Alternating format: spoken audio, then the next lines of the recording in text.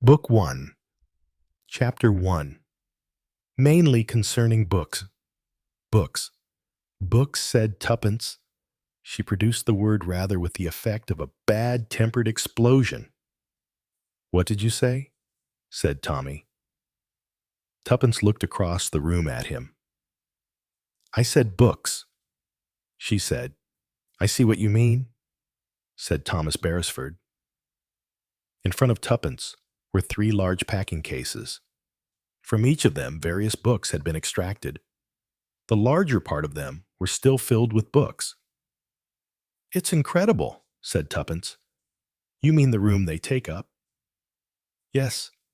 Are you trying to put them all on the shelves? I don't know what I'm trying to do, said Tuppence. That's the awkward part of it. One doesn't know ever exactly what one wants to do. Oh dear, she sighed. Really? Said her husband. I should have thought that that was not at all characteristic of you.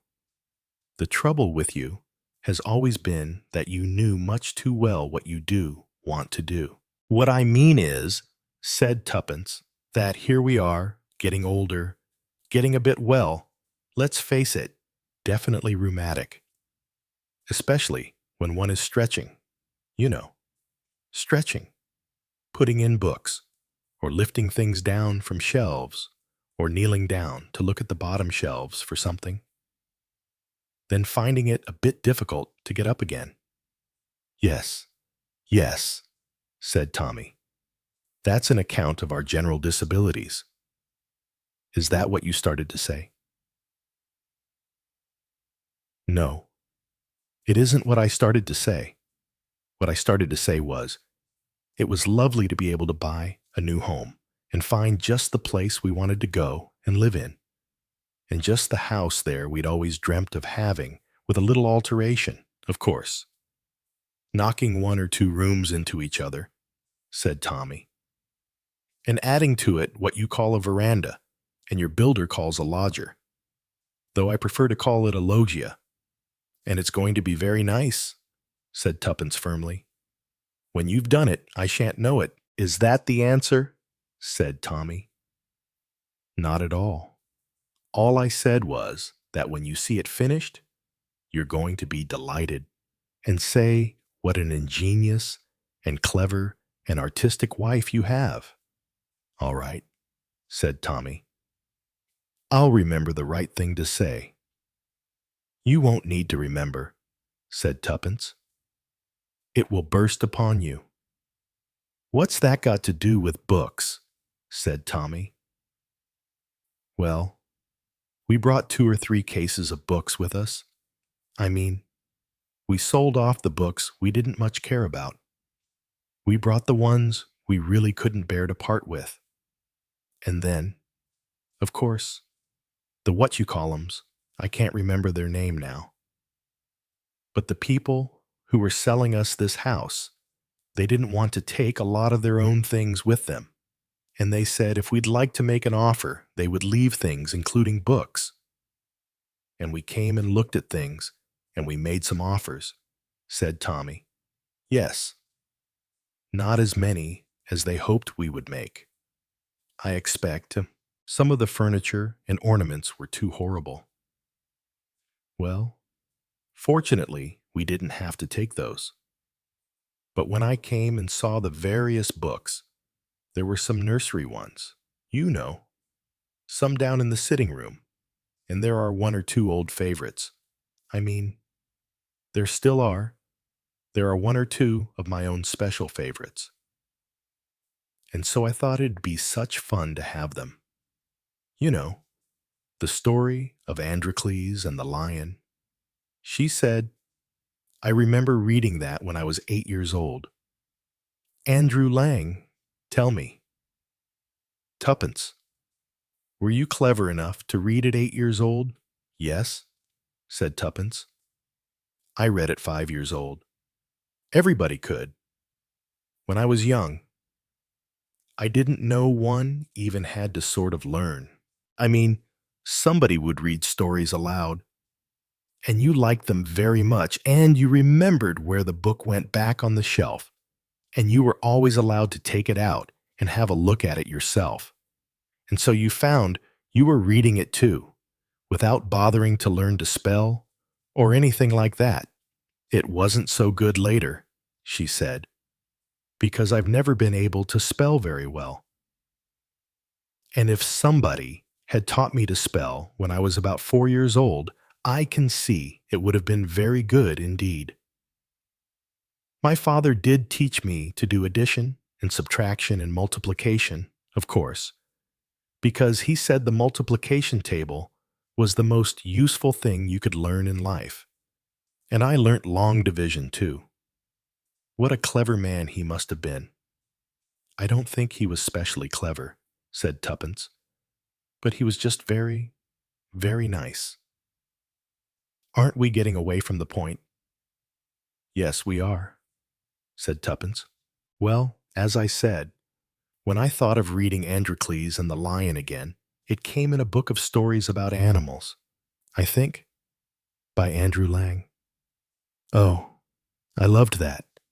And there was a story about a day in my life at Eton by an Eton schoolboy. I can't think why I wanted to read that, but I did. It was one of my favorite books. And there were some stories from the classics. And there was Mrs. Molesworth, The Cuckoo Clock, Four Winds Farm Well. That's all right, said Tommy. No need to give me a whole account of your literary triumphs in early youth. What I mean is, said Tuppence, that you can't get them nowadays. I mean, sometimes you get reprints of them, but they've usually been altered and have different pictures in them. Really. The other day, I couldn't recognize Alice in Wonderland when I saw it. Everything looks so peculiar in it. There are the books I really could get still. Mrs. Molesworth. One or two of the old fairy books, pink, blue, and yellow. And then, of course, lots of later ones which I'd enjoyed. Lots of Stanley Waymans and things like that. There are quite a lot here. Left behind. All right, said Tommy. You were tempted. You felt it was a goodbye. Yes. At least what do you mean a goodbye? I mean B-U-Y, said Tommy. Oh, I thought you were going to leave the room and were saying goodbye to me. Not at all, said Tommy. I was deeply interested. Anyway, it was a good B-U-Y, and I got them very cheap, as I tell you. And here they all are among our own books and others. Only, we've got such a terrible lot now of books, and the shelves we had made, I don't think are going to be nearly enough. What about your special sanctum? Is there room there for more books? No. There isn't, said Tommy. There's not going to be enough for my own. Oh dear, said Tuppence. That's so like us. Do you think we might have to build on an extra room? No, said Tommy. We're going to economize. We said so the day before yesterday. Do you remember? That was the day before yesterday, said Tuppence. Time alters. What I am going to do now is put in these shelves all the books I really can't bear to part with. And then we can look at the others, and, well, there might be a children's hospital somewhere, and there might, anyway, be places which would like books. Or we could sell them, said Tommy. I don't suppose they're the sort of books people would want to buy very much.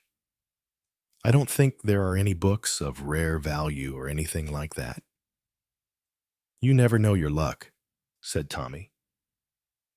Let's hope something out of print will fulfill some bookseller's long-felt want. In the meantime, said Tuppence, we have to put them into the shelves and look inside them. Of course, each time to see whether it's a book I do really want and I can really remember. I'm trying to get them roughly. Well, you know what I mean. Sort of sorted. I mean, adventure stories, fairy stories, children's stories, and those stories about schools where the children were always very rich. Oh, tea, mead, I think, and some of the books we used to read to Deborah when she was small. Too, how we all used to love Winnie the Pooh. And there was the little gray hen, too. But I didn't care very much for that. I think you're tiring yourself, said Tommy. I think I should leave off what you're doing now. Well, perhaps I will, said Tuppence, but I think if I could just finish this side of the room, just get the books in here. Well, I'll help you, said Tommy. He came over, tilted the case so that the books fell out, gathered up armfuls of them, and went to the shelves and shoved them in. I'm putting the same-sized ones together. It looks neater, he said. Oh, I don't call that sorting, said Tuppence. Sorting enough to get on with. We can do more of that later. You know, make everything really nice. We'll sort it on some wet day when we can't think of anything else to do. The trouble is, we always can think of something else to do. Well now, there's another 7 in there. Now then, there's only this top corner. Just bring me that wooden chair over there, will you? Are its legs strong enough for me to stand on it? Then I can put some on the top shelf. With some care, he climbed on the chair. Tuppence lifted up to him an armful of books. He insinuated them with some care onto the top shelf. Disaster only happened with the last 3, which cascaded to the floor, narrowly missing Tuppence. Oh, said Tuppence. That was painful. Well, I can't help it. You handed me up too many at once.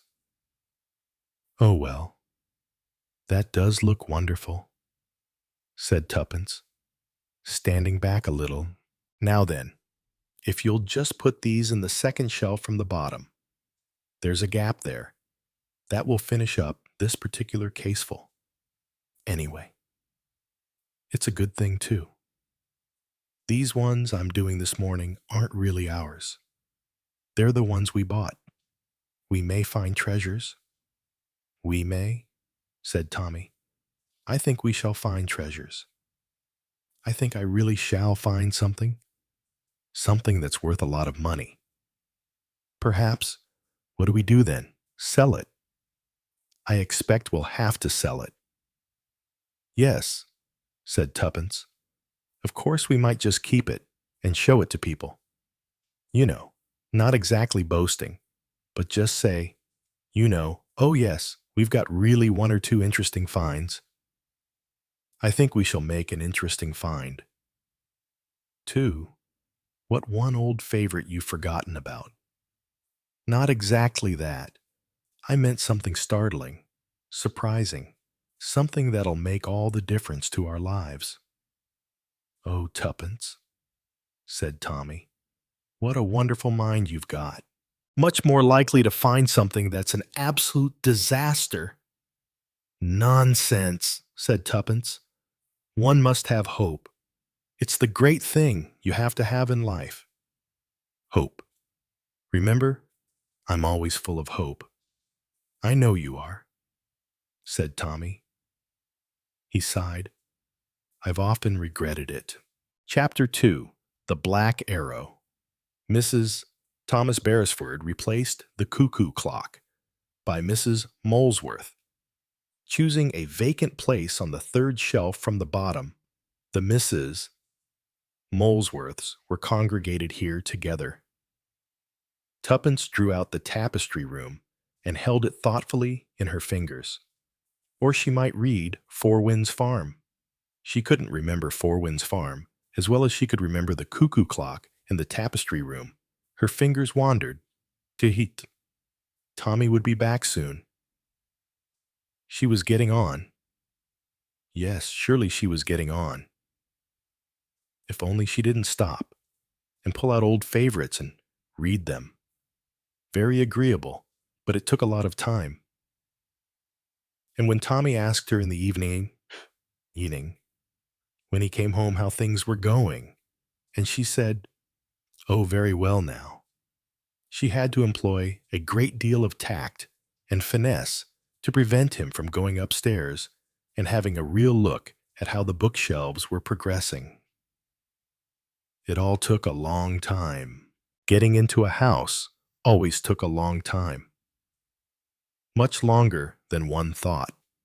And so many irritating people, electricians, for instance, who came and appeared to be displeased with what they had done the last time they came, and took up more large areas in the floor, and thus, with cheerful faces, produced more pitfalls for the unwary housewife to walk along and put a foot wrong and be rescued just in time by the unseen electrician who was groping beneath the floor. "Sometimes," said Tuppence, "I really wish we hadn't left Barton's Acre.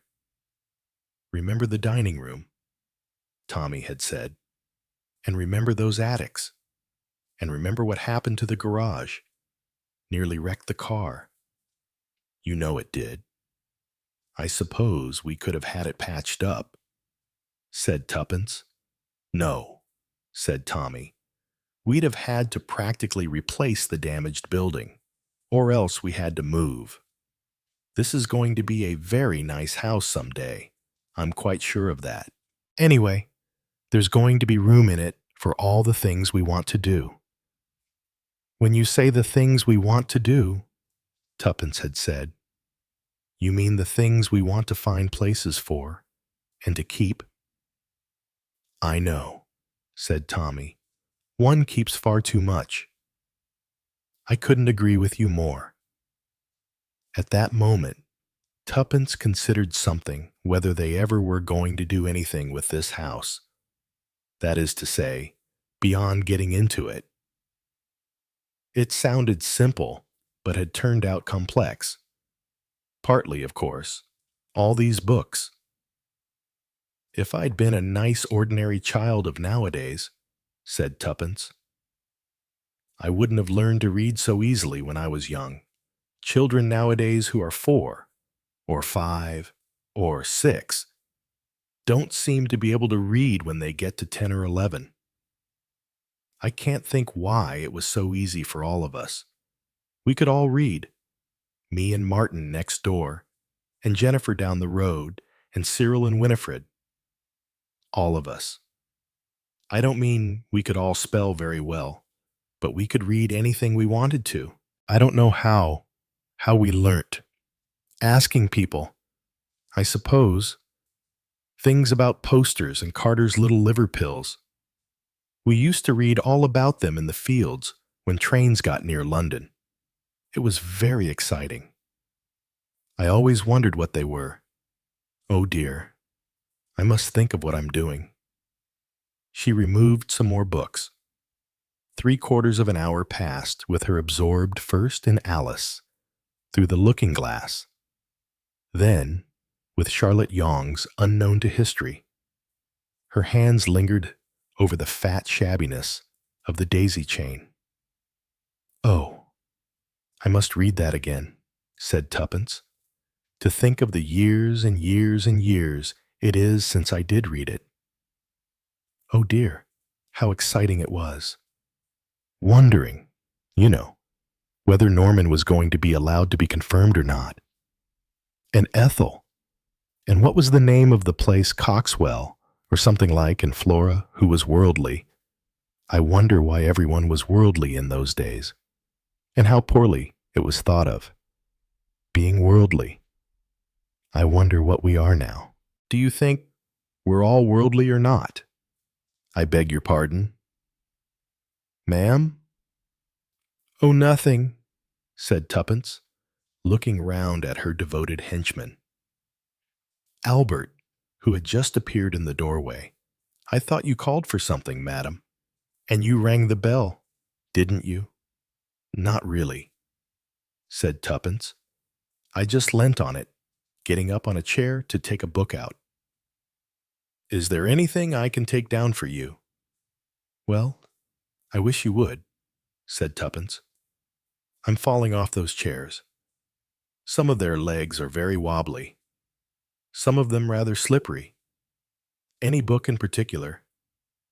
Well, I haven't got on very far, with the third shelf up, 2 shelves down from the top. You know, I don't know what books are there. Albert mounted on a chair and banging each book in turn to dislodge such dust as it had managed to gather on it, handed things down. Tuppence received them with a good deal of rapture. Oh, fancy. All these, I really have forgotten a lot of these. Oh, here's the amulet, and here's the Samayad. Here's the new treasure seekers. Oh, I love all those.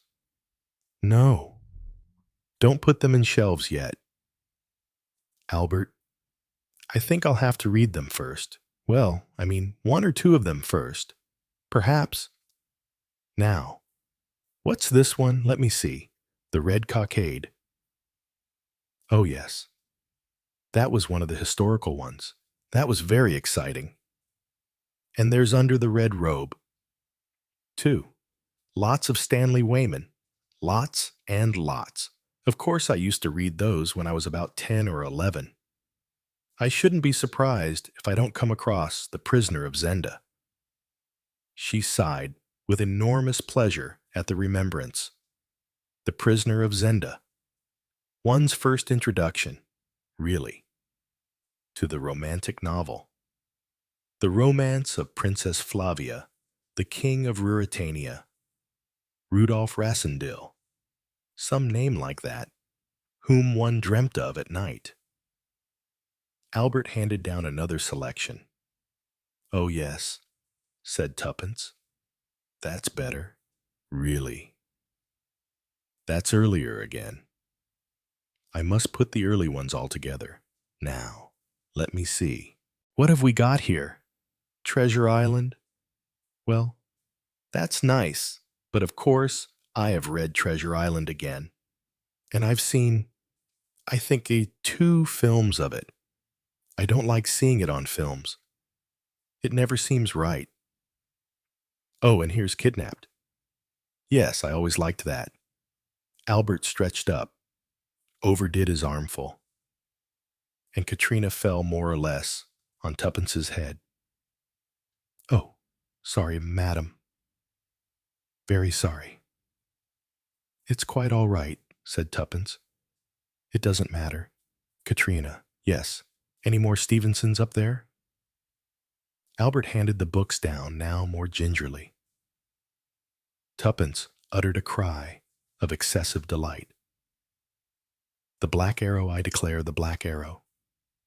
Now, that's one of the first books really I ever got hold of and read. Yes, I don't suppose you ever did. Albert, I mean, you wouldn't have been born, would you? Now, let me think. The Black Arrow. Yes, of course. It was that picture on the wall, with eyes, real eyes, looking through the eyes of the picture. It was splendid. So frightening. Just that. Oh, yes. The Black Arrow. What was it? It was all about? Oh, yes. The cat. The dog. No, the cat. The rat. And Lovell. The dog. Rule all England under the hog. That's it. The hog was Richard III. Of course. Though nowadays they all write books saying he was really wonderful, not a villain at all. But I don't believe that. Shakespeare didn't either. After all, he started his play by making Richard say, "I am determined so to prove a villain." Ah, yes. The Black Arrow. Some more. Madam, no. Thank you. Albert. I think I'm rather too tired to go on now. That's all right. By the way, the master rang and said he'd be half an hour late. Never mind, said Tuppence. She sat down in the chair, took the Black Arrow, opened the pages, and engrossed herself. Oh dear, she said. How wonderful this is. I've really forgotten it quite enough to enjoy reading it all over again. It was so exciting. Silence fell. Albert returned to the kitchen. Tuppence leaned back in the chair.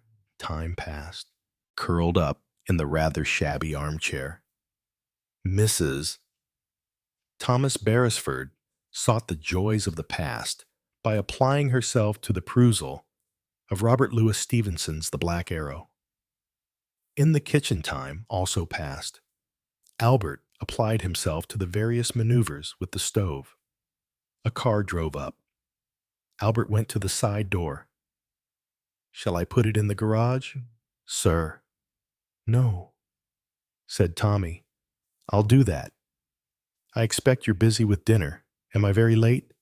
Not really, sir. Just about when you said, a little early.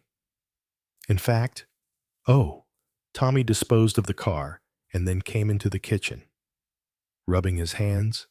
Cold out. Where's Tuppence? Oh. Mrs. She's upstairs with the books. What, still those miserable books? Yeah. She's done a good many more today, and she spent most of the time reading. Oh dear, said Tommy. All right. Albert, what are we having fillets of lemon sole? Sir, it won't take long to do. All right. Well, make it about quarter of an hour or so anyway. I want to wash first. Upstairs. On the top floor. Tuppence was still sitting in the somewhat shabby armchair, engrossed in The Black Arrow. Her forehead was slightly wrinkled. She had come across what seemed to her a somewhat curious phenomenon. There seemed to be what she could only call a kind of interference. The particular page she had got to, she gave it a brief glance. 64? Or was it 65? She couldn't see anyway. Apparently somebody had underlined some of the words on the page. Tuppence had spent the last quarter of an hour studying this phenomenon. She didn't see why the words had been underlined. They were not in sequence. They were not a quotation. Therefore, in the book. They seemed to be words that had been singled out and had then been underlined in red ink. She read, under her breath, Matcham could not restrain a little cry. Dick started with surprise and dropped the windac from his fingers. They were all afoot, loosing sword and dagger in the sheath. Ellis held up his hand. The white of his eyes shone. Let. Large. Tuppence shook her head. It didn't make sense. None of it did. She went over to the table where she kept her writing things, picked out a few sheets recently sent by a firm of notepaper printers for the Beresfords to make a choice of the paper to be stamped with their new address, the Laurels. Silly name, said Tuppence, but if you go changing names all the time, then all your letters go astray. She copied things down. Now she realized something she hadn't realized before. That makes all the difference, said Tuppence. She traced letters on the page. So there you are, said Tommy's voice. Suddenly, dinner's practically in. How are the books going? This lot's terribly puzzling, said Tuppence. Dreadfully puzzling. What's puzzling? Well, this is The Black Arrow of Stevenson's, and I wanted to read it again. And I began. It was all right. And then suddenly, all the pages were rather queer, because a lot of the words had been underlined in red ink. Oh well, one does that, said Tommy. I don't mean solely in red ink, but I mean one does underline things, you know, something you want to remember, or a quotation of something. Well, you know what I mean. I know what you mean, said Tuppence, but it doesn't go like that. And it's letters. You see, what do you mean by letters? Come here, said Tuppence. Tommy came and sat on the arm of the chair. Tommy read. Matcham could not restrain a little cry, and even died started with surprise, and dropped the window from his fingers. The two big fellows on the something I can't read shell was an expected signal. They were all afoot together, tightening, loosing sword and dagger. It's mad, he said. Yes, said Tuppence. That's what I thought at first. It was mad. But it isn't mad. Tommy. Some cowbells rang from downstairs. That's supper in... Never mind, said Tuppence. I've got to tell you this first. We can get down to things about it later, but it's really so extraordinary. I've got to tell you this straight away. Oh, all right. Have you got one of your mare's nests? No, I haven't. It's just that I took out the letters. You see, well, on this page, you see, well, the M of Matcham, which is the first word, the M is underlined, and the A, and after that there are three more. 3 or 4 more words. They don't come in sequence in the book. They've just been picked out, I think. And they've been underlined the letters in them because they wanted the right letters. And the next one, you see, is the R from restrain underlined and the Y of cry. And then there's J from Jack, O from shot, R from ruin, D from death, and A from death again, N from moraine. For goodness sake, said Tommy, do stop. Wait, said Tuppence, I've got to find out. Now, you see, because I've written out these. Do you see what this is? If you take those letters out and write them in order on this piece of paper, do you see what you get with the ones I've done first, M-A-R-Y? Those 4 were underlined. What does that make? It makes Mary. All right, said Tommy. It makes Mary. Somebody called Mary. A child with an inventive nature, I expect, who is trying to point out that this was her book. People are always writing their names in books and things like that. All right. Mary, said Tuppence. And the next thing that comes underlined makes the word Jordan. You see, Mary Jordan, said Tommy. It's quite natural. Now you know her whole name. Her name was Mary Jordan. Well, this book didn't belong to her. In the beginning it says, in a rather silly, childish-looking writing, it says, Alexander Parkinson, I think. Oh well, does it really matter? Of course it matters, said Tuppence. Come on, I'm hungry, said Tommy. Restrain yourself, said Tuppence. I'm only going to read you the next bit until the writing stops, or at any rate stops in the next 4 pages. The letters are picked from odd places on various pages. They don't run in sequence. There can't be anything in the words that matters. It's just the letters. Now then, we've got M-A-R-Y, Jordan. That's right. Now, do you know what the next four words are? Didnot, not Dienaturally. That's meant to be naturally, but they didn't know it had two LS. Oh, now then, what's that? Mary Jordan did not die naturally. There you are, said Tuppence. Now the next sentence made is, it was one of us. I think I know which one. That's all. Can't find anything else.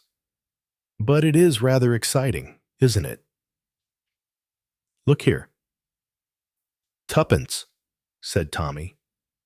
You're not going to get a thing about this, are you? What do you mean, a thing? About this, I mean working up a sort of mystery. Well, it's a mystery to me, said Tuppence. Mary Jordan did not die naturally. It was one of us. I think I know which. Oh, Tommy, you must say that it is very intriguing. Chapter 3. Visit to the Cemetery. Tuppence Tommy called. As he came into the house, there was no answer. With some annoyance, he ran up the stairs and along the passage on the first floor. As he hastened along it, he nearly put his foot through a gaping hole and swore promptly.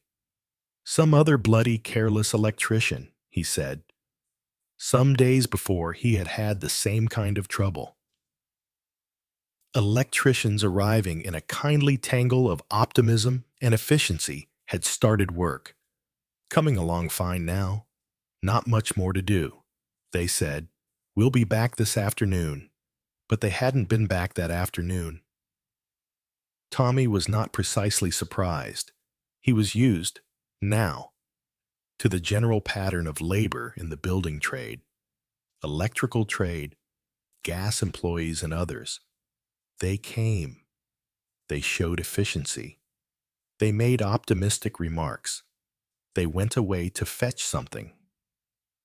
They didn't come back.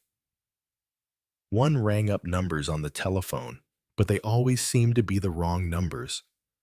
Come on, Dean. If they were the right numbers, the right man was not working at this particular branch of the trade, whatever it was. All one had to do was to be careful to not rick an ankle, fall through a hole, damage yourself in some way or another. He was far more afraid of Tuppence damaging herself than he was of doing the damage to himself. He had had more experience than Tuppence. Tuppence, he thought, was more at risk from scalding herself from kettles or disasters with the heat of the stove. But where was Tuppence now? He called again, Tuppence, Tuppence. He worried about Tuppence. Tuppence was one of those people you had to worry about. If you left the house, you gave her last words of wisdom, and she gave you last promises of doing exactly what you counseled her to do.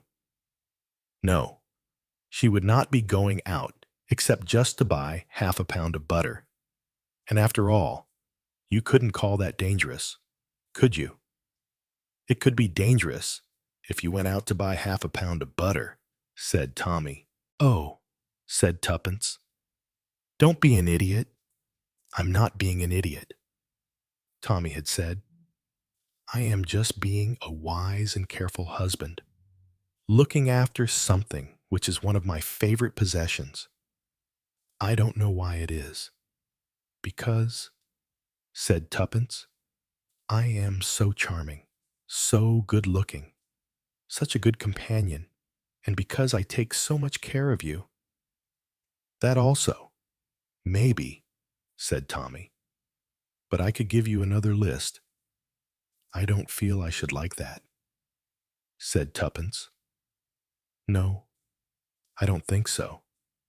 I think you have several saved-up grievances. But don't worry. Everything will be quite all right. You've only got to come back and call me when you get in. But now, where was Tuppence? "The little devil," said Tommy. "She's gone out somewhere."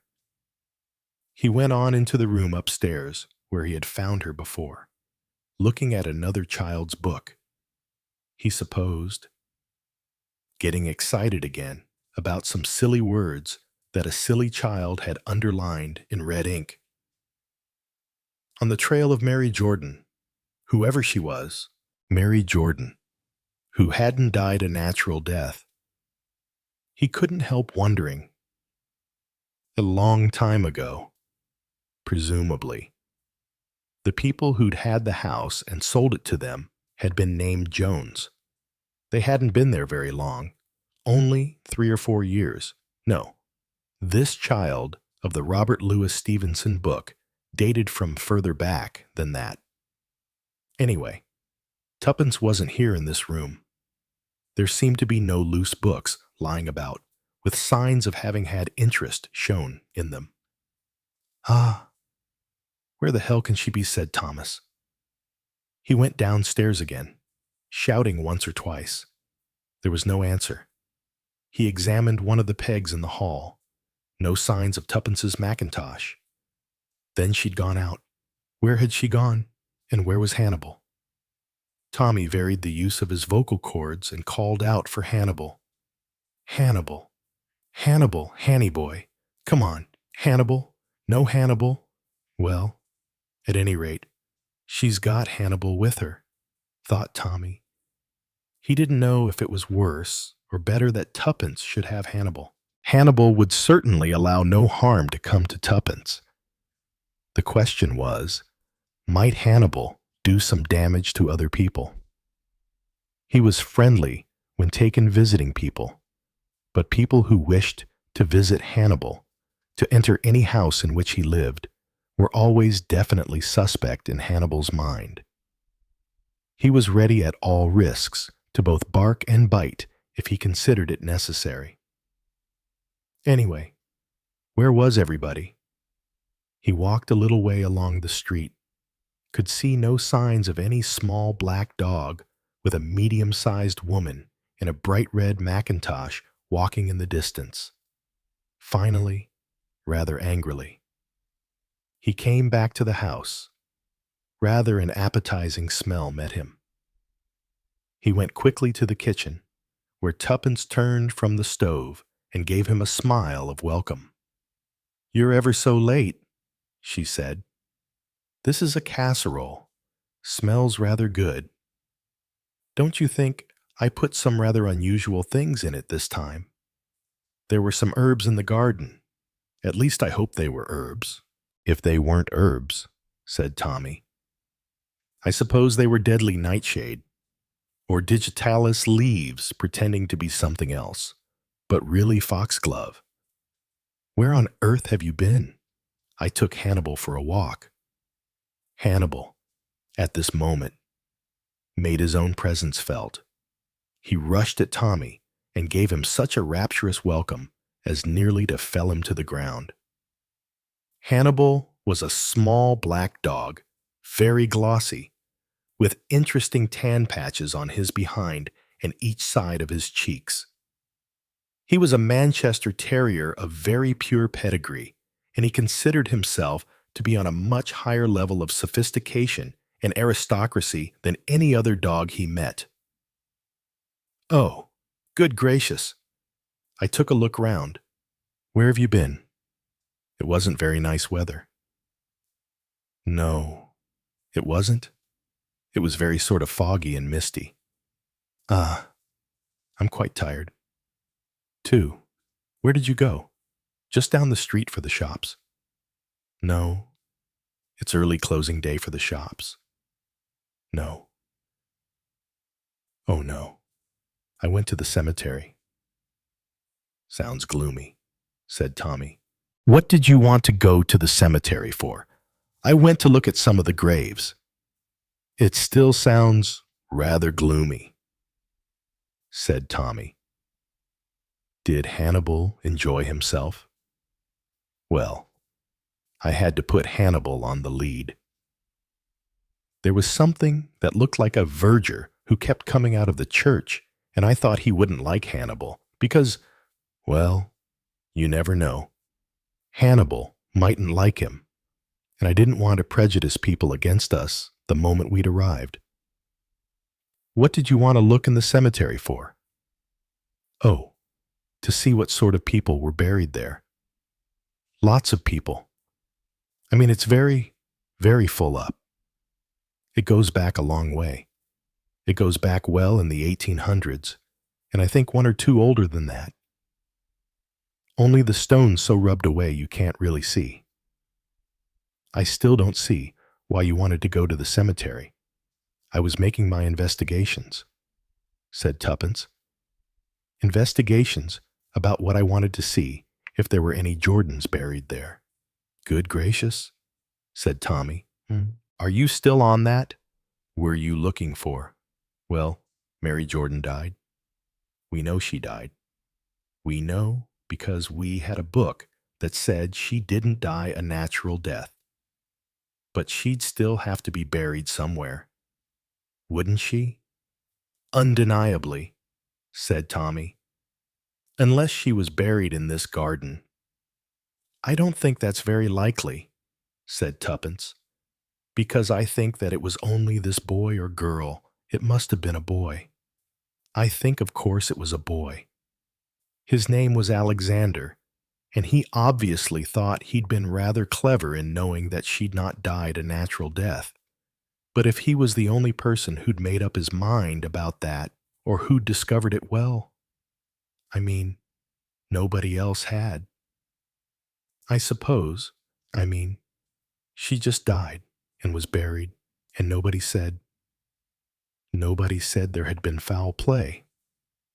Suggested Tommy, that sort of thing. Yes, poisoned or knocked on the head, or pushed off a cliff, or run over by a car, or... Oh, lots of ways I can think of. I'm sure you can, said Tommy. Only good thing about you, Tuppence, is that at least you have a kindly heart. You wouldn't put them into execution just for fun. But there wasn't any Mary Jordan in the cemetery. There weren't any Jordans. Disappointing for you, said Tommy. Is that thing you're cooking ready yet? Because I'm pretty hungry. It smells rather good. It's absolutely done a point, said Tuppence. So as soon as you've washed, we eat. Chapter 4. Lots of Parkinsons. Lots of Parkinsons, said Tuppence as they ate. A long way back, but an amazing lot of them. Old ones, young ones and married ones, bursting with Parkinsons and capes and Griffins and Underwoods and Overwoods. Curious to have both of them, isn't it? I had a friend called George Underwood, said Tommy. Yes, I've known Underwoods, too, but not Overwoods. Male or female, said Thomas, with slight interest. A girl, I think it was. Rose Overwood, said Tommy, listening to the sound of it. I don't think somehow it goes awfully well together. He added, I must ring up those electricians after lunch.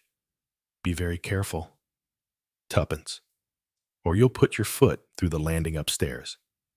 Then I shall be a natural death, or an unnatural death, one of the two. A curiosity death, said Tommy. Curiosity killed the cat. Aren't you at all curious? Asked Tuppence. I can't see any earthly reason for being curious. What have we got for pudding? Treacle tart. Well, I must say, Tuppence, it was a delicious meal. I'm very glad you liked it, said Tuppence. What is that parcel outside the back door? Is it that wine we ordered? No, said Tuppence. It's bulbs. Oh, said Tommy. Bulbs. Tulips. said Tuppence. I'll go and talk to old Isaac about them. Where are you going to put them? I think along the center path in the garden. Poor old fellow. He looks as if he might drop dead any minute, said Tommy. Not at all, said Tuppence. He's enormously tough. Is Isaac. I've discovered, you know, that gardeners are like that. If they're very good gardeners, they seem to come to their prime when they're over 80. But if you get a strong, hefty-looking young man, about 35, who says, I've always wanted to work in a garden, you may be quite sure that he's probably no good at all. They're just prepared to brush up a few leaves now and again, and anything you want them to do. They always say it's the wrong time of year, and as one never knows oneself when the right time of year is, at least I don't. Well then, you see, they always get the better of you. But Isaac's wonderful. He knows about everything. Tuppence added, There ought to be some crocuses as well. I wonder if they're in the parcel. 2. Well, I'll go out and see. It's his day for coming, and he'll tell me all about it. All right, said Tommy. I'll come out and join you presently. Tuppence and Isaac had a pleasant reunion. The bulbs were unpacked. Discussions were held as to where things would show to best advantage. First, the early tulips, which were expected to rejoice the heart at the end of February. Then, a consideration of the handsome fringed parrot tulips, and some tulips called, as far as Tuppence could make out, viridiflora, which would be exceptionally beautiful with long stems in the month of May and early June. As these were of an interesting green pastel color, they agreed to plant them as a collection in a quiet part of the garden, where they could be picked and arranged in interesting floral arrangements in the drawing room, or by the short approach to the house through the front gate, where they would arouse envy and jealousy among callers. They must even rejoice the artistic feelings of tradesmen delivering joints of meat and crates of grocery. At 4 o'clock, Tuppence produced a brown teapot full of good strong tea in the kitchen, placed a sugar basin full of lumps of sugar and a milk jug by it, and called Isaac in to refresh himself before departing. She went in search of Tommy. I suppose he's asleep somewhere, thought Tuppence to herself as she looked from one room into another. She was glad to see a head sticking up on the landing out of the sinister pit in the floor. It's all right now, ma'am, said the electrician. No need to be careful any more. It's all fixed. He added that he was starting work on a different portion of the house on the following morning.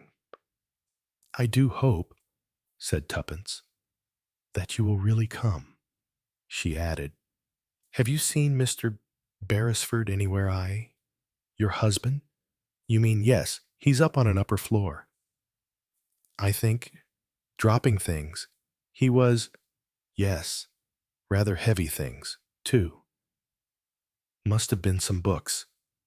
I think, books, said Tuppence. Well, I never. The electrician retreated down into his own personal underworld in the passage, and Tuppence went up to the attic, converted to the extra book library, at present devoted to children's books. Tommy was sitting on the top of a pair of steps. Several books were around him on the floor, and there were noticeable gaps in the shelves. So there you are, said Tuppence, after pretending you weren't interested or anything. You've been looking at lots of books, haven't you? You've disarranged a lot of the things that I put away so neatly. Well, I'm sorry about that, said Tommy. But, well, I thought I'd perhaps just have a look round. Did you find any other books that have got any underlined things in them in red ink? No? Nothing else. How annoying, said Tuppence. I think it must have been Alexander's work. Master Alexander Parkinson, said Tommy. That's right, said Tuppence. One of the Parkinsons. The numerous Parkinsons. Well, I think he must have been rather a lazy boy. Although, of course, it must have been rather a bother doing that underlining and all. But there's no more information. Reese Jordan, said Tommy. I asked old Isaac. He knows a lot of people round here. He says he doesn't remember any Jordans. What are you doing with that brass lamp you've got by the front door? Asked Tommy. As he came downstairs, I'm taking it to the White Elephant sale, said Tuppence. Why? Oh, because it's always been a thorough nuisance. We bought it somewhere abroad, didn't we? Yes. I think we must have been mad. You never liked it. You said you hated it. Well, I agree. And it's awfully heavy, too.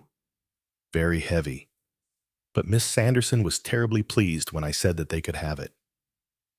She offered to fetch it, but I said I'd run it down to them in the car. It's today we take the thing. I'll run down with it if you like. No. I'd rather like to go.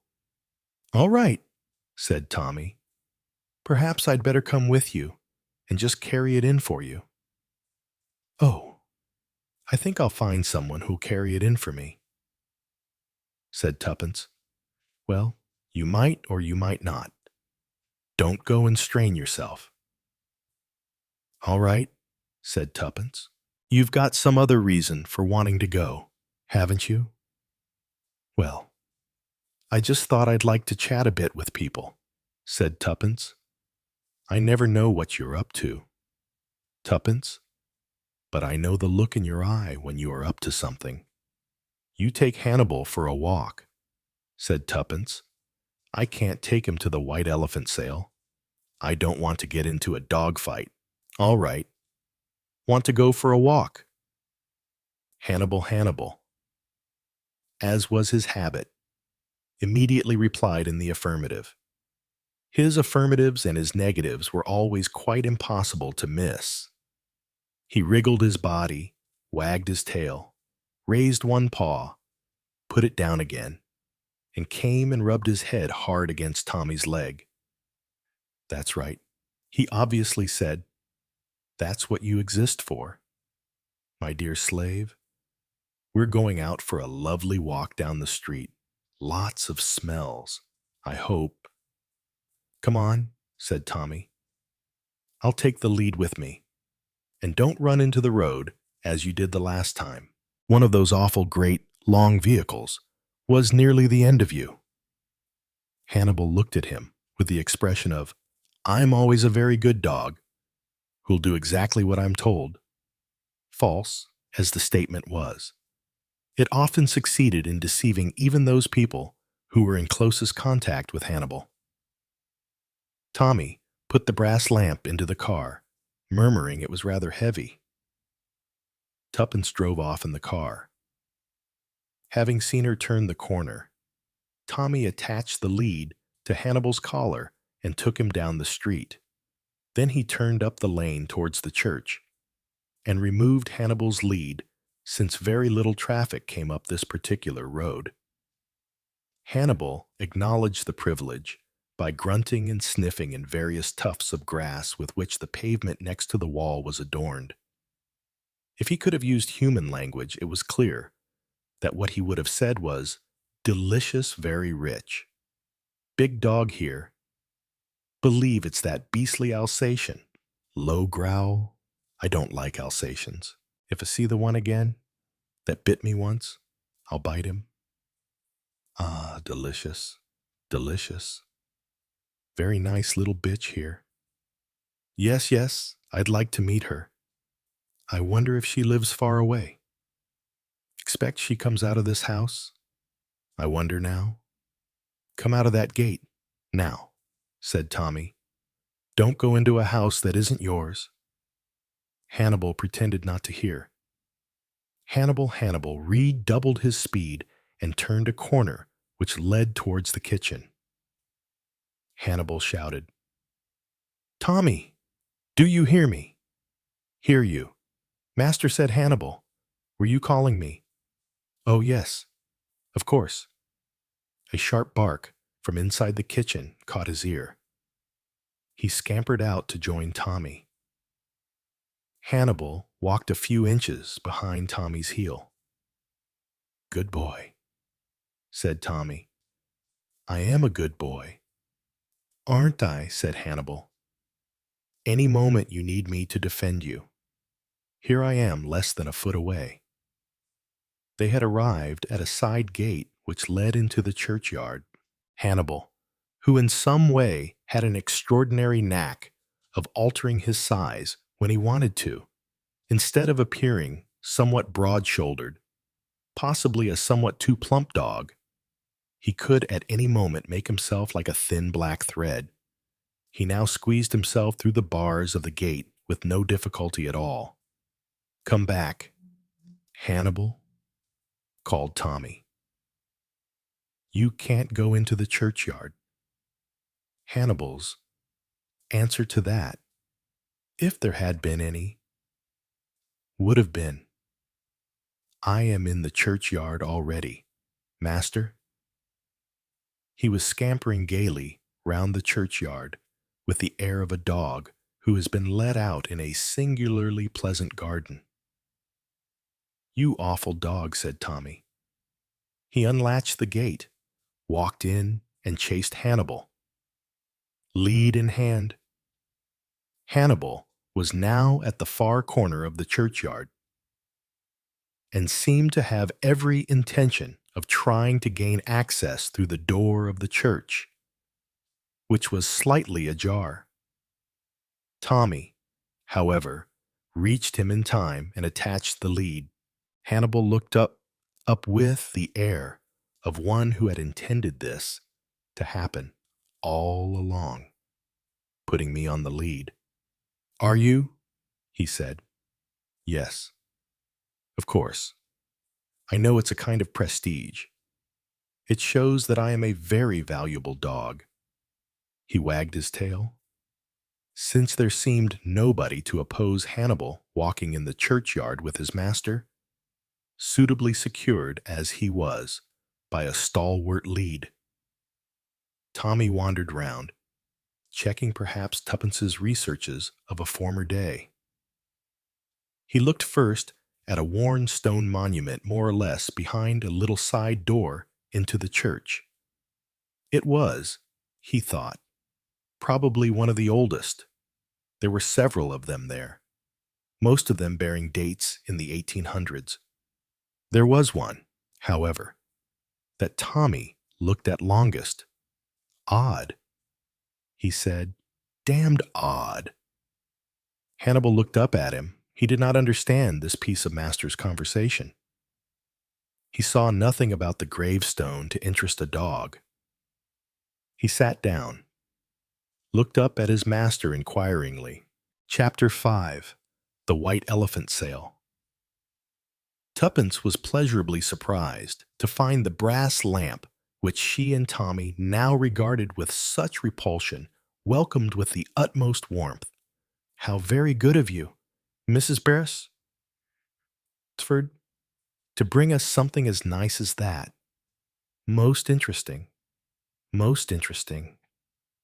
I suppose it must have come from abroad on your travels once." "Yes, we bought it in Egypt," said Tuppence. She was quite doubtful by this time, a period of 8 to 10 years having passed, as to where she had bought it.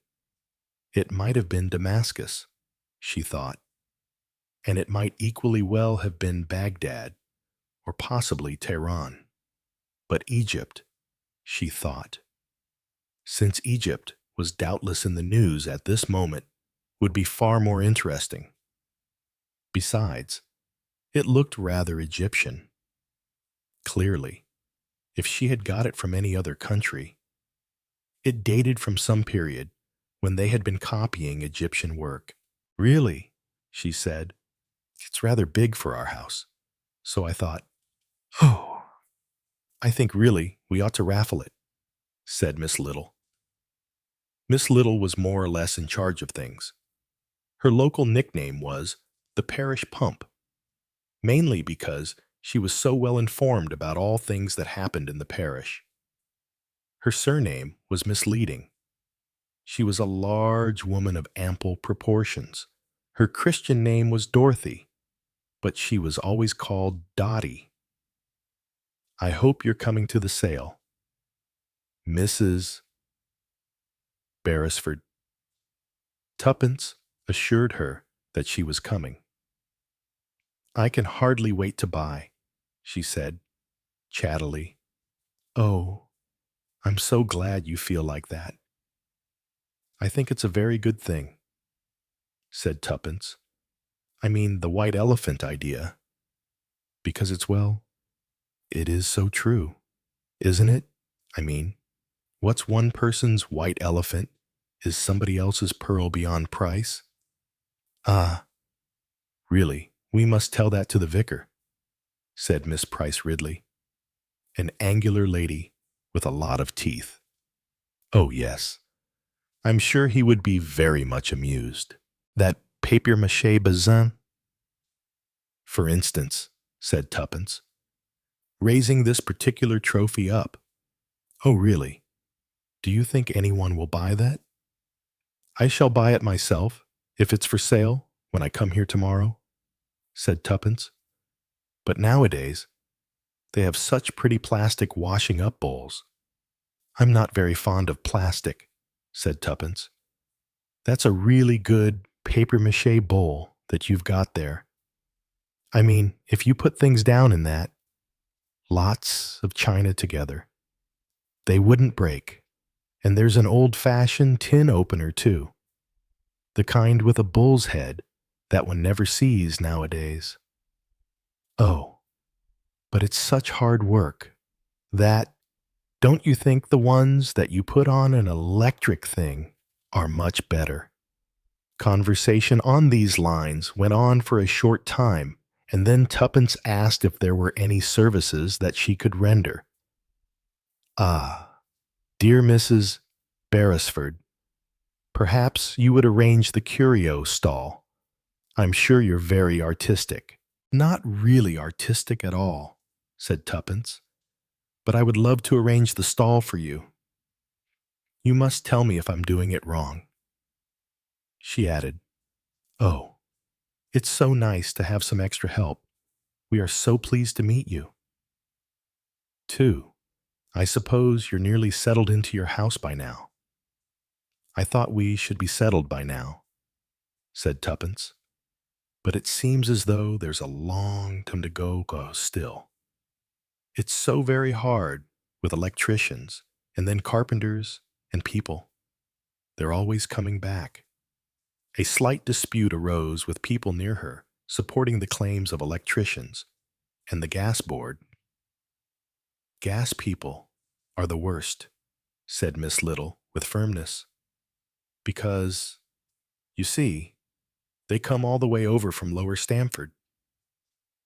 The electricity people only have to come from Wellbank.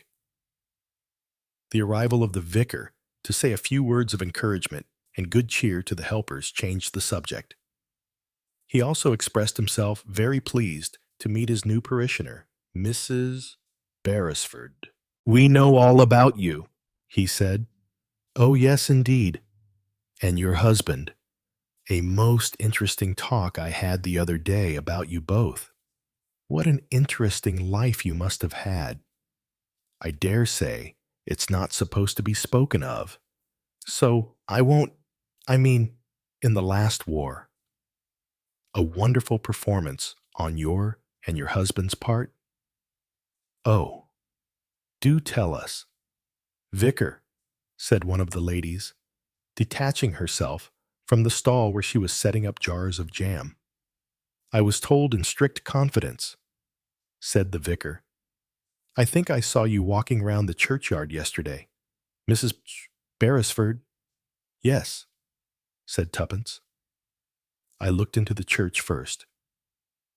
I see you have one or two very attractive windows. Yes, yes, they date back to the 14th century. That is, the one in the North Aisle does, but of course most of them are Victorian. Walking round the churchyard, said Tuppence, it seemed to me there were a great many Parkinsons buried there. Yes, yes, indeed. There have always been big contingents of Parkinsons in this part of the world, though of course I don't remember any of them myself. But you do. I think Mrs. Lupton?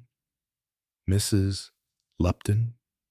An elderly lady who was supporting herself on 2 sticks looked pleased. Yes, yes. She said, I remember when Mrs. Parkinson was alive, you know. Old Mrs. Parkinson. The Mrs. Parkinson, who lived in the manor house. Wonderful old lady she was. Quite wonderful. And there were some summers I saw. And the Chattertons. Ah, I see you're getting up well with our local geography of the past. I think I heard something about a Jordan Annie or Mary Jordan. Was it? Tuppence looked round her in an inquiring fashion. The name of Jordan seemed to cause no particular interest. Somebody had a cook called Jordan, I think. Mrs. Blackwell. Susan Jordan, I think it was. She only stayed 6 months. I think quite unsatisfactory in many ways. Was that a long time ago? Oh, no. Just about 8 or 10 years ago, I think. Not more than that. Are there any Parkinsons living here now? Oh, no. They're all gone long ago. One of them married a first cousin and went to live in Kenya. I believe. I wonder, said Tuppence, managing to attach herself to Mrs. Lupton, who she knew had something to do with the local children's hospital. I wonder if you want any extra children's books. They're all old ones. I mean, I got them in an odd lot when we were bidding for some of the furniture that was for sale in our house. Well, that's very kind of you, I'm sure. Mrs. Beresford. Of course, we do have some very good ones. Given to us, you know.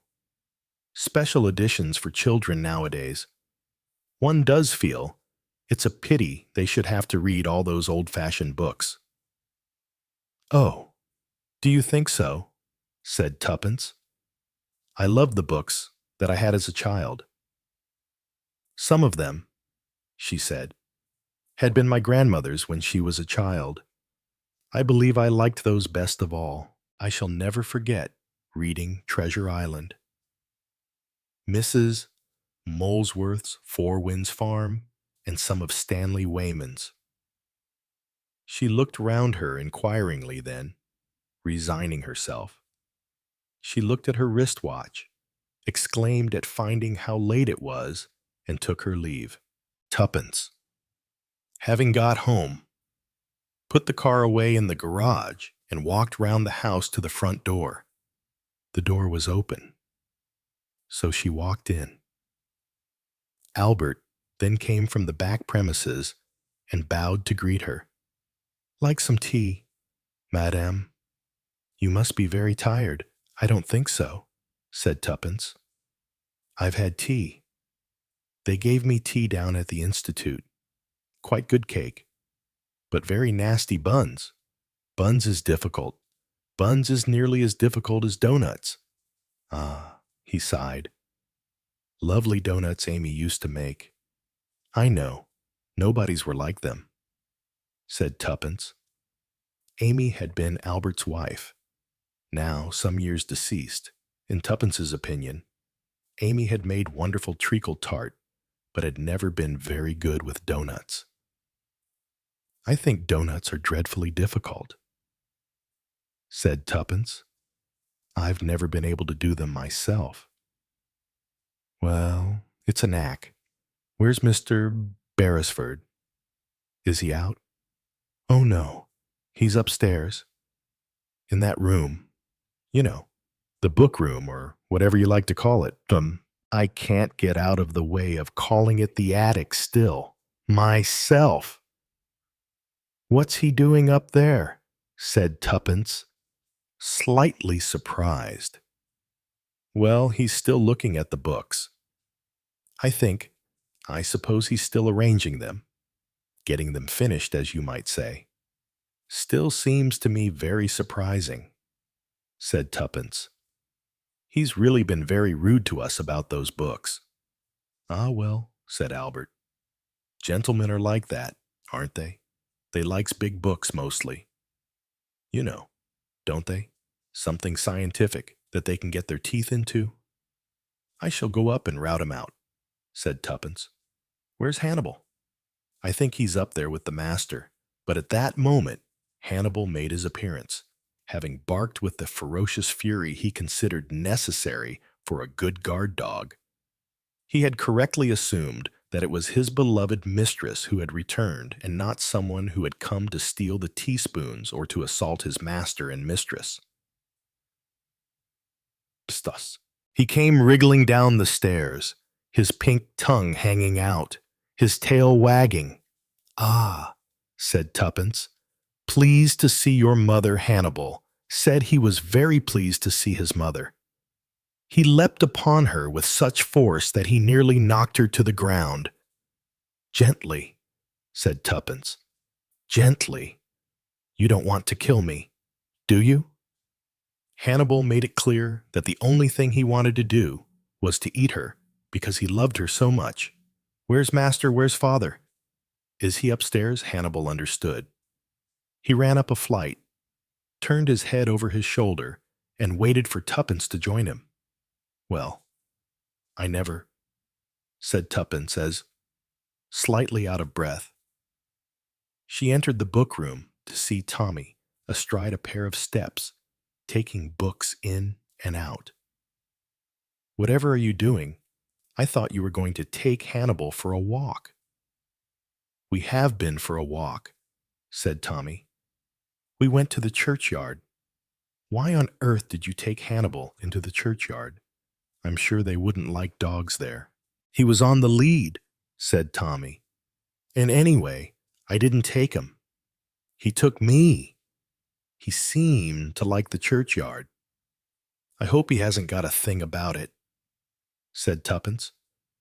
You know what Hannibal is like. He likes arranging a routine always. If he's going to have a routine of going to the churchyard every day, it will really be very difficult for us.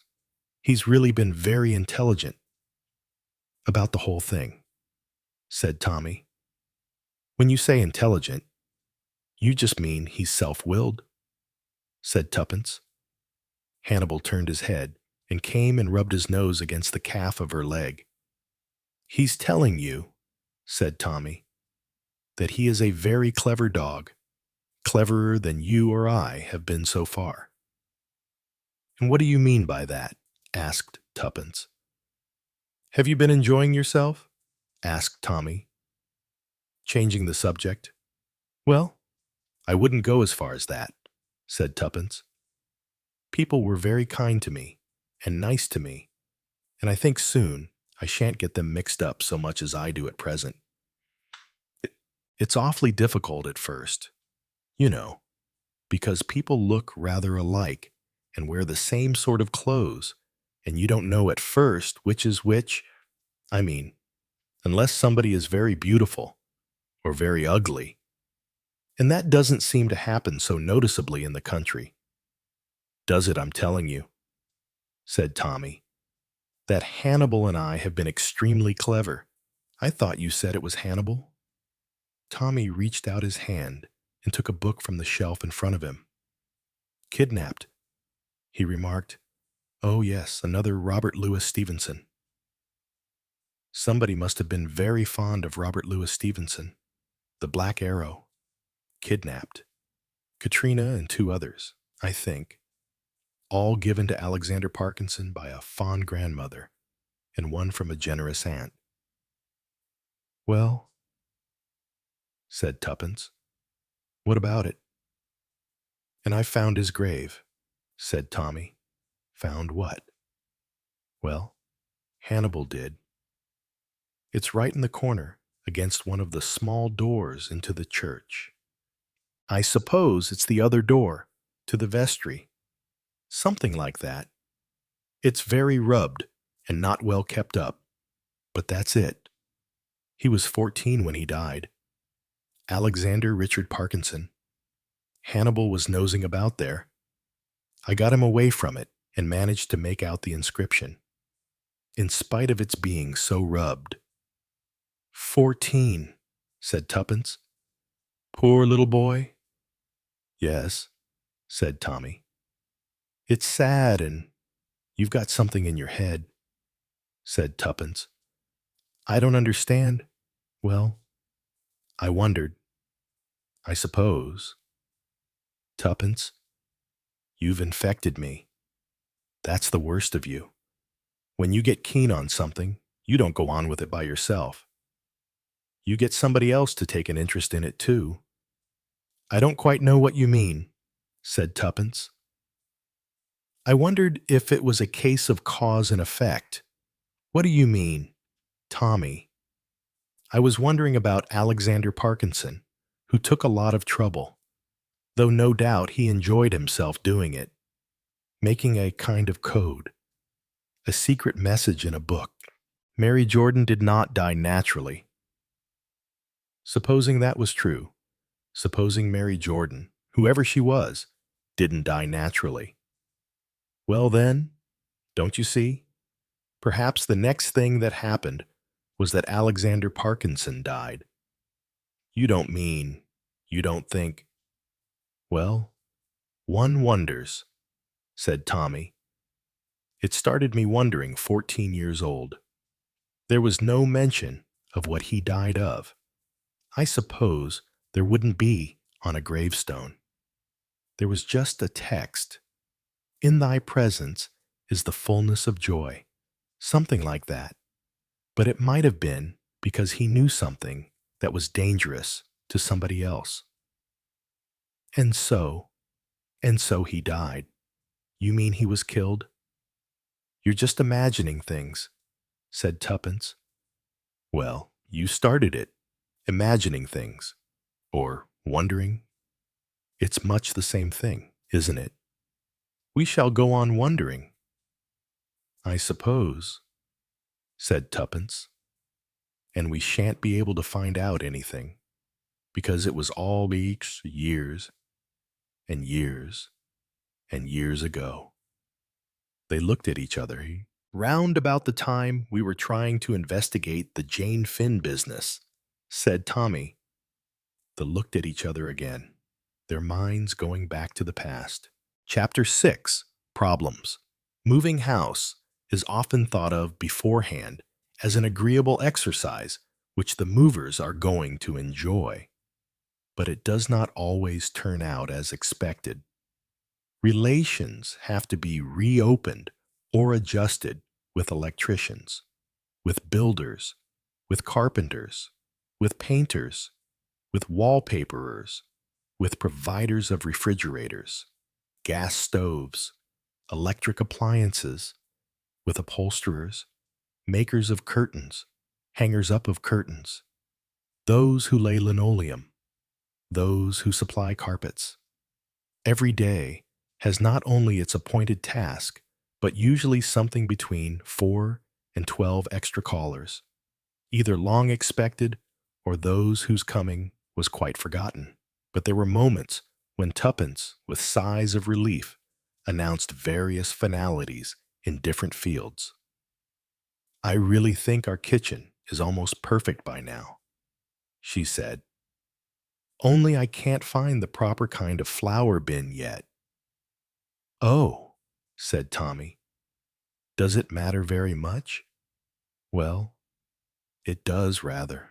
I mean, you buy flour very often in 3-pound bags, and it won't go into these kinds of containers. They're all so dainty. You know, one has a pretty rose on it, and the other's got a sunflower, and they'll not take more than a pound. It's all so silly, at intervals. Tuppence made other suggestions. The Laurels, she said, silly name for a house. I think I don't see why it's called the Laurels. It hasn't got any laurels. They could have called it the plane trees much better. Plane trees are very nice, said Tuppence. Before the Laurels, it was called Long Schofield. So they told me, said Tommy. That name doesn't seem to mean anything either, said Tuppence. What is a Schofield? And who lived in it then? I think it was the Waddingtons. One gets so mixed, said Tuppence. Waddingtons, and then the Joneses. The people who sold it to us. And before that, the Blackmores. And once, I suppose the Parkinsons. Lots of Parkinsons. I'm always running into more Parkinsons. What way do you mean? Well, I suppose it's that I'm always asking, said Tuppence. I mean, if I could find out something about the Parkinsons, we could get on with with our problem. That's what one always seems to call everything nowadays. The problem of Mary Jordan is that it's not just that. There's the problem of the Parkinsons and the problem of Mary Jordan, and there must be a lot of other problems too. Mary Jordan didn't die naturally. Then the next thing the message said was, it was one of us. Now, did that mean one of the Parkinson family? Or did it mean just someone who lived in the house? Say there were 2 or 3 Parkinsons, and some older Parkinsons, and people with different names, but who were aunts to the Parkinsons or nephews and nieces to the Parkinsons. And I suppose something like a housemaid and a parlor maid and a cook and perhaps a governess and perhaps, not an au pair girl. It would be too long ago for an au pair girl, but one of us must mean a householdful. Households were fuller then than they are now. Well, Mary Jordan could have been a housemaid, or a parlor maid, or even the cook. And why should someone want her to die? And not die naturally, I mean. Somebody must have wanted her to die, or else her death would have been natural. Wouldn't it? I'm going to another coffee morning the day after tomorrow, said Tuppence. You seem to be always going to coffee mornings. Well, it's a very good way of getting to know one's neighbors and all the people who live in the same village. After all, it's not very big, this village, and people are always talking about their old aunts or people they knew. I shall try and start on Mrs. Griffin, who was evidently a great character in the neighborhood. I should say, she ruled everyone with a rod of iron. You know, she bullied the vicar, and she bullied the doctor, and I think she bullied the district nurse and all the rest of it. Wouldn't the district nurse be helpful? I don't think so. She's dead. I mean, the one who would have been here in the Parkinson's time is dead. And the one who is here now hasn't been here very long. No sort of interest in the place. I don't think she even knew a Parkinson. I wish, said Tommy desperately. Oh, how I wish that we could forget all the Parkinsons. You mean, then we shouldn't have a problem. Oh dear, said Tommy. Problems again? It's Beatrice, said Tuppence. What's Beatrice? Who introduced problems? Really? It's Elizabeth, the cleaning help we had before Beatrice. She was always coming to me and saying, "Oh, madam, could I speak to you a minute? You see, I've got a problem." And then Beatrice began coming on Thursdays, and she must have caught it, I suppose. So she had problems too. It's just a way of saying something, but you always call it a problem. All right, said Tommy. We'll admit that's so. You've got a problem. I've got a problem. We've both got problems." He sighed and departed. Tuppence came down the stairs slowly, shaking her head. Hannibal came up to her hopefully, wagging his tail and wriggling in hopes of favors to come. "No." "Hannibal," said Tuppence, "you've had a walk. You've had your morning walk." Hannibal intimated that she was quite mistaken. He hadn't had a walk. "You are one of the worst liars among dogs I have ever known," said Tuppence. "You've been for a walk with father." Hannibal made his second attempt, which was to endeavor to show by various attitudes that any dog would have a second walk if only he had an owner who could see things in that light. Disappointed in this effort, he went down the stairs and proceeded to bark loudly and make every pretense of being about to make a sharp snap bite at a tousled-haired girl who was wielding a hoover. He did not like the hoover, and he objected to Tuppence having a lengthy conversation with Beatrice. "Oh, don't let him bite me," said Beatrice. "He won't bite you," said Tuppence. "He only pretends he's going to." "Well, I think he'll really do it one day," said Beatrice.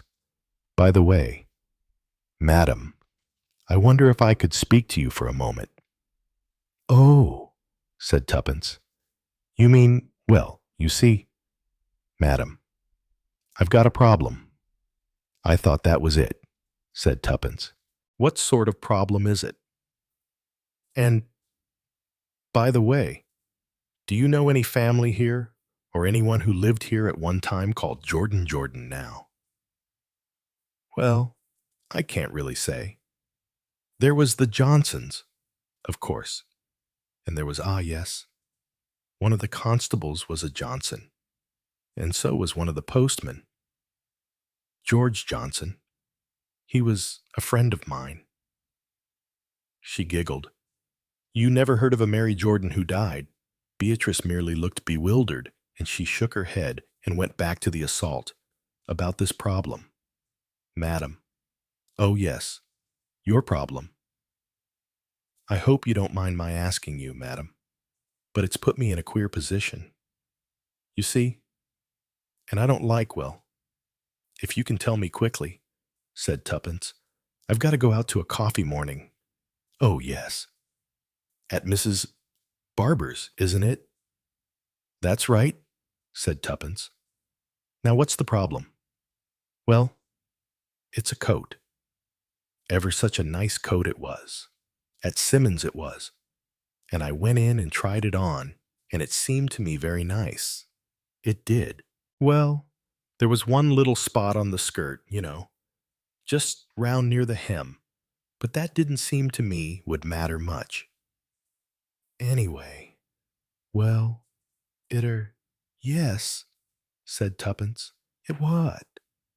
It made me see why it was so inexpensive. You see? So I got it. And so that was all right. But when I got home, I found there was a label on it, and instead of saying £3.70, it was labeled 6. Well, ma'am, I didn't like to do that. So I didn't know what to do. I went back to the shop, and I took the coat with me. I thought I'd better take it back and explain. You see, that I hadn't meant to take it away like that. And then you see the girl who sold it to me. Very nice girl she is. Her name is Gladys. Yes. I don't know what her other name is. But anyway, she was ever so upset. She was. And I said, well, that's all right. I'll pay extra. And she said, no, you can't do that because it's all entered up. You see, you do see what I mean. Yes, I think I see what you mean, said Tuppence. And so she said, oh, you can't do that. It will get me into trouble. Why should it get her into trouble? Well, that's what I felt. I mean to say, well, I mean, It had been sold to me for less, and I'd brought it back, and I didn't see why it could put her in trouble. She said if there was any carelessness like that, and they hadn't noticed the right ticket, and they'd charged me the wrong price, as likely as not, she'd get the sack for it. Oh, I shouldn't think that would happen, said Tuppence. I think you were quite right. I don't see what else you could do. Well, but there it is. You see, she made such a fuss, and she was beginning to cry, and everything. So I took the coat away again, and now I don't know whether I've cheated the shop or whether I don't really know what to do. Well, said Tuppence, I really think I'm too old to know what one ought to do nowadays because everything is so odd in shops. The prices are odd and everything is difficult. But if I were you and you want to pay something extra, well, perhaps you'd better give the money to what's-her-name, Gladys something. She can put the money in the till or somewhere. Oh well, I don't know, as I'd like to do that because she might keep it. You see, if she kept the money. Oh well, it wouldn't be difficult, would it? Because I suppose I've stolen the money, and I wouldn't have stolen it, really. Then it would have been Gladys who stole it, wouldn't it? And I don't know that I trust her all that much. Oh dear. Yes, said Tuppence. Life is very difficult, isn't it? I'm terribly sorry, Beatrice, but I really think you've got to make up your own mind about this.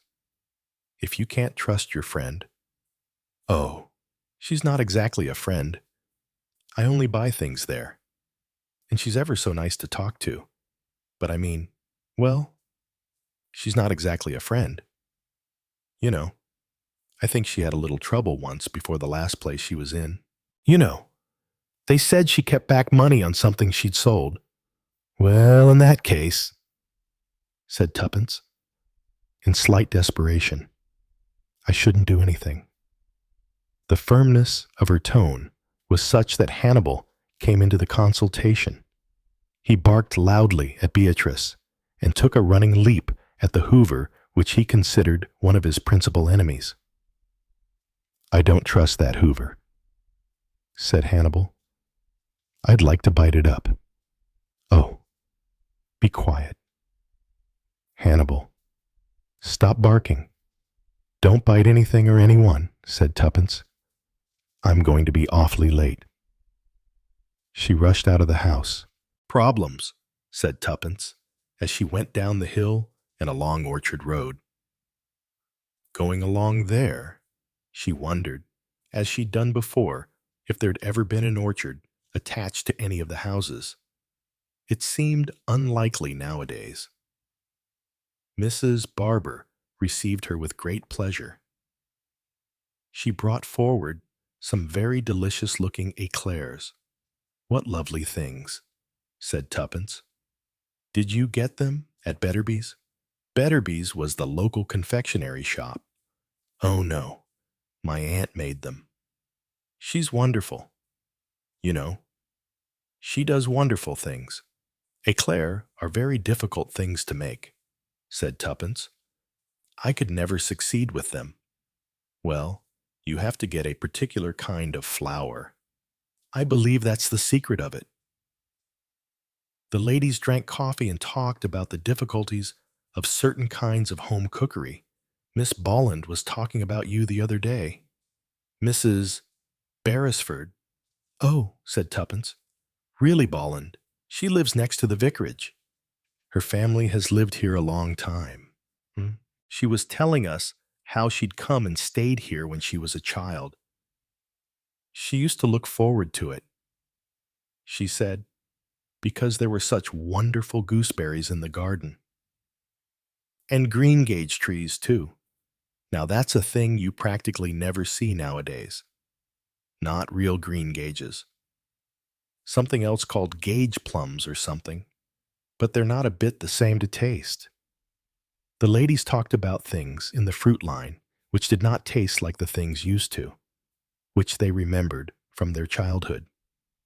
My great-uncle had green-gage trees, said Tuppence. Oh, yes. Is that the one who was a canon at Anchester Canon Henderson used to live there with his sister? I believe. Very sad it was. She was eating seed cake one day, you know, and one of the seeds got the wrong way. Something like that, and she choked, and she choked, and she choked, and she died of it. Oh dear, that's very sad, isn't it? Said Mrs. Barber. Very sad indeed. One of my cousins died choking. She said, a piece of mutton. It's very easy to do, I believe. And there are people who die of hiccups because they can't stop. You know, they don't know the old rhyme. She explained, hiccup, hick down, hick to the next town. 3 hicks and 1 cup sure to cure the hiccups. You have to hold your breath while you say it. Chapter 7. More Problems. Can I speak to you a moment, ma'am? Oh dear, said Tuppence. Not more problems. She was descending the stairs from the book room, brushing dust off herself because she was dressed in her best coat and skirt, to which she was thinking of adding a feather hat and then proceeding out to a tea she had been asked to attend by a new friend she had met at the White Elephant sale. It was no moment, she felt, to listen to the further difficulties of Beatrice. Well, no. It's not exactly a problem. It's just something I thought you might like to know about.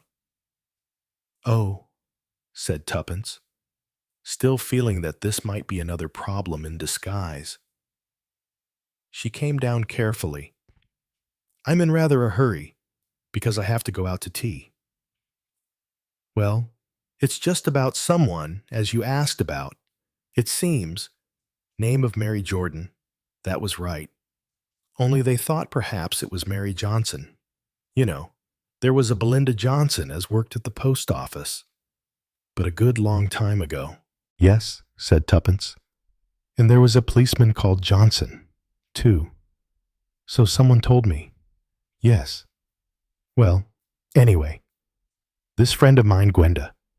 Her name is, you know, the shop. The post office is one side, and the envelopes and dirty cards and things the other side. And some china things, too. Before Christmas. You see. And I know, said Tuppence. It's called Mrs. Garrison's, or something like that. Yes, but it isn't really Garrison nowadays as Keep It. Quite a different name. But anyway, this friend of mine, Gwenda, she thought you might be interested to know because she says, as she had heard of a Mary Jordan, what lived here a long time ago. A very long time ago. Lived here. In this house, I mean. Oh. Lived in the Laurel's Well. It wasn't called that then. And she'd heard something about her. She said, and so she thought you might be interested. There was some rather sad story about her. She had an accident or something. Anyway, she died. You mean that she was living in this house when she died? Was she one of the family? No. I think the family was called Parker, a name of that kind. A lot of Parkers there were. Parkers or Parkinsons, something like that. I think she was just staying here. I believe Mrs. Griffin knows about it. Do you know Mrs. Griffin? Oh, very slightly, said Tuppence. Matter of fact, that's where I'm going to tea this afternoon. I talked to her the other day at the sale. I hadn't met her before. She's a very old lady. She's older than she looks, but I think she's got a very good memory. I believe one of the Parkinson boys was her godson. What was his Christian name? Oh, It was Alec. I think some name like that. Alec or Alex. What happened to him? Did he grow up? Go away? Become a soldier or sailor or something like that? Oh no. He died. Oh yes. I think he's buried right here. It's one of those things. I think, as people used to know much about, it's one of those things with a name like a Christian name. You mean somebody's disease, Hodgkin's disease, or something. No, it was a Christian name of some kind. I don't know.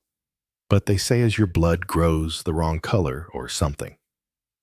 Nowadays, I believe they take blood away from you and give you some good blood again, or something like that. But even then, you usually die. They say, Mrs. Billings the cake shop. You know she had a little girl died of that, and she was only 7. They say it takes them very young. Leukemia. Oh now. Fancy you knowing. Yes, it was that name, I'm sure.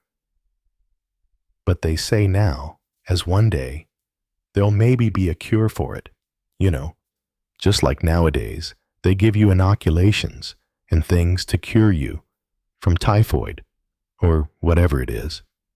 Well, said Tuppence, that's very interesting. Poor little boy.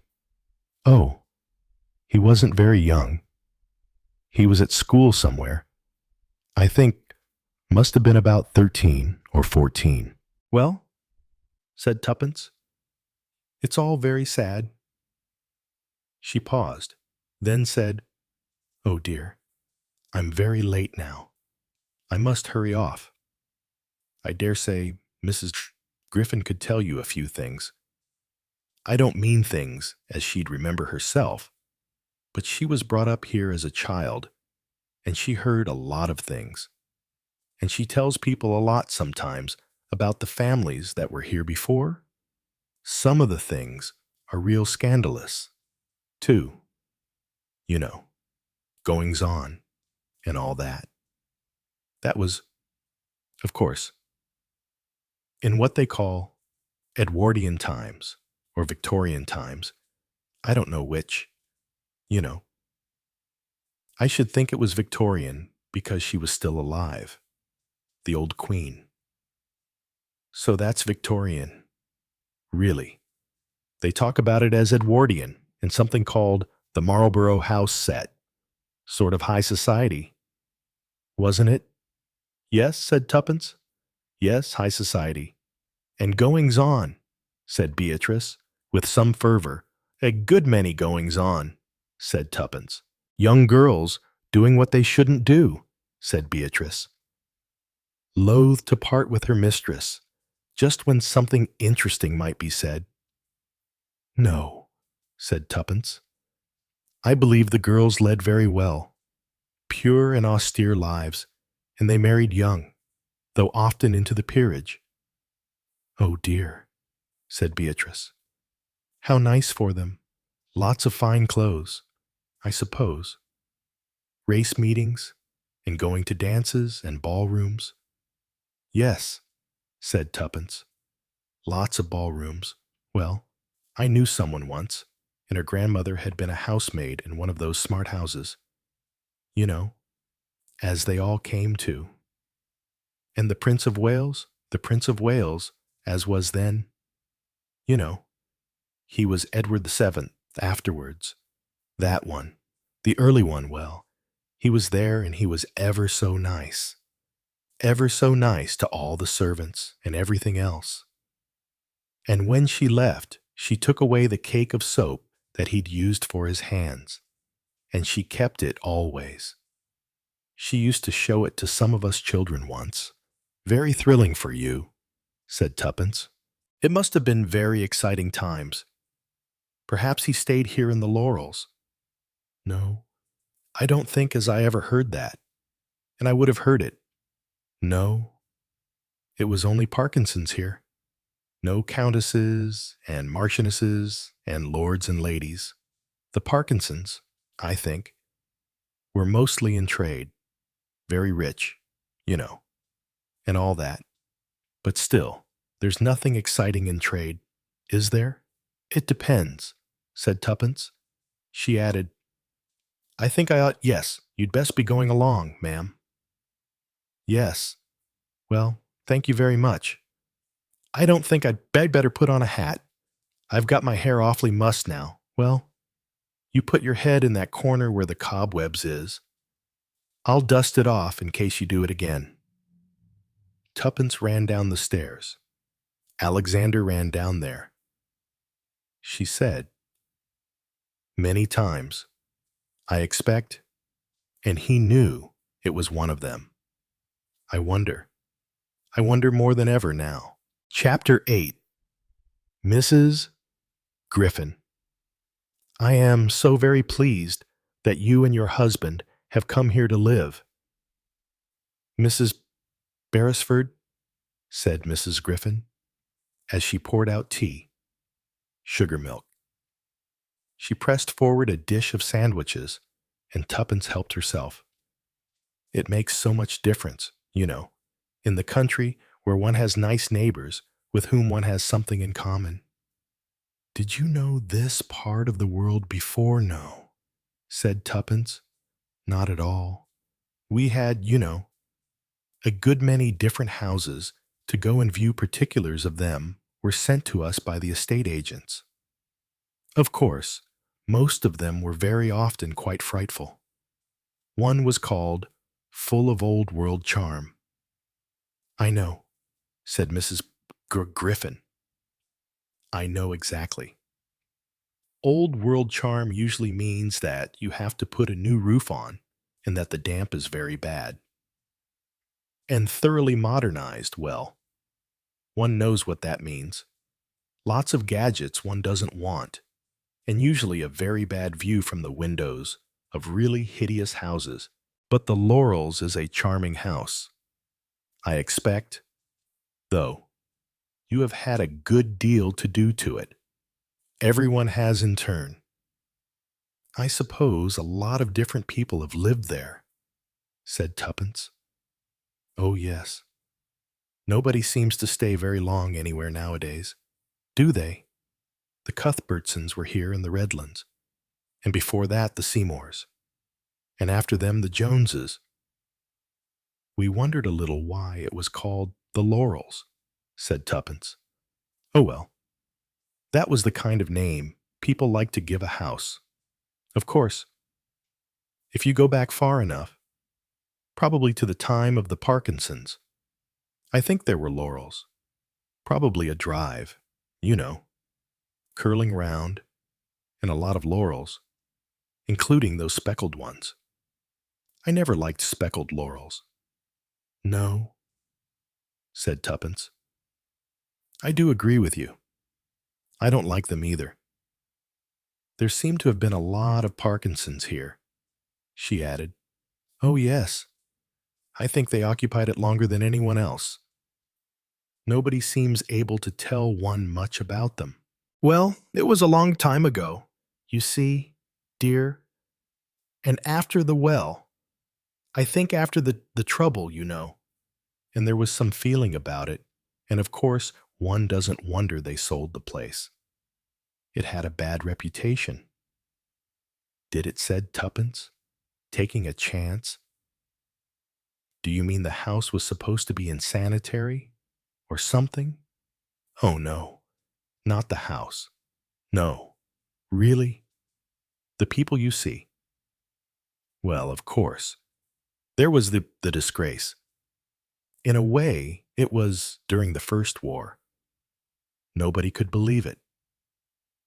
My grandmother used to talk about it and say that it was something to do with naval secrets about a new submarine. There was a girl living with the Parkinsons who was said to have been mixed up with it all. Was that Mary Jordan, said Tuppence. Yes, yes, you're quite right. Afterwards, they suspected that it wasn't her real name. I think somebody had suspected her for some time. The boy had. Alexander. Nice boy. Quite sharp, too. Book 2. Chapter 1. A long time ago, Tuppence was selecting birthday cards. It was a wet afternoon, and the post office was almost empty. People dropped letters into the post box outside, or occasionally made a hurried purchase of stamps. Then they usually departed to get home as soon as possible. It was not one of those crowded shopping afternoons. In fact, Tuppence thought she had chosen this particular day very well. Gwenda, whom she had managed to recognize easily from Beatrice's description, had been only too pleased to come to her assistance. Gwenda represented the household shopping side of the post office. An elderly woman with gray hair presided over the government business of Her Majesty's mails. Gwenda, a chatty girl, interested always in new arrivals to the village, was happy among the Christmas cards, Valentines, birthday cards, comic postcards, note paper and stationery, various types of chocolates and sundry china articles of domestic use. She and Tuppence were already on friendly terms. "I'm so glad that the house has been opened again. Prince's Lodge. I thought it had always been the Laurels." "Oh, no. I don't think it was ever called that. Houses change names a lot around here. People do like giving new names to houses. You know." "Yes, they certainly seem to," said Tuppence thoughtfully. "Even we have thought of a name or two. By the way, Beatrice told me that you knew someone once living here called Mary Jordan. I didn't know her, but I have heard her mentioned. In the war it was, not the last war. The one long before that, when there used to be Zeppelins. I remember hearing about Zeppelins," said Tuppence. "In 1915, or 1916, they came over London. I remember I'd gone to the Army and Navy stores one day with an old great-aunt, and there was an alarm. They used to come over at night sometimes, didn't they? Must have been rather frightening. I should think, well, I don't think it was really," said Tuppence. "People used to get quite excited. It wasn't nearly as frightening as the flying bombs in this last war. One always felt rather as though they were following you to places. Following you down a street, or something like that. Spend all your nights in the tube. Did you? I had a friend in London. She used to spend all the nights in the tubes. Warren Street, I think it was. Everyone used to have their own particular tube station. I wasn't in London in the last war," said Tuppence. "I don't think I'd have liked to spend all night in the tube. Well, this friend of mine, Jenny her name was. Oh, she used to love the tube. She said it was ever so much fun. You know, you had your own particular stair in the tube. It was kept for you always. You slept there, and you took sandwiches in and things, and you had fun together and talked. Things went on all night and never stopped. Wonderful. You know, trains going on right up to the morning. She told me she couldn't bear it when the war was over and she had to go home again. Felt it was so dull. You know.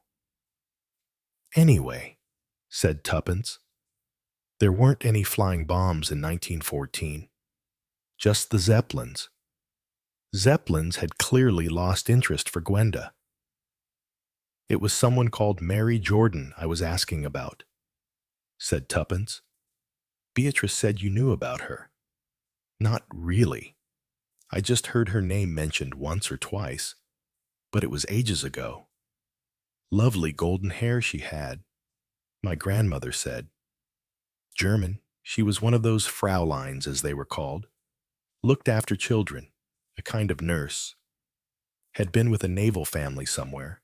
That was up in Scotland, I think. And afterwards, she came down here, went to a family called Parks or Perkins. She used to have 1 day off a week, you know, and go to London. And that's where she used to take the things, whatever they were.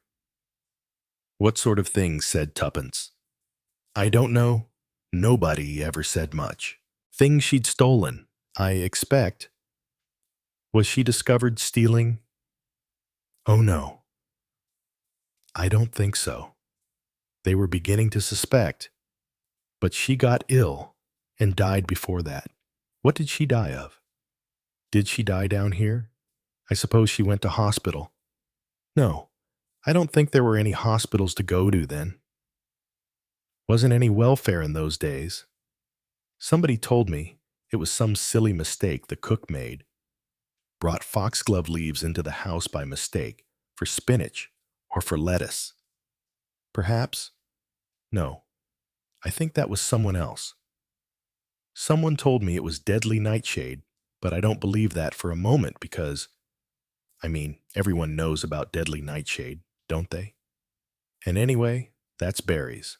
Well, I think this was foxglove leaves brought in from the garden by mistake. Foxglove is digoxo, or some name like digit, something that sounds like fingers. It's got something very deadly in it. The doctor came, and he did what he could. But I think it was too late. Were there many people in the house when it happened? Oh, there was quite a lot, I should think, yes. Because there were always people staying. So I've heard. And children, you know. And weekenders, and a nursery maid, and a governess, I think. And parties.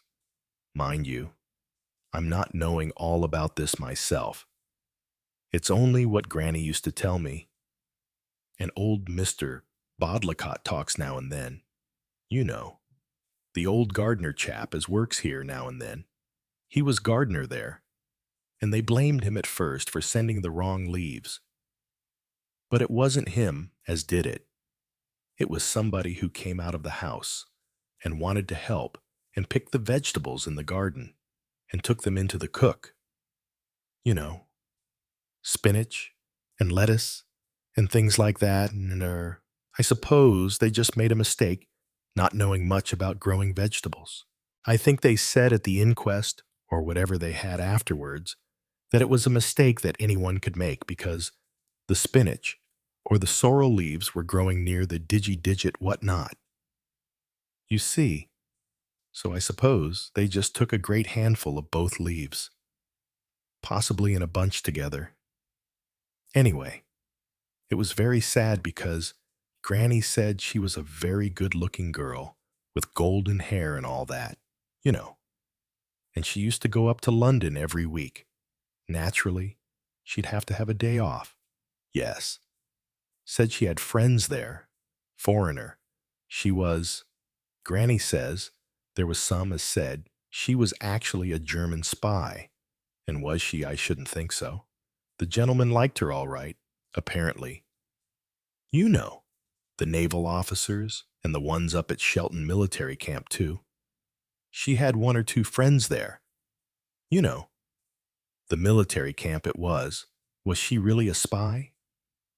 Shouldn't think so. My grandmother said that was what people said. It wasn't in the last war. It was ages before that. Funny, said Tuppence. How easy it is to get mixed up over the wars. I knew an old man who had a friend in the Battle of Waterloo. Oh, fancy that. Years before 1914. People did have foreign nurses, what were called mamselles, as well as frauleins, whatever a fraulein is. Very nice with children she was. Granny said everyone was very pleased with her and always liked her. That was when she was living here. Living at the Laurels. Wasn't called that then, at least I don't think so. She was living with the Parkinsons or the Perkins, some name like that, said Gwenda. What we call nowadays an au pair girl. She came from that place where the patty comes from. You know, Fortnum and Mason keep it expensive. Patty for parties. Half German, half French. So someone told me Strasbourg suggested tuppence. Yes, that was the name. She used to paint pictures. Did one of an old great-aunt of mine. It made her look too old. Aunt Fanny always said, did one of those Parkinson boys. Old Mrs. Griffin's got it still. The Parkinson boy found out something about her. I believe the one she painted the picture of. I mean, godson of Mrs. Griffin. I believe he was. Would that have been Alexander Parkinson? Yeah, that's the one. The one who's buried near the church. Chapter 2. Introduction to Matilda. True Love and KK. Tuppence. On the following morning, went in search of that well-known public character in the village known usually as Old Isaac, or, on formal occasions, if one could remember, Mr. Bodlicott. Isaac Bodlicott was one of the local characters. He was a character because of his age. He claimed to be 90, not generally believed, and he was able to do repairs of many curious kinds. If your efforts to ring up the plumber met with no response, you went to old Isaac Bodlicott, Mr. Bodlicott, whether or not he was in any way qualified for the repairs he did, had been well acquainted for many of the years of his long life with every type of sanitation problem, bathwater problems, difficulties with geysers, and sundry electrical problems on the side. His charges compared favorably with a real live qualified plumber, and his repairs were often surprisingly successful. He could do carpentering. He could attend to locks. He could hang pictures rather crookedly. Sometimes he understood about the springs of derelict armchairs. The main disadvantage of Mr. Bodlicott's attentions was his garrulous habit of incessant conversation, slightly hampered by a difficulty in adjusting his false teeth in such a way as to make what he said intelligible in his pronunciation. His memories of past inhabitants of the neighborhood seemed to be unlimited. It was difficult, on the whole, to know how reliable they might be. Mr. Bodlicott was not one to shirk giving himself the pleasure of retailing some really good story of past days. These flights of fancy, claimed usually as flights of memory, were usually ushered in with the same type of statement. You'd be surprised, you would, if I could tell you what I knew about that one. Yes, indeed. Well, you know, everybody thought they knew all about it, but they were wrong. Absolutely wrong. It was the elder sister. You know. Yes, it was. Such a nice girl. She seemed... It was the butcher's dog that gave them all the clue. Followed her home. He did. Yes. Only it wasn't her own home. As you might say. Ah, well. I could tell you a lot more about that. Then there was old Mrs. Atkins. Nobody knew, as she kept a revolver in the house. But I knew. I knew when I was sent for to mend her tall boy. That's what they call those high chests, isn't it? Yes. Tall boys. Well, that's right. Well, there she was, 75, and in that drawer, the drawer of the tall boy, as I went. You know, to mend the hinges had gone. The lock, too. That's where the revolver was, wrapped up. It was, with a pair of women's shoes. No. 3 size.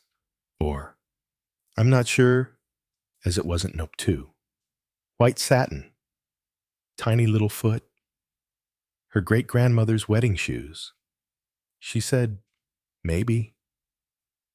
But somebody said she bought them at a curiosity shop once, but I don't know about that. And there was the revolver wrapped up too. Yes. Well, they said as her son had brought it back. Brought it back from East Africa. He did. He'd been out there shooting elephants or something of that kind. And when he come home, he brought this revolver. And do you know what that old lady used to do? Her son had taught her to shoot.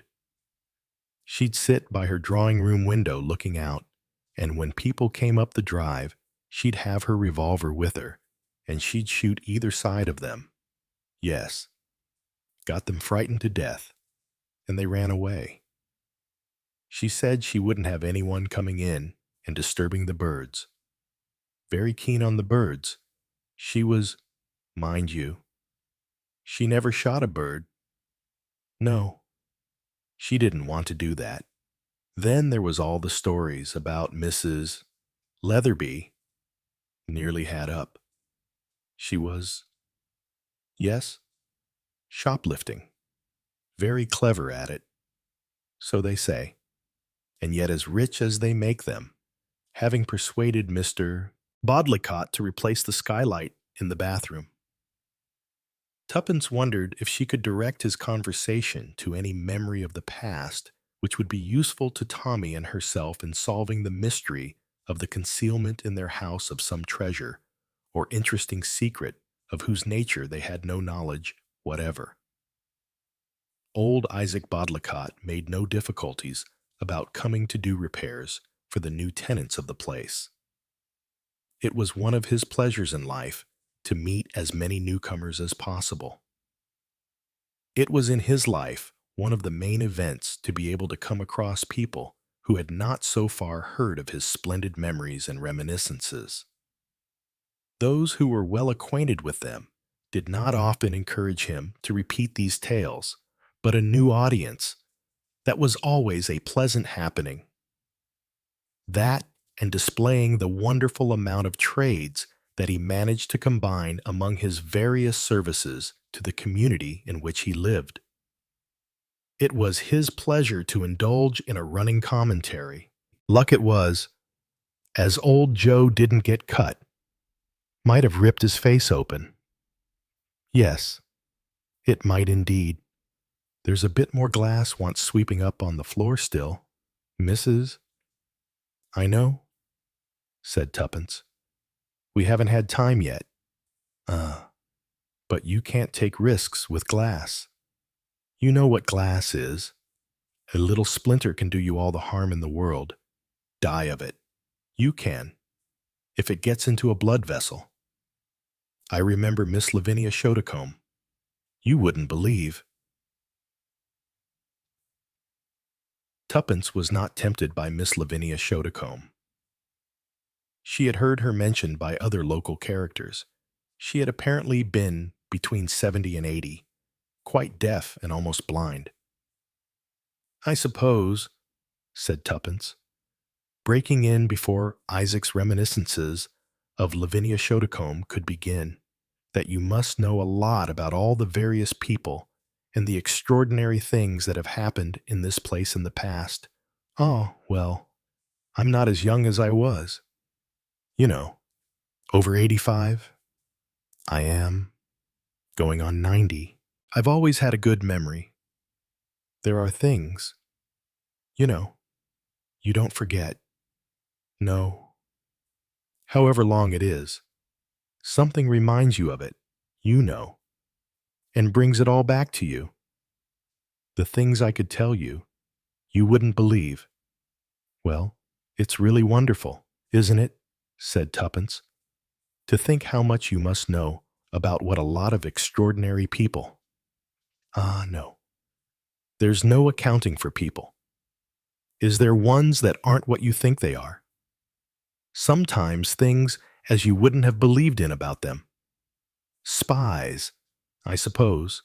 Sometimes, said Tuppence, or criminals. She looked at him hopefully. Old Isaac bent and picked up a splinter of glass.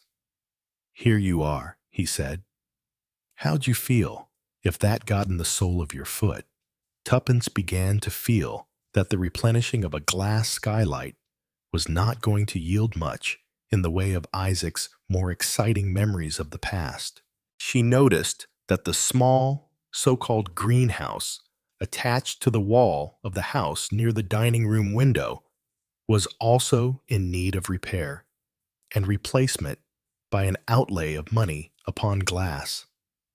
Would it be worth repairing, or would it be better to have it pulled down? Isaac was quite pleased to transfer himself to this fresh problem. They went downstairs, and outside the house walked round its walls until they came to the erection in question. Ah, you mean that there. Do you, Tuppence said yes? She did mean that there. KK, said Isaac. Tuppence looked at him. 2 letters of the alphabet, such as KK, really meant nothing to her. What did you say I said, KK? That's what it used to be called in old Mrs. Lottie Jones's time. Oh, why did she call it KK? I don't know. It was a sort of name, I suppose, they used to have for places like this. You know, it wasn't grand. Bigger houses have a real conservatory, you know, where they'd have maidenhair ferns in pots. Yes, said Tuppence, her own memories going back easily to such things. And a greenhouse, you can call it, too. But this here, KK old Mrs. Lottie Jones used to call it. I don't know why. Did they have maidenhair ferns in it? No. It wasn't used for that. No.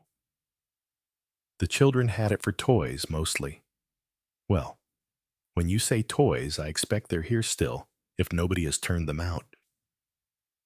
You see, it's half falling down, isn't it?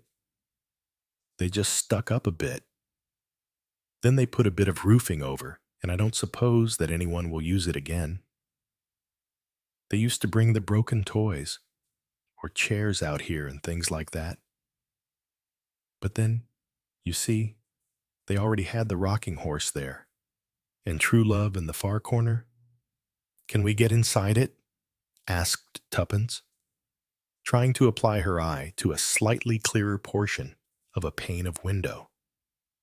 There must be a lot of queer things inside. Ah, well. There's the key, said Isaac. I expect it's hanging up in the same place. Where's the same place? Ah, there's a shed round here. They went round an adjacent path. The shed was hardly worthy of being called a shed. Isaac kicked its door open, removed various bits of branches of trees, kicked away some rotting apples, and, removing an old doormat hanging on the wall, showed 3 or 4 rusty keys hanging up on a nail. Lindop's keys. Those, he said, last but one, was as living here as gardener. Retired basket maker. He didn't do no good at anything. If you'd like to see inside, KK. Oh, yes, said Tuppence hopefully. I'd like to see inside, KK. How do you spell it? How do you spell what I mean, KK? Is it just 2 letters? No. I think it was something different. I think it was 2 foreign words. I seem to remember now. K-A, and then another K-A-I, K-K, or Kai-Kai almost. They used to say it. I think it was a Japanese word. Oh, said Tuppence. Did any Japanese people ever live here? Oh, no. Nothing like that? No. Not that kind of foreigner. The application of a little oil, which Isaac seemed to produce and apply quite quickly, had a wonderful effect on the rustiest of the keys, which, inserted in the door and turned with a grinding noise, could be pushed open. Tuppence and her guide went in. There you are, said Isaac, not displaying any particular pride in the objects within. Nothing but old rubbish. Is it? That's a rather wonderful-looking horse, said Tuppence. That's Machild. That is, said Isaac. Machild, said Tuppence, rather doubtfully. Yes, it's a woman's name of some kind. Queen somebody. It was, somebody said, as it was William the Conqueror's wife. But I think they were just boasting about that. Come from America. It did.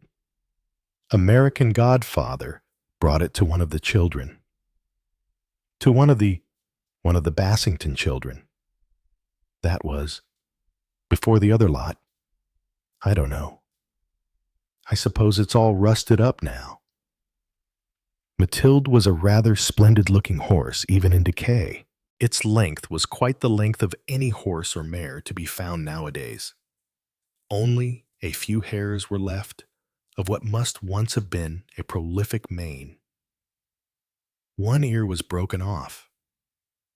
It had once been painted gray, its front legs splayed out in front, and its back legs at the back. It had a wispy tail. It doesn't work like any rocking horse I've ever seen before, said Tuppence. Interested? No, it don't. Do it, said Isaac. You know, they go up and down, front to back, but this one here, you see it sort of springs forwards. Once first, the front legs do it whoop, and then the back legs do it. It's a very good action. Now, if I was to get on it and show you. Do be careful, said Tuppence. There might be nails or something which would stick into you, or you might fall off. I've ridden on Matilda. 50 or 60 years ago, it must have been. But I remember. And it's still pretty solid, you know. It's not really falling to bits yet. With a sudden, unexpected, acrobatic action, he sprang upon Matilda. The horse raced forwards, then raced backwards. Got action, hasn't it? Yes, it's got action, said Tuppence. Ah, they loved that. You know, Miss Jenny. She used to ride it day after day. Who was Miss Jenny? Why, she was the eldest one, you know. She was the one that had the godfather as sent her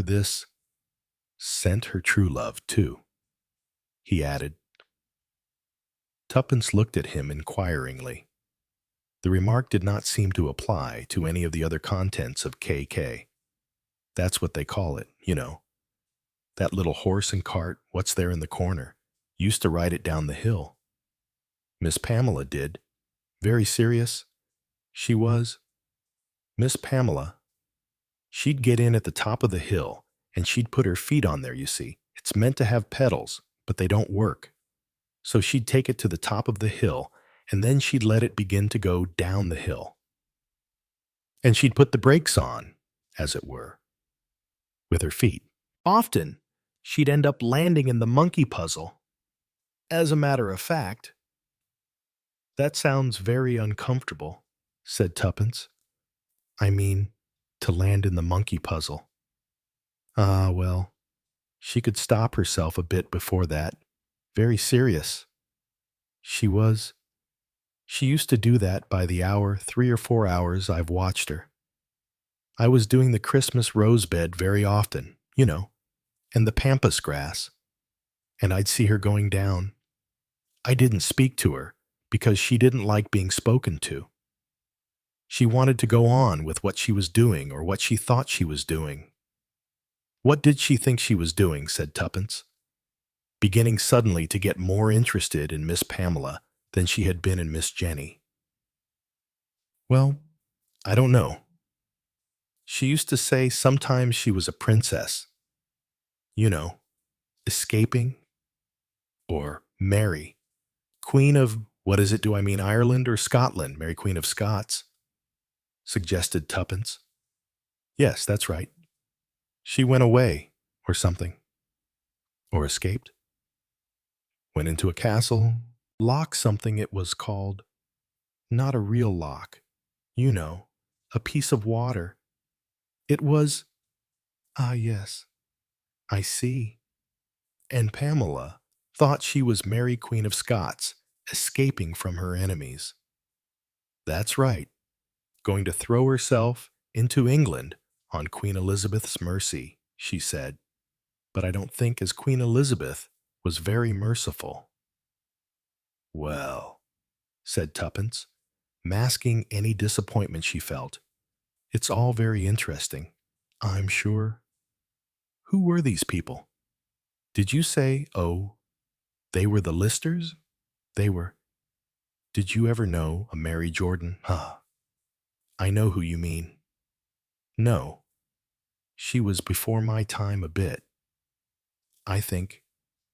You mean the German spy girl, don't you?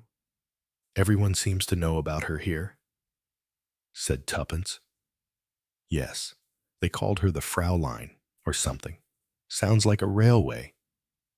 It does rather, said Tuppence. Isaac suddenly laughed. Ha, ha, ha, he said. If it was a railway, a line, a railway line. Oh, it didn't run straight, did it? No, indeed. He laughed again. What a splendid joke, said Tuppence kindly. Isaac laughed again. It's about time, he said. You thought of putting some vegetables in, isn't it? You know, if you want to get your broad beans on in good time, you ought to put 'em in and prepare for the peas. And what about some early lettuce? Tom Thumbs now.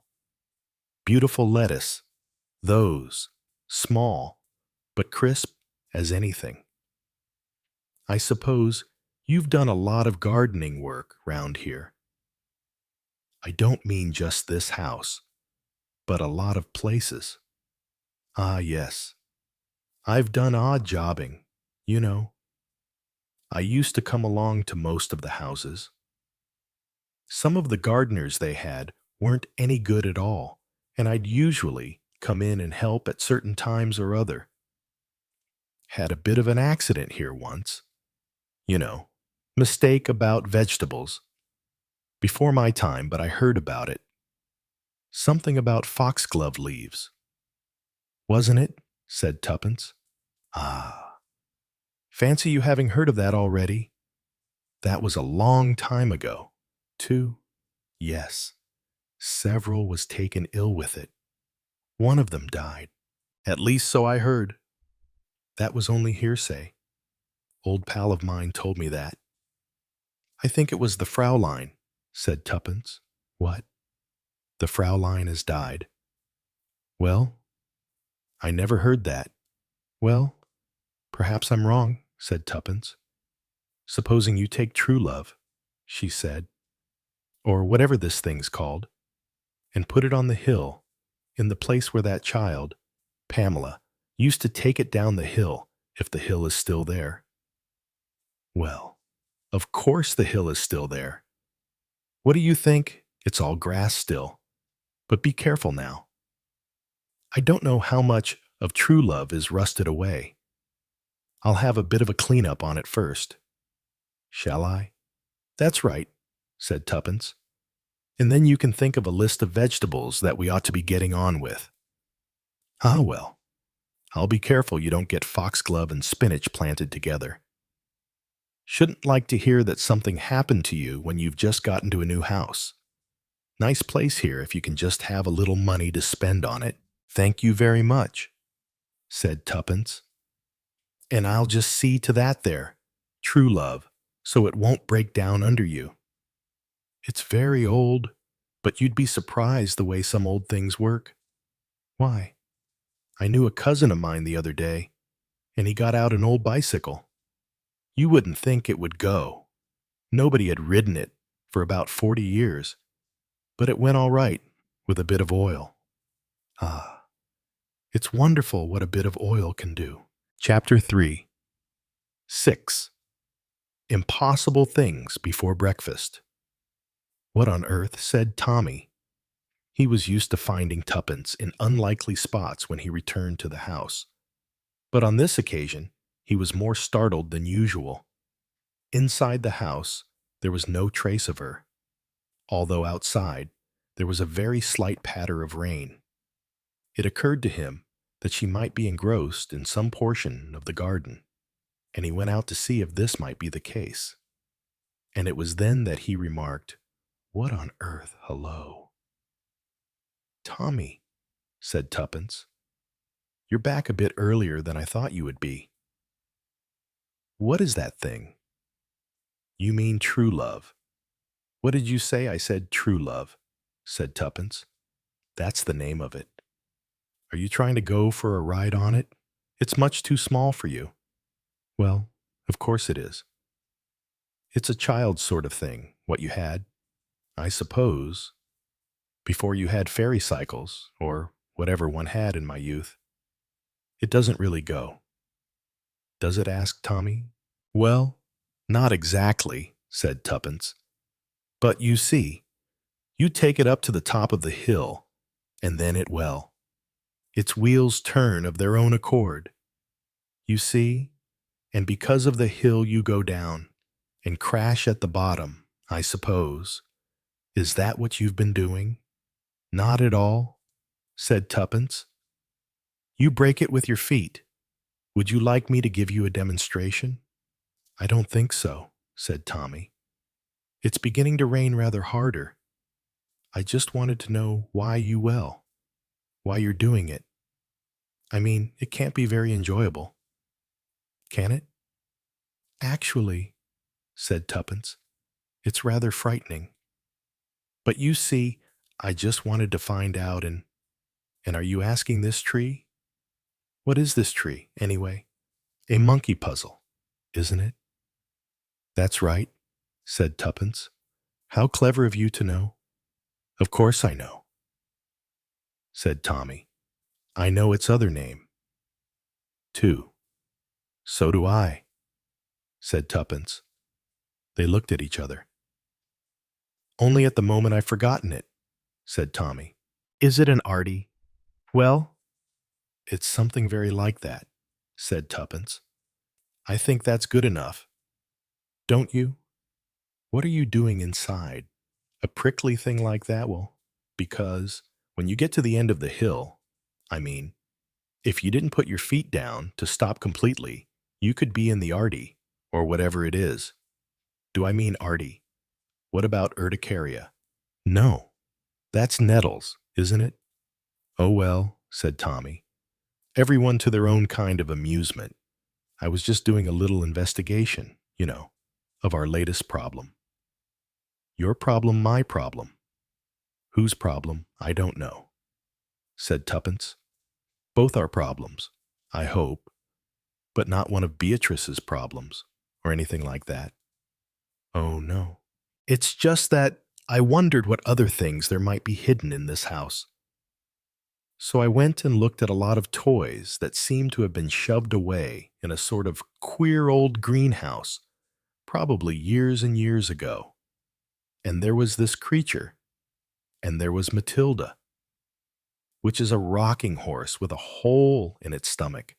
A hole in its stomach. Well, yes, people, I suppose, used to shove things in there. Children for fun, and lots of old leaves and dirty papers, and bits of sort of queer dusters and flannel. Oily stuff that had been used to clean things with. Come on, let's go into the house," said Tommy. "Well, Tommy," said Tuppence, as she stretched out her feet to a pleasant wood fire which she had lit all ready for his return in the drawing-room. "Let's have your news. Did you go to the Ritz Hotel gallery to see the show?" "No. As a matter of fact, I hadn't time." "Really? What do you mean? You hadn't time? I thought that's what you went for." "Well, one doesn't always do the things that one went for." "You must have gone somewhere and done something," said Tuppence. "I found a new possible place to park a car." "That's always useful," said Tuppence. "Where was that, near Hounslow?" What on earth did you want to go to Hounslow for? Well, I didn't actually go to Hounslow. There's a sort of car park there. Then I took a tube. You know. What? A tube to London. Yet, yes, it seemed the easiest way. You have rather a guilty look about you, said Tuppence. Don't tell me I have a rival who lives in Hounslow number, said Tommy. You ought to be pleased with what I've been doing. Oh, have you been buying me a present? No, no, said Tommy. I'm afraid not. I never know what to give you. As a matter of fact, well, your guesses are very good sometimes, said Tuppence hopefully. What have you been really doing? Tommy, and why should I be pleased? Because I, too, said Tommy, have been doing research. Everyone's doing research nowadays, said Tuppence. You know, all the teenagers and all one's nephews or cousins or other people's sons and daughters, they're all doing research. I don't know, actually, what they do research into nowadays, but they never seem to do it. Whatever it is, afterwards, they just have the research and a good time doing the research, and they're very pleased with themselves, and well, I don't quite know what does come next. Betty, our adopted daughter, went to East Africa. Said Tommy, have you heard from her? Yet. She loves it. There loves poking into African families and writing articles about them. Do you think the families appreciate her interest? Asked Tommy. I shouldn't think so, said Tuppence.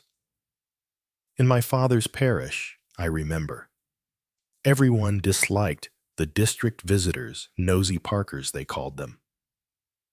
You may have something there, said Tommy. You are certainly pointing out to me the difficulties of what I am undertaking, or trying to undertake, research into what not lawn mowers. I hope. I don't know why you mention lawn mowers. Because you're eternally looking at catalogs of them, said Tuppence. You're mad about getting a lawn mower. In this house of ours, it is historic research we are doing into things, crimes, and others that seem to have happened at least 60 or 70 years ago. Anyway, come on, tell me a little more about your research projects. Tommy, I went to London, said Tommy, and put certain things in motion. Ah, said Tuppence. Research, research in motion. In a way, I've been doing the same thing that you are, only our methods are different, and my period is very far back. Do you mean that you're really beginning to take an interest in the problem of Mary Jordan? So that's how you put it on the agenda nowadays? Said Tommy. It's definitely taken shape, has it? The mystery or the problem of Mary Jordan. Such a very ordinary name. 2. Couldn't have been her right name if she was German, said Tuppence. And she was said to be a German spy, or something like that. But she could have been English. I suppose. I think the German story is just a kind of legend. Do go on. Tommy, you're not telling me anything. Well, I put certain. Don't go on saying certain, said Tuppence. I really can't understand. Well, it's very difficult to explain things sometimes, said Tommy. But I mean, there are certain ways of making inquiries. You mean things in the past. Yet, in a sense, I mean, there are things that you can find out, things that you could obtain information from. Not just by writing old toys and asking old ladies to remember things and cross-questioning an old gardener who probably will tell you everything quite wrong, or going round to the post office and upsetting the staff by asking the girls there to tell their memories of what their great-great-aunts once said. All of them have produced a little something, said Tuppence. So will mine, said Tommy. You've been making inquiries. Who do you go to ask your questions? Well, it's not quite like that, but you must remember, Tuppence, that occasionally, in my life, I have been in connection with people who do know how to go about these sort of things. You know, there are people you pay a certain sum to, and they do the research for you from the proper quarters so that what you get is quite authentic.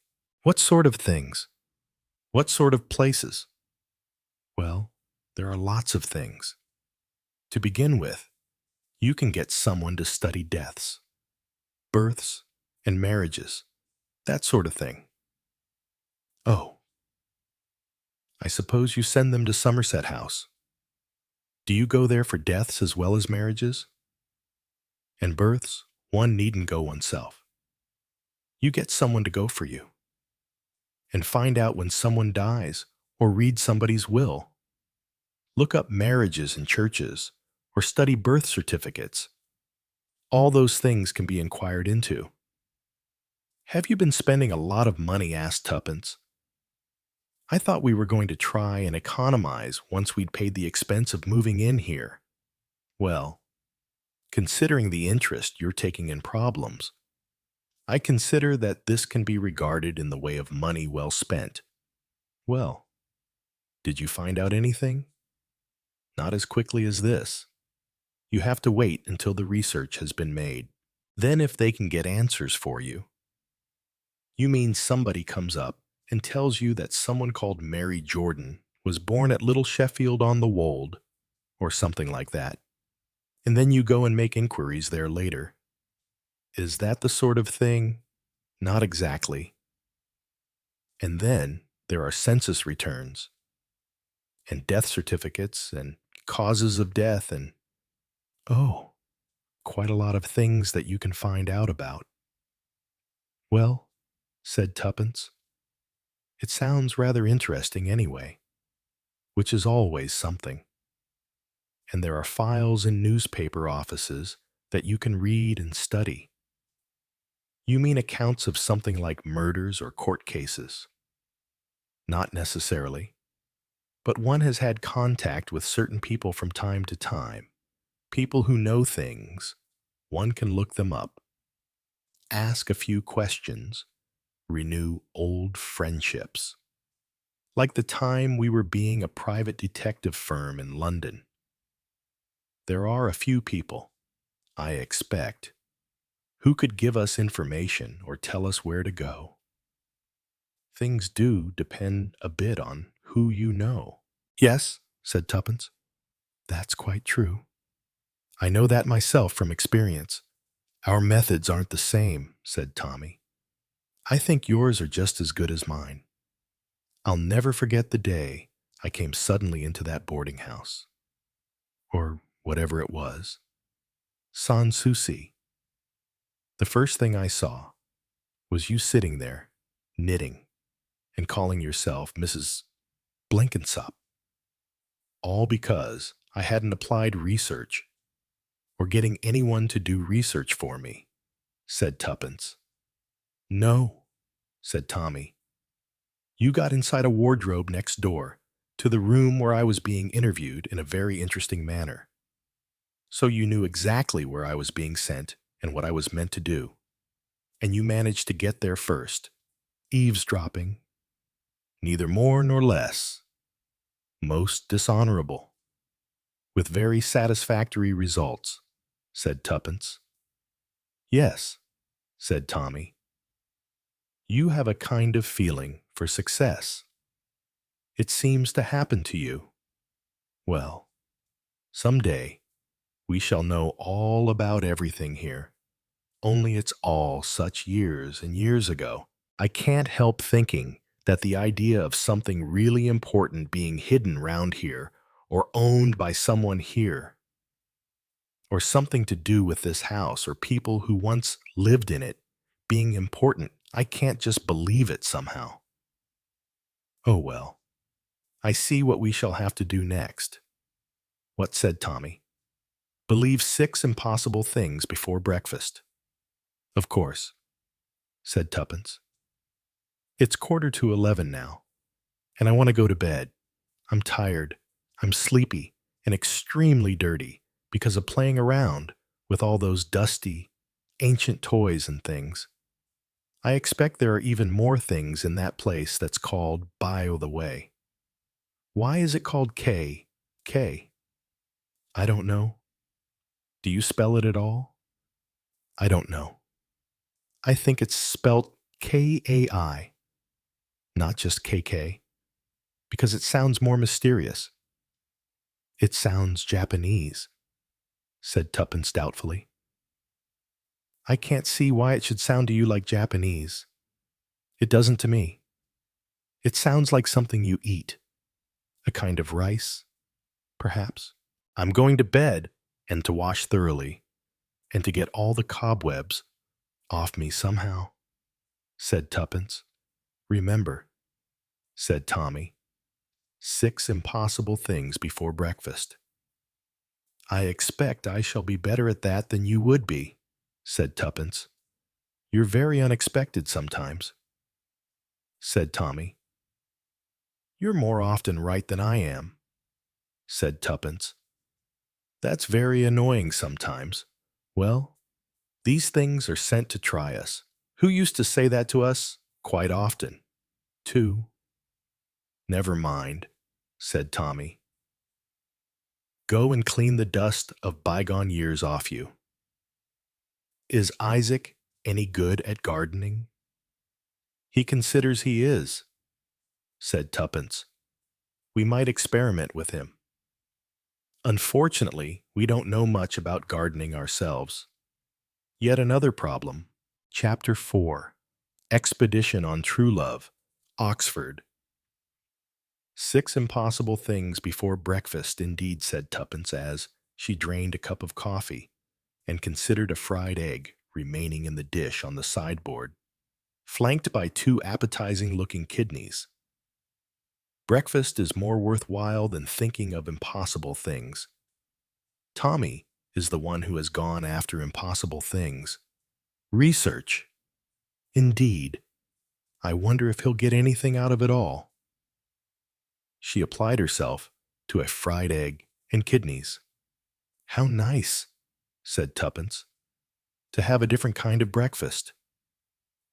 For a long time, she had managed to regale herself in the morning with a cup of coffee and either orange juice or grapefruit, although satisfactory so long as any weight problems were thereby solved. The pleasures of this kind of breakfast were not much appreciated. From the force of contrasts, hot dishes on the sideboard animated the digestive juices. I expect, said Tuppence, it's what the Parkinsons used to have for breakfast here. Fried egg, or poached eggs, and bacon. And perhaps she threw her mind a good long way back to remembrances of old novels. Perhaps, yes, perhaps cold grouse on the sideboard. Delicious. Oh, yes, I remember. Delicious it sounded. Of course. I suppose children were so unimportant that they only let them have the legs. Legs of game are very good because you can nibble at them. She paused, with the last piece of kidney in her mouth. Very strange noises seemed to be coming through the doorway. I wonder, said Tuppence. It sounds like a concert gone wrong somewhere.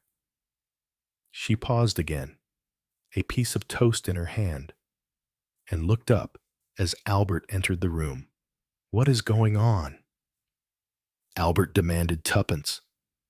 Don't tell me that's our workman playing something a harmonium or something like that. It's the gentleman what's come to do the piano, said Albert. Come to do what to the piano? To tune it. You said I'd have to get a piano tuner. Good gracious, said Tuppence. You've done it already. How wonderful you are. Albert. Albert looked pleased. though at the same time conscious of the fact that he was very wonderful in the speed with which he could usually supply the extraordinary demands made upon him sometimes by Tuppence and sometimes by Tommy. He says it needs it very bad. He said, I expect it does, said Tuppence. She drank half a cup of coffee, went out of the room and into the drawing room. A young man was at work at the grand piano, which was revealing to the world large quantities of its inside.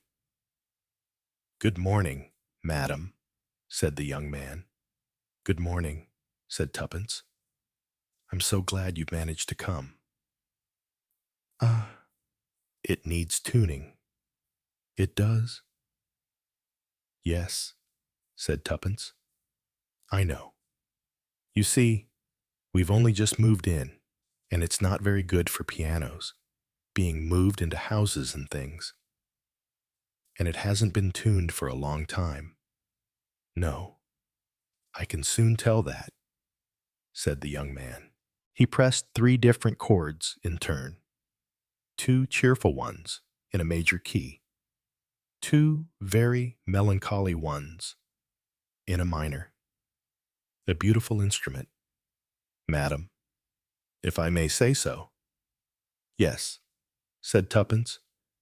It's an Erard, and a piano you wouldn't get so easily nowadays. It's been through a few troubles, said Tuppence. It's been through bombing in London. Our house there was hit. Luckily, we were away, but it was mostly outside that was damaged. Yes, the works are good. They don't need so very much doing to them. Conversation continued pleasantly. The young man played the opening bars of a Chopin prelude and passed from that to a rendering of the Blue Danube. Presently, he announced that his ministrations had finished. I shouldn't leave it too long. He warned her. I'd like the chance to come and try it again before too much time has gone by, because you don't know quite when it might not well. I don't know how I should put it. Relapse a bit, You know, some little thing that you haven't noticed or haven't been able to get at. They parted with mutually appreciative remarks on music in general, and on piano music in particular, and with the polite salutations of 2 people who agreed very largely in their ideas as to the joys that music generally played in life. Needs a lot doing to it, I expect. This house, he said, looking round him. Well, I think it had been empty some time when we came into it. Oh, yes. It's changed hands a lot. You know, got quite a history, hasn't it? Said Tuppence. I mean, the people who lived in it in the past and the sort of queer things that happened. Ah, well, I expect you're talking of that time long ago. I don't know if it was the last war or the one before. Something to do with naval secrets or something, said Tuppence hopefully. Could be, I expect. There was a lot of talk, so they tell me. But of course, I don't know anything about it myself. Well before your time, said Tuppence, looking appreciatively at his youthful countenance. When he had gone, she sat down at the piano. I'll play The Rain on the Roof, said Tuppence, who had had the Chopin memory revived in her by the piano tuner's execution of one of the other preludes. Then she dropped into some chords and began playing the accompaniment to a song, humming it first, and then murmuring the words as well. Where has my true love gone a-roaming? Where has my true love gone from me? High in the woods the birds are calling. When will my true love come back to me? I'm playing it in the wrong key. I believe, said Tuppence, but at any rate, the piano's all right again now. Oh, it is great fun to be able to play the piano again. Where has my true love gone a-roaming? she murmured. When will my true love? True love, said Tuppence thoughtfully. True love. Yes, I'm thinking of that perhaps as a sign. Perhaps I'd better go out and do something with true love. She put on her thick shoes and a pullover and went out into the garden. True love had been pushed, not back into his former home in KK, but into the empty stable. Tuppence took him out, pulled him to the top of the grass slope, gave him a sharp flick with the duster she had brought out with her to remove the worst of the cobwebs which still adhered in many places, got into True Love, placed her feet on the pedals, and induced True Love to display his paces as well as he could in his condition of general age and wear. Now, my true love, she said, down the hill with you, and not too fast. She removed her feet from the pedals and placed them in a position where she could brake with them when necessary. True Love was not inclined to go very fast in spite of the advantage to him of having only to go by weight down the hill. However, the slope increased in steepness suddenly. True Love increased his pace.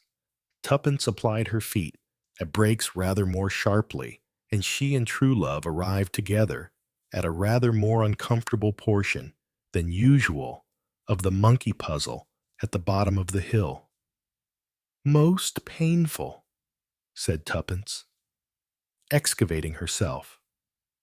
Having extricated herself from the pricking of various portions of the monkey puzzle, Tuppence brushed herself down and looked around her. She had come to a thick bit of shrubbery leading up the hill in the opposite direction. There were rhododendron bushes here and hydrangeas. It would look, Tuppence thought, very lovely later in the year. At the moment, there was no particular beauty about it. It was a mere thicket. However, she did seem to notice that there had once been a pathway leading up between the various flower bushes and shrubs. Everything was much grown together now, but you could trace the direction of the path. Tuppence broke off a branch or two, pressed her way through the first bushes, and managed to follow the hill. The path went winding up. It was clear that nobody had ever cleared it or walked down it for years. I wonder where it takes one, said Tuppence. There must be a reason for it. Perhaps, she thought, as the path took a couple of sharp turns in opposite directions, making a zigzag and making Tuppence feel that she knew exactly what Alice in Wonderland had meant by saying that a path would suddenly shake itself and change direction.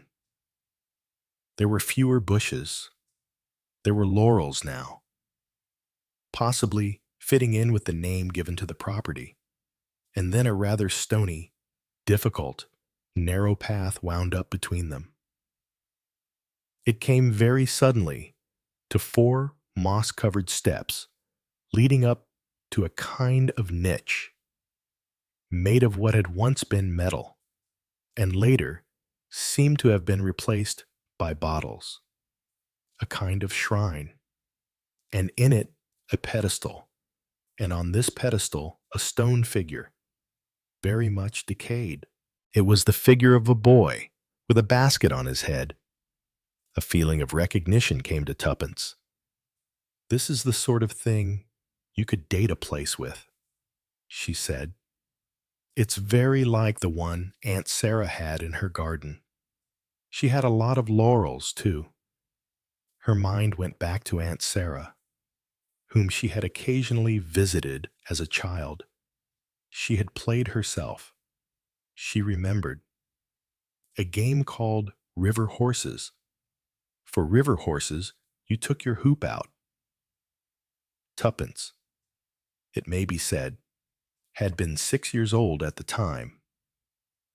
Her hoop represented the horses, white horses with manes and flowing tails.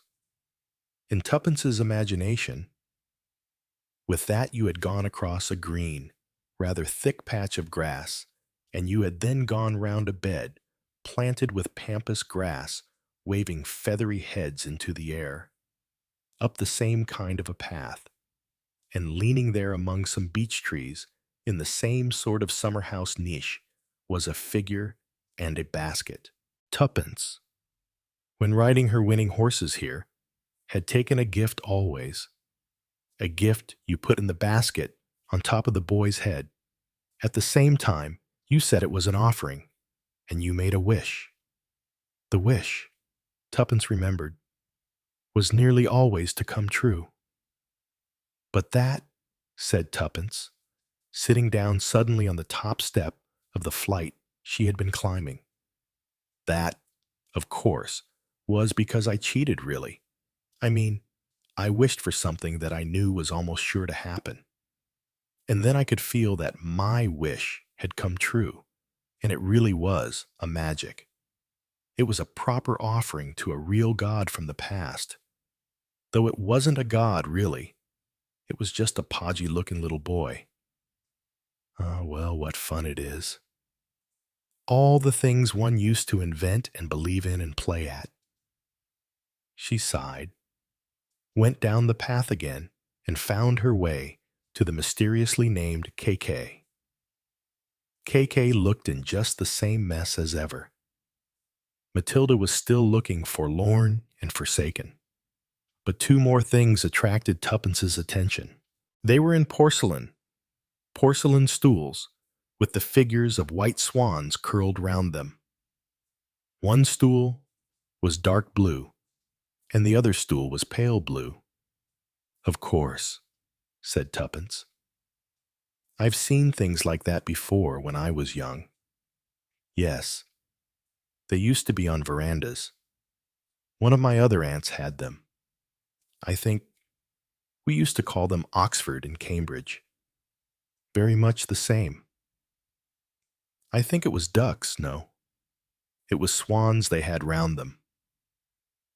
And then there was the same sort of queer thing in the seat. A sort of hole that was like a letter S. The sort of thing you could put things into. Yes. I think I'll get Isaac to take these two stools out of here and give them a good wash. And then we'll have them on the loggia, or lodger, as he will insist on calling it. Though the veranda comes more natural to me.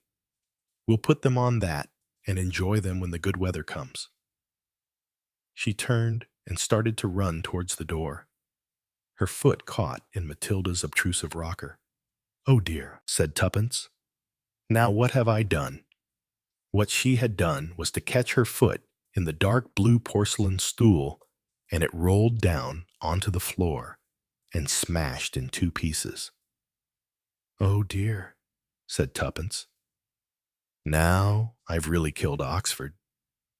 I suppose we shall have to make do with Cambridge. I don't think you could stick Oxford together again. The pieces are too difficult. She sighed and wondered what Tommy was doing. Tommy was sitting exchanging memories with some old friends. World's in a funny way nowadays, said Colonel Atkinson. I hear you and your what's-her-name, Prudence Snow. You had a nickname for her. Tuppence. That's right, yes. I hear you've gone to live in the country, somewhere down near Hollow Key. I wonder what took you there. Anything particular? Well, we found this house fairly cheap, said Tommy. Ah, well, that's lucky always, isn't it? What's the name? You must give me your address. Well, we think we may call it Cedar Lodge, because there's a very nice cedar there. Its original name was the Laurels, but that's rather a Victorian hangover, isn't it? The Laurels? The Laurels. Hollow Key. My word. What are you up to? Hey, what are you up to? Tommy looked at the elderly face with the sprouting white mustache. On to something. Are you, said Colonel Atkinson, are you employed in the service of your country again? Oh, I'm too old for that, said Tommy. I'm retired from all that sort of stuff. Ah, I wonder now. Perhaps that's just the thing you say. Perhaps you've been told to say that. After all, you know, there's a good deal was never found out about all that business. What business, said Tommy. Well, I expect you've read about it or heard about it. The Cardington scandal.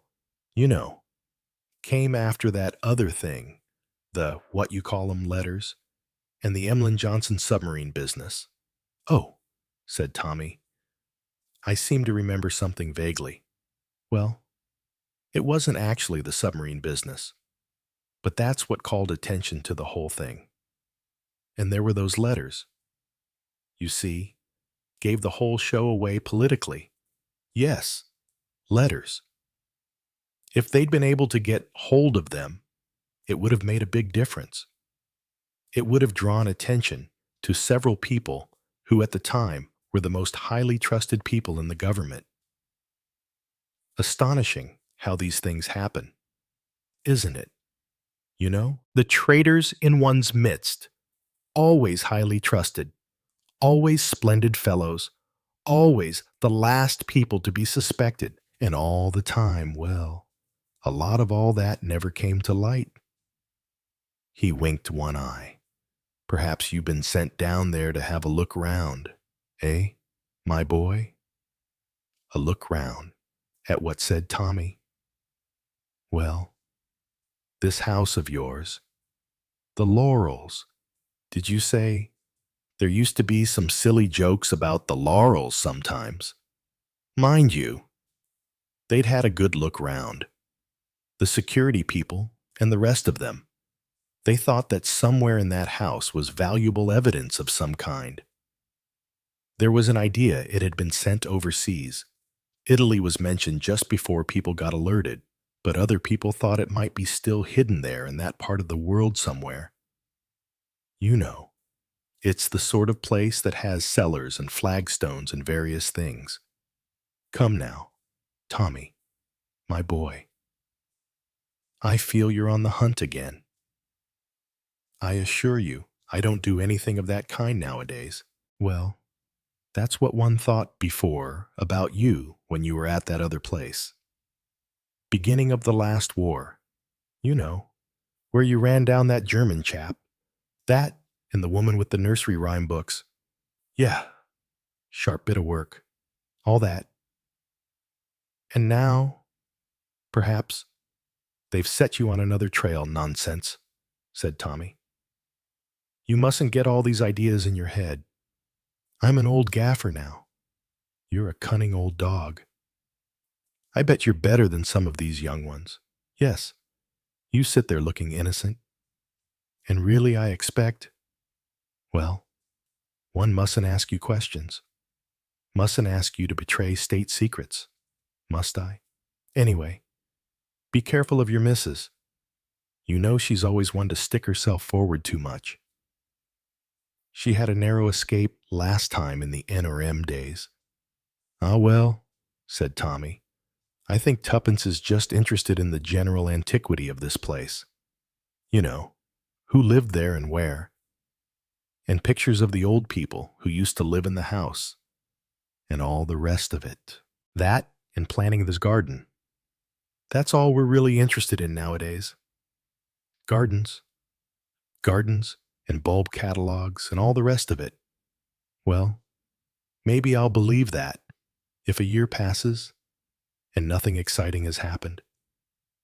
But I know you, Beresford, and I know our Mrs. Beresford, too. The two of you together. You're a wonderful couple, and I bet you'll come up with something. I tell you, if those papers ever come to light, it'll have a very, very great effect on the political front, and there are several people who won't be pleased. No, indeed. And those people who won't be pleased are looked on as pillars of rectitude at the moment. But by some, they are thought to be dangerous. Remember that. They're dangerous. And the ones that aren't dangerous are in contact with those who are dangerous. So you be careful, and make your missus be careful too. Really, said Tommy. Your ideas. You make me feel quite excited. Well, go on feeling excited, but look after Mrs. Tuppence. I'm fond of Tuppence. She's a nice girl, always was and still is. Hardly a girl, said Tommy. Now don't say that of your wife. Don't get in that habit. 1 in 1,000, she is. But I'm sorry for someone who has her in the picture sleuthing him down. She's probably out on the hunt today. I don't think she is. More likely gone to tea with an elderly lady. Ah well, elderly ladies can sometimes give you useful information. Elderly ladies and children of 5 years old. All the unlikely people come out sometimes with a truth nobody had ever dreamed of. I could tell you things, I'm sure you could. Colonel, ah well, one mustn't give away secrets. Colonel Atkinson shook his head. On his way home, Tommy stared him out of the railway carriage window and watched the rapidly retreating countryside. I wonder, he said to himself. I really wonder. That old boy, he's usually in the know, knows things. But what can there be that could matter now? It's all in the past, I mean, there's nothing. Can't be anything left from that war. Not nowadays. Then he wondered. New ideas had taken over common market ideas. Somewhere, as it were, behind his mind, rather than in it. Because there were grandsons and nephews. New generations, younger members of families that had always meant something, that had pull, had got positions of influence, of power, because they were born who they were. And if by any chance they were not loyal, they could be approached, could believe in new creeds or in old creeds revived. Whichever way you like to think of it, England was in a funny state, a different state from what it had been. Or was it really always in the same state and always underneath the smooth surface there was some black mud? There wasn't clear water down to the pebbles, down to the shells, lying on the bottom of the sea. There was something moving, something sluggish somewhere, something that had to be found, suppressed. But surely not in a place like Hollow Key. Hollow Key was a has-been, if there ever was, developed first as a fishing village, and then further developed as an English Riviera, and now a mere summer resort. Crowded in August. Most people now preferred package trips abroad. Well, said Tuppence, as she left the dinner table that night and went into the other room to drink coffee. Was it fun or not fun? How were all the old boys? Oh, very much the old boys, said Tommy. How was your old lady? Oh, the piano tuner came, said Tuppence, and it rained in the afternoon, so I didn't see her. Rather a pity. The old lady might have said some things that were interesting. My old boy did, said Tommy. I was quite surprised. What do you think of this place, really? Tuppence. Do you mean the house? No. I didn't mean the house. I think I mean Hollow Key. Well, I think it's a nice place. What do you mean by nice? Well, it's a good word, really. It's a word one usually despises. But I don't know why one should. I suppose a place that's nice is a place where things don't happen and you don't want them to happen. You're glad they don't. Ah, that's because of our age. I suppose. No, I don't think it's because of that. It's because it's nice to know There are places where things don't happen. Though I must say, something nearly happened today. What do you mean by nearly happened? Have you been doing anything silly? Tuppence? No, of course I haven't. Then what do you mean I mean that pane of glass at the top of the greenhouse? You know, it was trembling the other day a bit. Had the twitches. Well, it practically came down on my head. Might have cut me to bits. It doesn't seem to have cut you to bits, said Tommy. Looking at her, no, I was lucky. But still, it made me jump rather. Oh, we'll have to get our old boy who comes and does things. What's his name? Isaac, isn't it? Have to get him to look at some of the other panes. I mean, we don't want you being done in. Tuppence. Well, I suppose when you buy an old house, there's always something wrong with it. Do you think there's something wrong with this house? Tuppence? What on earth do you mean by wrong with this house? Well, because I heard something rather queer about it today. What queer about this house? Yes, really, Tommy, that seems impossible, said Tuppence. Why does it seem impossible? Because it looks so nice and innocent. Well painted and done up, no. Well painted and done up and looking innocent. That's all due to us. It looked rather shabby and decayed when we bought it. Well, sorry. Of course. That's why it was cheap. You look peculiar. Tommy, said Tuppence. What is it? Well, it was old Mustachio Monty. You know? Oh, dear old boy. Yes. Did he send his love to me? Yes, he certainly did. He told me to make you take care of yourself, and me to take care of you. He always says that. Though why I should take care of myself here, I don't know. Well, it seems it's the sort of place you might have to take care of yourself. Now what on earth do you mean by that? Tommy Tuppence. What would you think if I said that he suggested, or hinted, whatever way you like, that we were here not as old, retired has-beens, but as people on active service? That we were once more, as in the N or M days, on duty here, sent here by the forces of security in order to discover something, to find out what was wrong with this place. Well, I don't know if you're dreaming, Tommy, or if it was old Mustachio Monty who was. If it was he who suggested it, well, he did. He seemed to think that we were definitely here on some kind of mission. To find something. To find something, what sort of thing? Something that might be hidden in this house. Something that might be hidden in this house. Tommy, are you mad? Or was he mad? Well, I rather thought he might be mad, but I'm not so sure. What could there be to find in this house?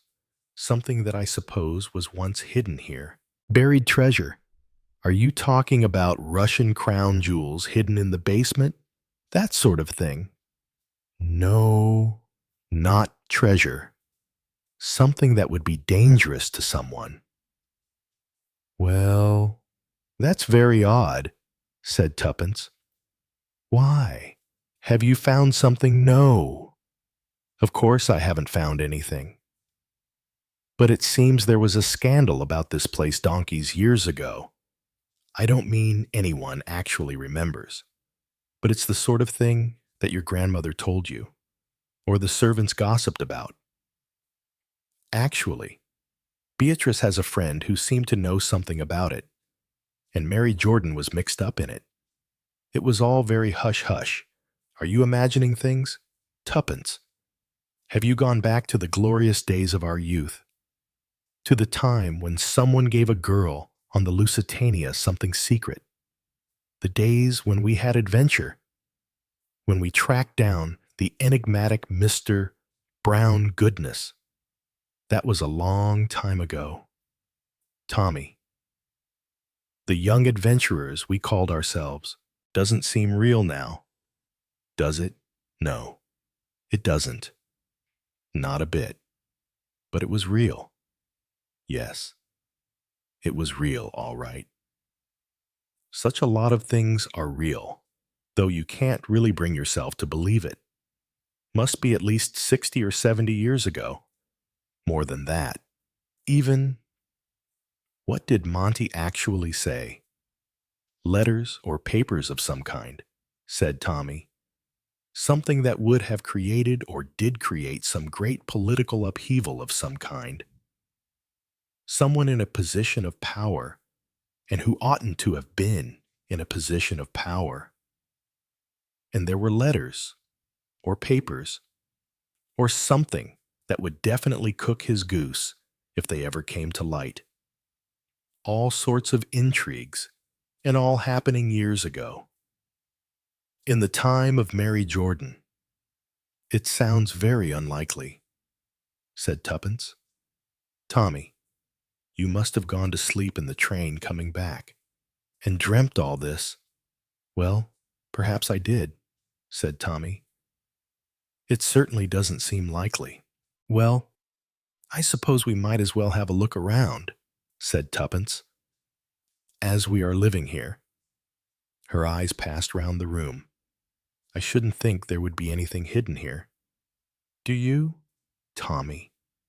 It doesn't seem the sort of house where anything would have been likely to be hidden. Lots of other people have lived in the house since those days. Yes. Family after family, as far as I can make out. Well, I suppose it might be hidden up in an attic or down in the cellar, or perhaps buried under the summer-house floor. Anywhere. Anyway, it'll be quite fun, said Tuppence. Perhaps, you know, when we haven't got anything else to do, and our backs are aching because of planting tulip bulbs, we might have a little sort of look round. You know, just to think, starting from the point, if I wanted to hide something, where would I choose to put it? And where would it be likely to remain undiscovered? I don't think anything could remain undiscovered here, said Tommy. Omaate. Not with gardeners and people. You know, tearing up the place. And different families living here. And house agents and everything else. Well, you never know. It might be in a teapot somewhere. Tuppence rose to her feet, went towards the mantelpiece, stood up on a stool, and took down a Chinese teapot. She took off the lid and peered inside. Nothing there, she said. A most unlikely place, said Tommy. Do you think, said Tuppence, with a voice that was more hopeful than despondent, that somebody was trying to put an end to me and loosen the glass skylight in the conservatory so that it would fall on me? Most unlikely, said Tommy. It was probably meant to fall on old Isaac. That's a disappointing thought, said Tuppence. I would like to feel that I had had a great escape. Well, you'd better be careful of yourself. I shall be careful of you too. You always fuss over me, said Tuppence. It's very nice of me to do so, said Tommy. You should be very pleased to have a husband who fusses about you. Nobody tried to shoot you in the train, or derail it or anything. Did they, said Tuppence? No, said Tommy. But we'd better look at the car brakes before we go out driving next time. Of course, this is all completely ridiculous, he added. Of course it is, said Tuppence. Absolutely ridiculous. All the same what? Well, it's sort of fun just to think of things like that. You mean Alexander was killed because he knew something? Asked Tommy. He knew something about who killed Mary Jordan. It was one of us. Tuppence's face lit up. Us, she said with emphasis. We'll have to know just all about us. And US here in this house in the past. It's a crime we've got to solve. Go back to the past to solve it to where it happened and why it happened. That's a thing we've never tried to do before. Chapter 5. Methods of Research. Where on earth have you been? Tuppence demanded her husband when he returned to the family mansion the following day. Well, last of all, I've been in the cellar, said Tuppence. I can see that, said Tommy. Yes, I do see. Do you know that your hair is absolutely full of cobwebs? Well, it would be, of course. The cellar is full of cobwebs. There wasn't anything there. Anyway, said Tuppence, at least there were some bottles of bay rum. Bay rum, said Tommy. That's interesting. Is it? Said Tuppence. Does one drink it?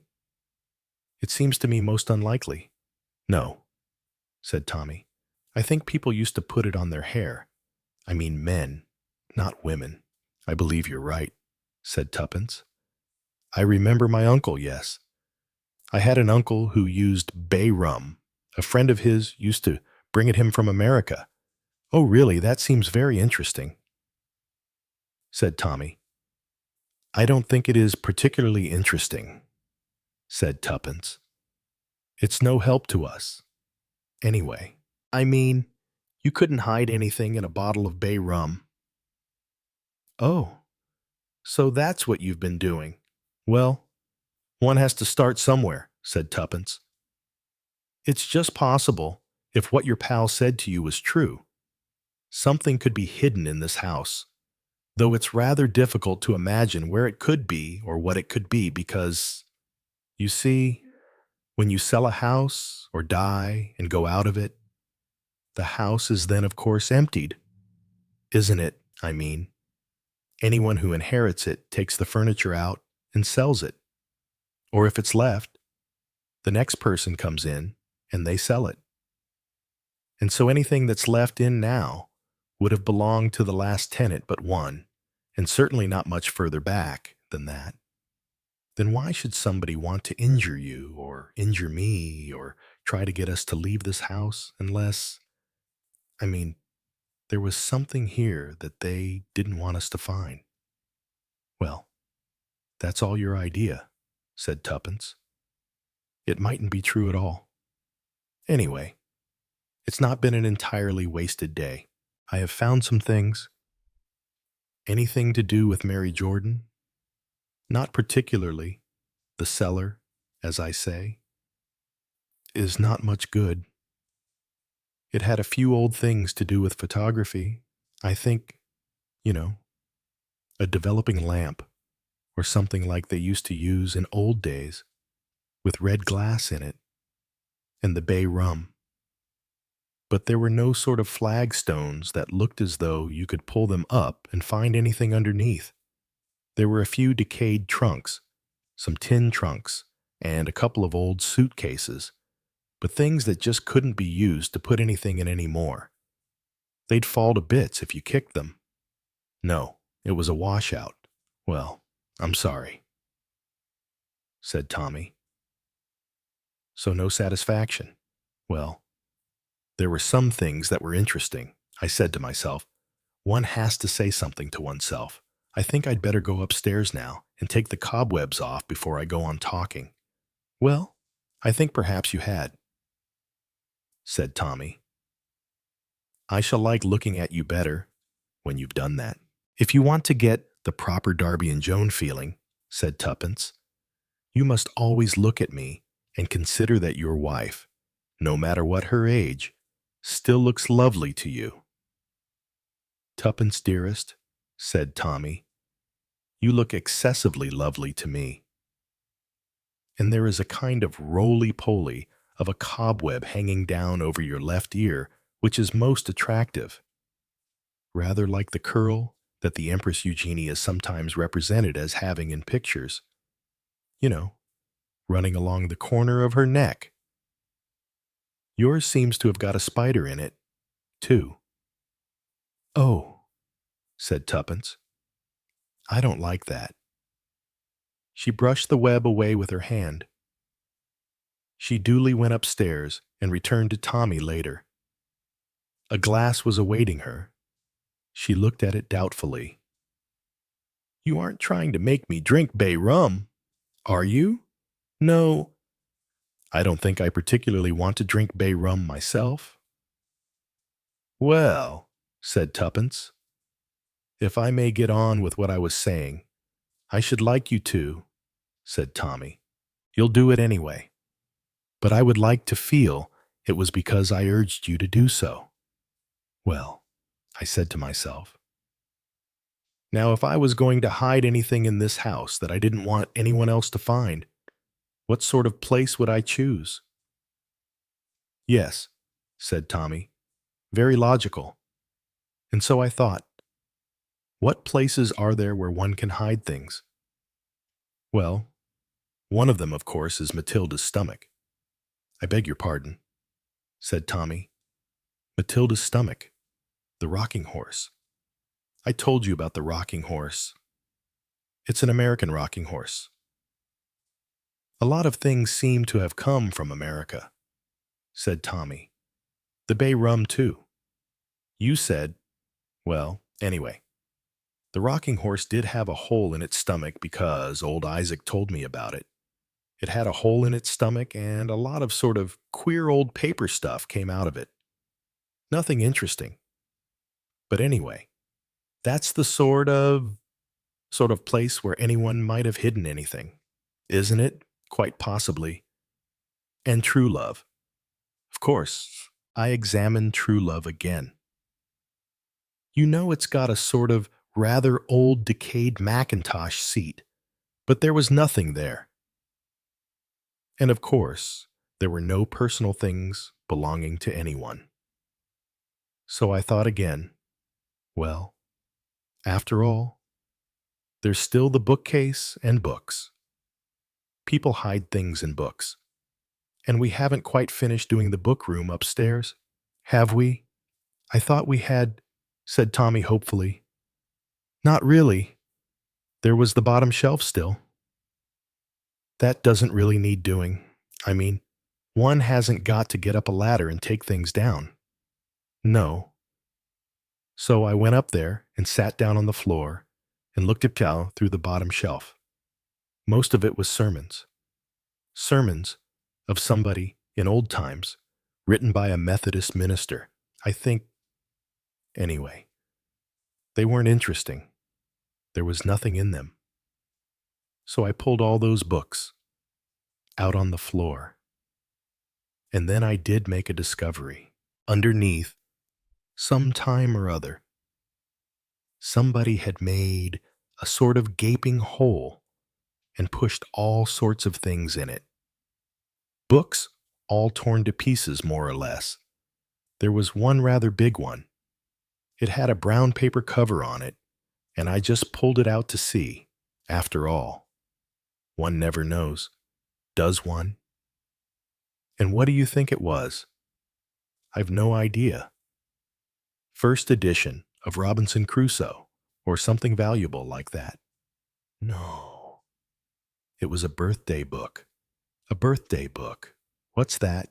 Well, they used to have them. Goes back a long time.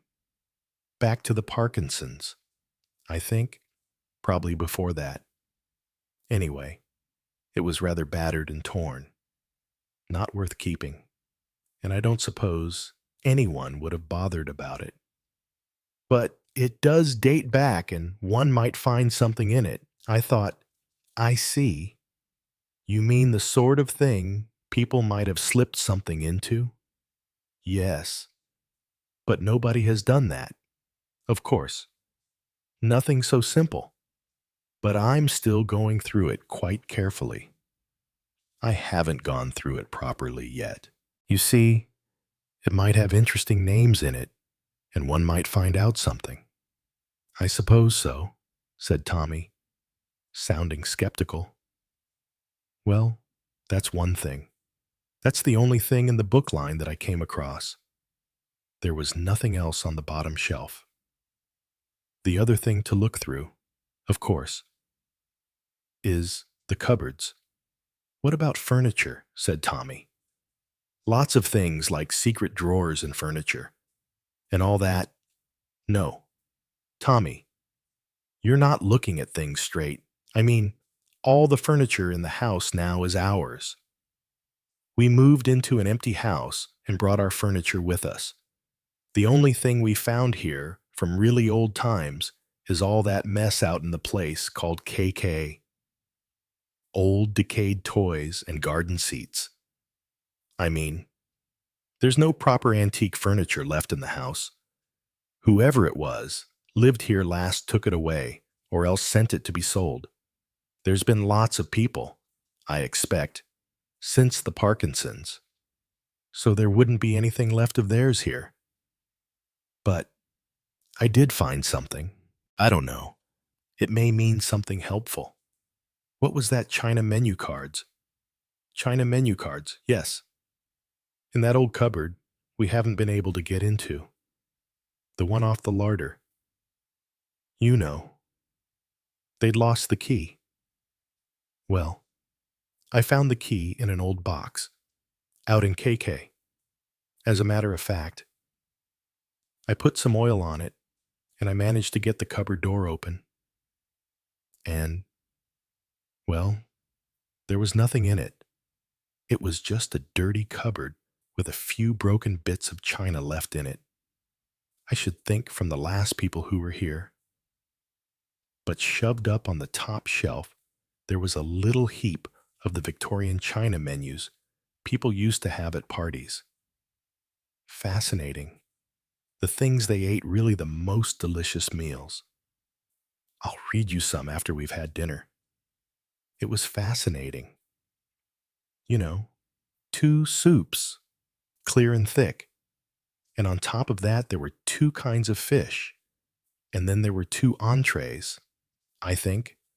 And then you had a salad or something like that. And then after that, you had the joint. And after that, I'm not quite sure what came next. I think a sorbet.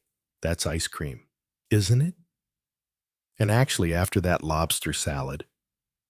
Can you believe it? Hush, tuppence, said Tommy. I don't really think I can stand any more. Well, anyway, I thought it might be interesting. It dates back, it dates back, I should think, quite a long time. And what do you hope to get from all these discoveries? Well, the only thing with possibilities is the birthday book. In it, I see there is a mention of somebody called Winifred Morrison. Well, Winifred Morrison, I gather, was the maiden name of old Mrs. Griffin. That's the one I went to tea with the other day. She's one of the oldest inhabitants, and she remembers or knows about a lot of things that happened before her time. Well, I think she might remember or have heard of some of the other names in the birthday book. We might get something from that. We might, said Tommy, still sounding doubtful. I still think. Well, what do you still think? Said Tuppence. I don't know what to think, said Tommy. Let's go to bed and sleep. Don't you think we'd better give this business up altogether? Why should we want to know who killed Mary Jordan? Don't you want to? No, I don't, said Tommy. At least, I give in. You've got me involved now. I admit, haven't you found out anything? Asked Tuppence. I hadn't time today. But I've got a few more sources of information. I put that woman I told you about, the one who's quite clever about research. I put her on to a few things. Oh, well, said Tuppence. We'll still hope for the best. It's all nonsense. But perhaps it is rather fun. Only I'm not so sure it's going to be as much fun as you think, said Tommy. Oh well, no matter, said Tuppence. We'll have done our best. Well, don't go on doing your best all by yourself, said Tommy. That's exactly what worries me so much when I'm away from you. Chapter 6. Mr. Robinson. I wonder what Tuppence is doing now, said Tommy, sighing. Excuse me, I didn't quite hear what you said. Tommy turned his head to look at Miss Colladon more closely. Miss Colladon was thin, emaciated, had gray hair, which was slowly passing through the stage of recovering from a peroxide rinse designated to make her look younger, which it had not done. She was now trying various shades of artistic gray, cloudy smoke, steel blue, and other interesting shades suitable for a lady between 60 and 65, devoted to the pursuit of research. Her face represented a kind of ascetic superiority and a supreme confidence in her own achievements. Oh, it was nothing really. Miss Colladon, said Tommy. Just something I was considering. You know, just thinking of. And what is it? I wonder, thought Thomas. Being careful this time not to utter the words aloud. That she can be doing today. Something silly, I bet. Half killing herself in that extraordinary, obsolete child's toy that'll come to pieces carrying her down the hill. And she'll probably end up with a broken something or other. Hips. It seems to be nowadays, though I don't see why hips are more vulnerable than anything else. Tuppence, he thought, would at this moment be doing something silly or foolish, or, if not that, she would be doing something which might not be silly or foolish, but would be highly dangerous. Yes, dangerous. It was always difficult keeping Tuppence out of danger. His mind roved vaguely over various incidents in the past. Words of a quotation came into his mind, and he spoke them aloud. Posterm. Of how I pass not beneath. O caravan, or pass not singing.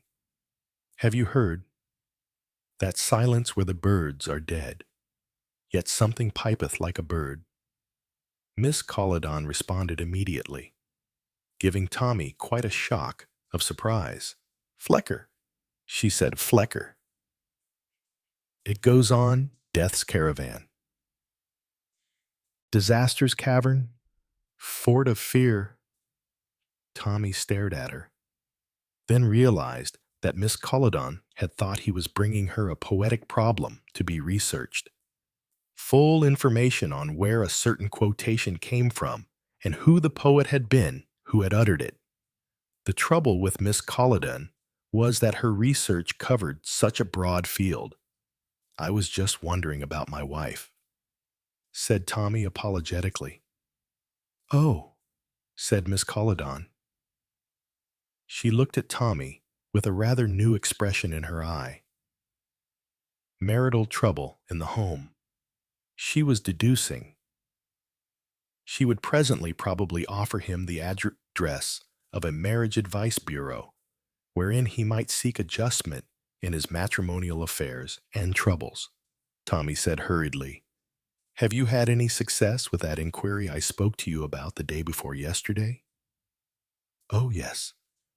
Not very much trouble in that.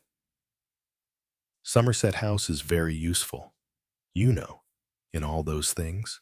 I don't think, you know, that there is likely to be anything particular that you want there. But I've got the names and addresses of certain births, marriages and deaths. What? Are they all Mary Jordan's Jordan? Yes. A Mary, a Maria, and a Polly Jordan Also, a Molly Jordan. I don't know if any of them are likely to be what you want. Can I pass this to you? She handed him a small typewritten sheet. Oh, thank you. Thank you very much. There are several addresses, too. The ones you asked me for. I have not been able to find out the address of Major Dalrymple. People change their addresses constantly nowadays, however. I think another 2 days ought to get that information all right. This is Dr. Hesseltine's address. He is at present living at Surbiton. Thanks very much, said Tommy. I might start on him. Anyway, any more queries? Yes, I've got a list here of about 6. Some of them may not be in your line. Oh, well, said Miss Colladon, with complete assurance. I have to make things my line. You know. You can easily find out first, just where you can find out. If that isn't a rather foolish way of speech. But it does explain things. You know, I remember, quite a long time ago, when I was first doing this work, I found how useful Selfridge's Advice Bureau was. You could ask them the most extraordinary questions about the most extraordinary things, and they always seemed to be able to tell you something about it or where you could get the information quickly. But of course, they don't do that sort of thing nowadays. Nowadays, you know, most inquiries that are made are you know, if you want to commit suicide, things like that, Samaritans, and legal questions about wills, and a lot of extraordinary things for authors, of course, and jobs abroad, and immigration problems. Oh yes, I cover a very wide field. I'm sure you do, said Tommy. And helping alcoholics? A lot of societies there are who specialize in that. Some of them are much better than others. I have quite a list comprehensive and some most reliable, I'll remember it. Tommy said, if I find myself shaping that way any time, it depends how far I get today. Oh, I'm sure. Mr. Beresford, I don't see any signs of alcoholic difficulties in you. No red nose, said Tommy. It's worse with women, said Miss Colladon. More difficult, you know, to get them off it, as you might say. Men do relapse, but not so notably. But really, some women, they seem quite all right, quite happy drinking lemonade in large quantities and all that. And then some evening, in the middle of a party, well, it's all there again. In turn, she looked at her watch. Oh dear, I must go on to my next appointment. I have to get to Upper Grosvenor Street. Thank you very much, said Tommy, for all you've done. He opened the door politely, helped Miss Colladon on with her coat, went back into the room, and said, I must remember to tell Tuppence this evening that our researches so far have led me to impress a research agent with the idea that my wife drinks and our marriage is breaking up because of it. Oh dear. What next? What next was an appointment in an inexpensive restaurant in the neighborhood of Tottenham Court Road. Well, I never said an elderly man, leaping up from his seat where he was sitting waiting. Carroty Tom, on my life, shouldn't have known you. Possibly not, said Tommy. Not much carrots left about me. It's gray-haired Tom. Ah, well, we're all that. How's your health? Much the same as I always was. Cracking, you know, decomposing by degrees. How long is it since I've seen you? 2 years, 8 years, 11 years, now you're going too far, said Tommy. We met at the Maltese Cat's dinner last autumn. Don't you remember? So we did. Pity that broke up. You know, I always thought it would. Nice premises. But the food was rotten. Well, what are you doing these days? Old boy. Still in the espionage? Up to date do? No, said Tommy. I'm nothing to do with espionage. Dear me, what a waste of your activities. And what about you, mutton chop? Oh, I'm much too old to serve my country in that way. No espionage going on nowadays, lots of it, I expect. But probably they put the bright boys onto it. The ones who come bursting out of universities needing a job badly. Where are you now? I sent you a Christmas card this year. Well, I didn't actually post it till January. But anyway, it came back to me with, not known at this address. No. We've gone to the country to live now. Down near the sea. Hollow Key. Hollow Key. Hollow Key. I seem to remember something. Something in your line going on there once. Wasn't there not in my time? Said Tommy. I've only just got to hear of it since going to live there. Legends of the past, at least 60 years ago. Something to do with a submarine. Wasn't it plans of a submarine sold to someone or other? I forget who we were selling to at that time. Might have been the Japanese. Might have been the Russians. Oh, and lots of others. People always seem to meet enemy agents in Regent's Park or somewhere like that. You know, they'd meet someone like a third secretary from an embassy. Not so many beautiful lady spies around as there used to be once in fiction. I wanted to ask you a few things. Mutton chop. Oh, ask away. I've had a very uneventful life. Marjorie. Do you remember Marjorie? Yes, of course I remember Marjorie. I nearly got to your wedding. I know, but you couldn't make it or something. Or took the wrong train. As far as I remember. A train that was going to Scotland instead of Southall. Anyway, just as well you didn't.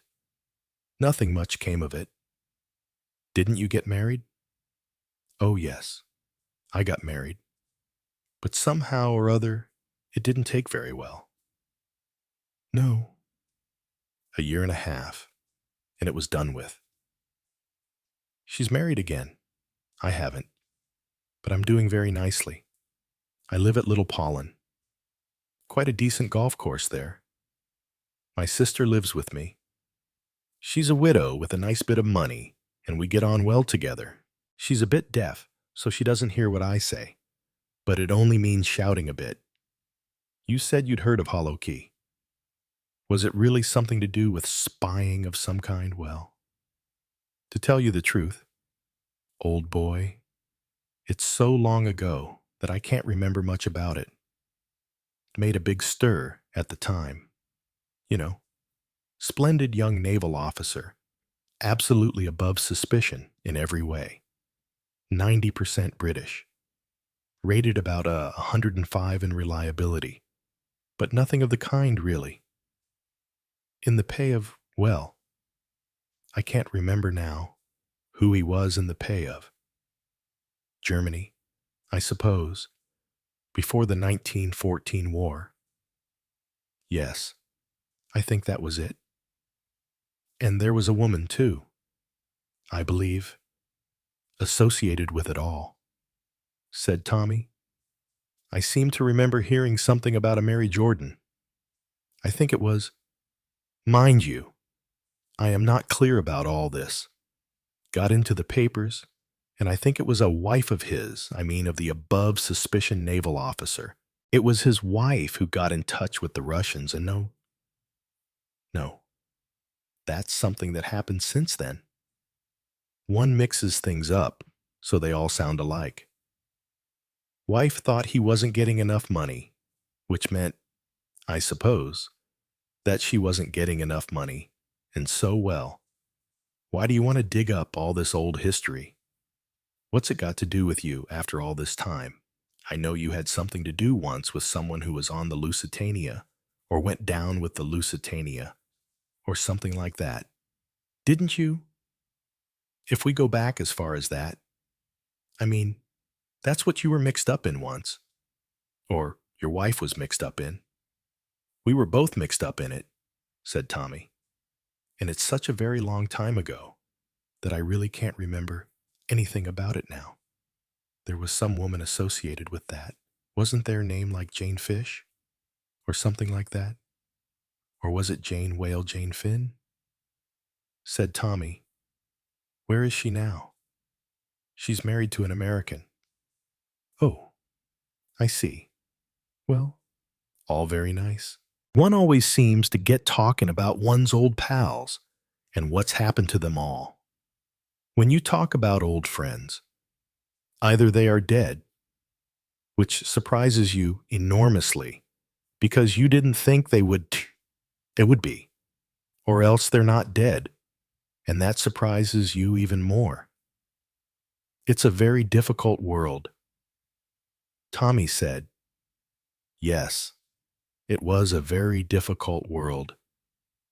And here was the waiter coming. What could they have to eat? The conversation thereafter was gastronomic. In the afternoon, Tommy had another interview arranged, this time with a sad, grizzled man sitting in an office and obviously grudging the time he was giving Tommy. Well, I really couldn't say. Of course, I know roughly what you're talking about. A lot of talk about it at the time caused a big political blow-up, but I really have no information about that sort of thing. You know. No. You see, these things, they don't last, do they? They soon pass out of one's mind once the press gets hold of some other juicy scandal. He opened up slightly on a few of his own interesting moments in life, when something he'd never suspected came suddenly to light, or his suspicions had suddenly been aroused by some very peculiar event. He said, well, I've just got one thing might help. Here's an address for you, and I've made an appointment too. Nice chap. Knows everything. He's the tops. You know, absolutely the tops.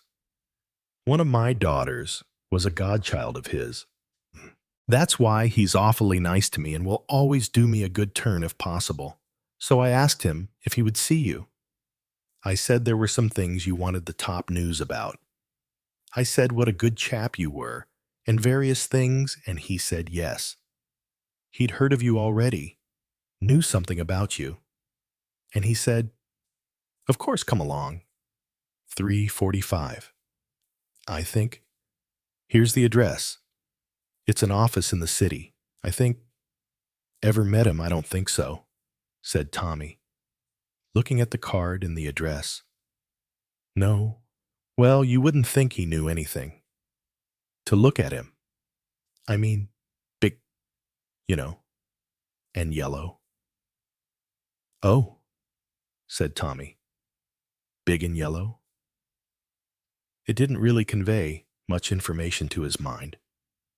He's the tops, said Tommy's grizzled friend. Absolute tops. You go along there. He'll be able to tell you something anyway.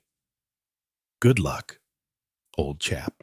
Tommy, having successfully got himself to the city office in question, was received by a man of 35 to 40 years of age who looked at him with the eye of one, determined to do the worst without delay.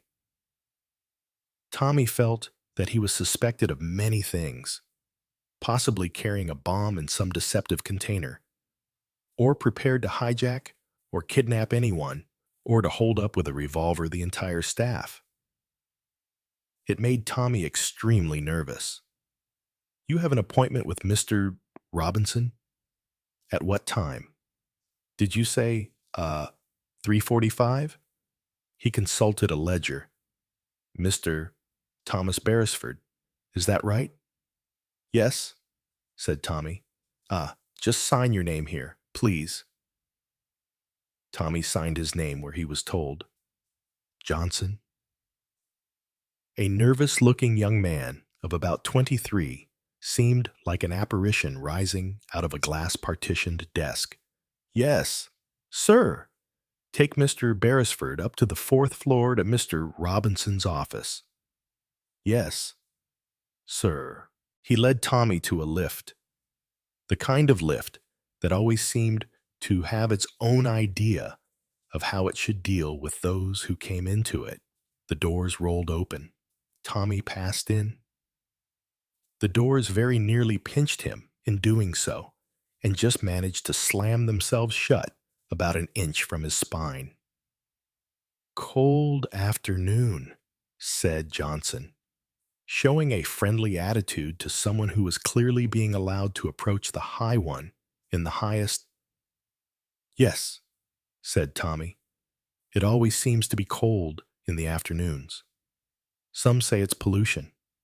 Some say it's all the natural gas they're taking out of the North Sea, said Johnson. Oh, I haven't heard that, said Tommy. Doesn't seem likely to me, said Johnson.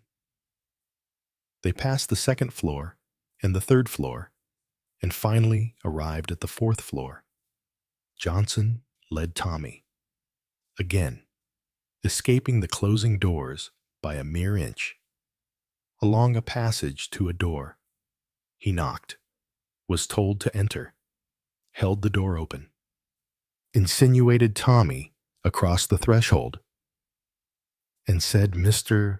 Beresford, sir, by appointment. He went out and shut the door behind him. Tommy advanced. The room seemed to be mainly filled by an enormous desk. Behind the desk sat a rather enormous man, a man of great weight and many inches. He had, as Tommy had been prepared for by his friend, a very large and yellow face. What nationality he was, Tommy had no idea. He might have been anything. Tommy had a feeling he was probably foreign, a German, perhaps, or an Austrian, possibly a Japanese, or else he might be very decidedly English. Mr. Beresford. Mr. Robinson got up, shook hands. I'm sorry if I come taking a lot of your time, said Tommy. He had a feeling he had once seen Mr. Robinson before, or had had Mr. Robinson pointed out to him. Anyway, on the occasion, whatever it had been, he had been rather shy about it, because obviously Mr. Robinson was someone very important. And he now gathered, or rather felt at once, he was still very important. There's something you want to know about, I gather. Your friend, what's his name? Just gave me a brief resume. I don't suppose, I mean. It's something perhaps I oughtn't to bother you about. I don't suppose it's anything of any importance. It was just an idea. Partly my wife's idea. I've heard about your wife. I've heard about you, too. Let me see. The last time was M or N, wasn't it? Or N or M. I remember. Remember all the facts and things. You got that commander chap, didn't you?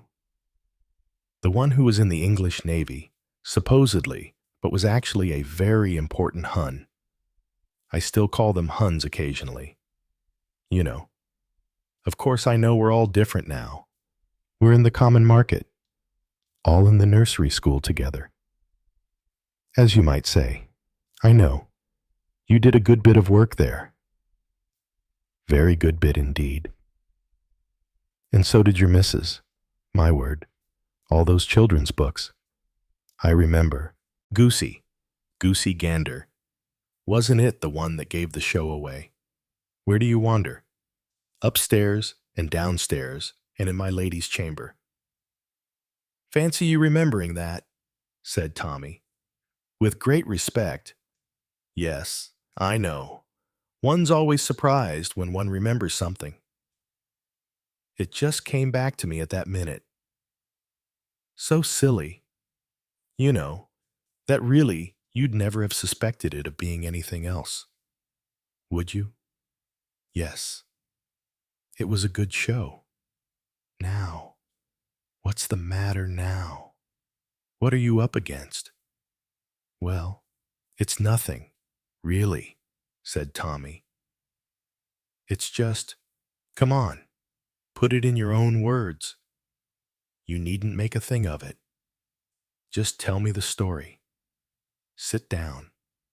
Take the weight off your feet. Don't you know, or you will know.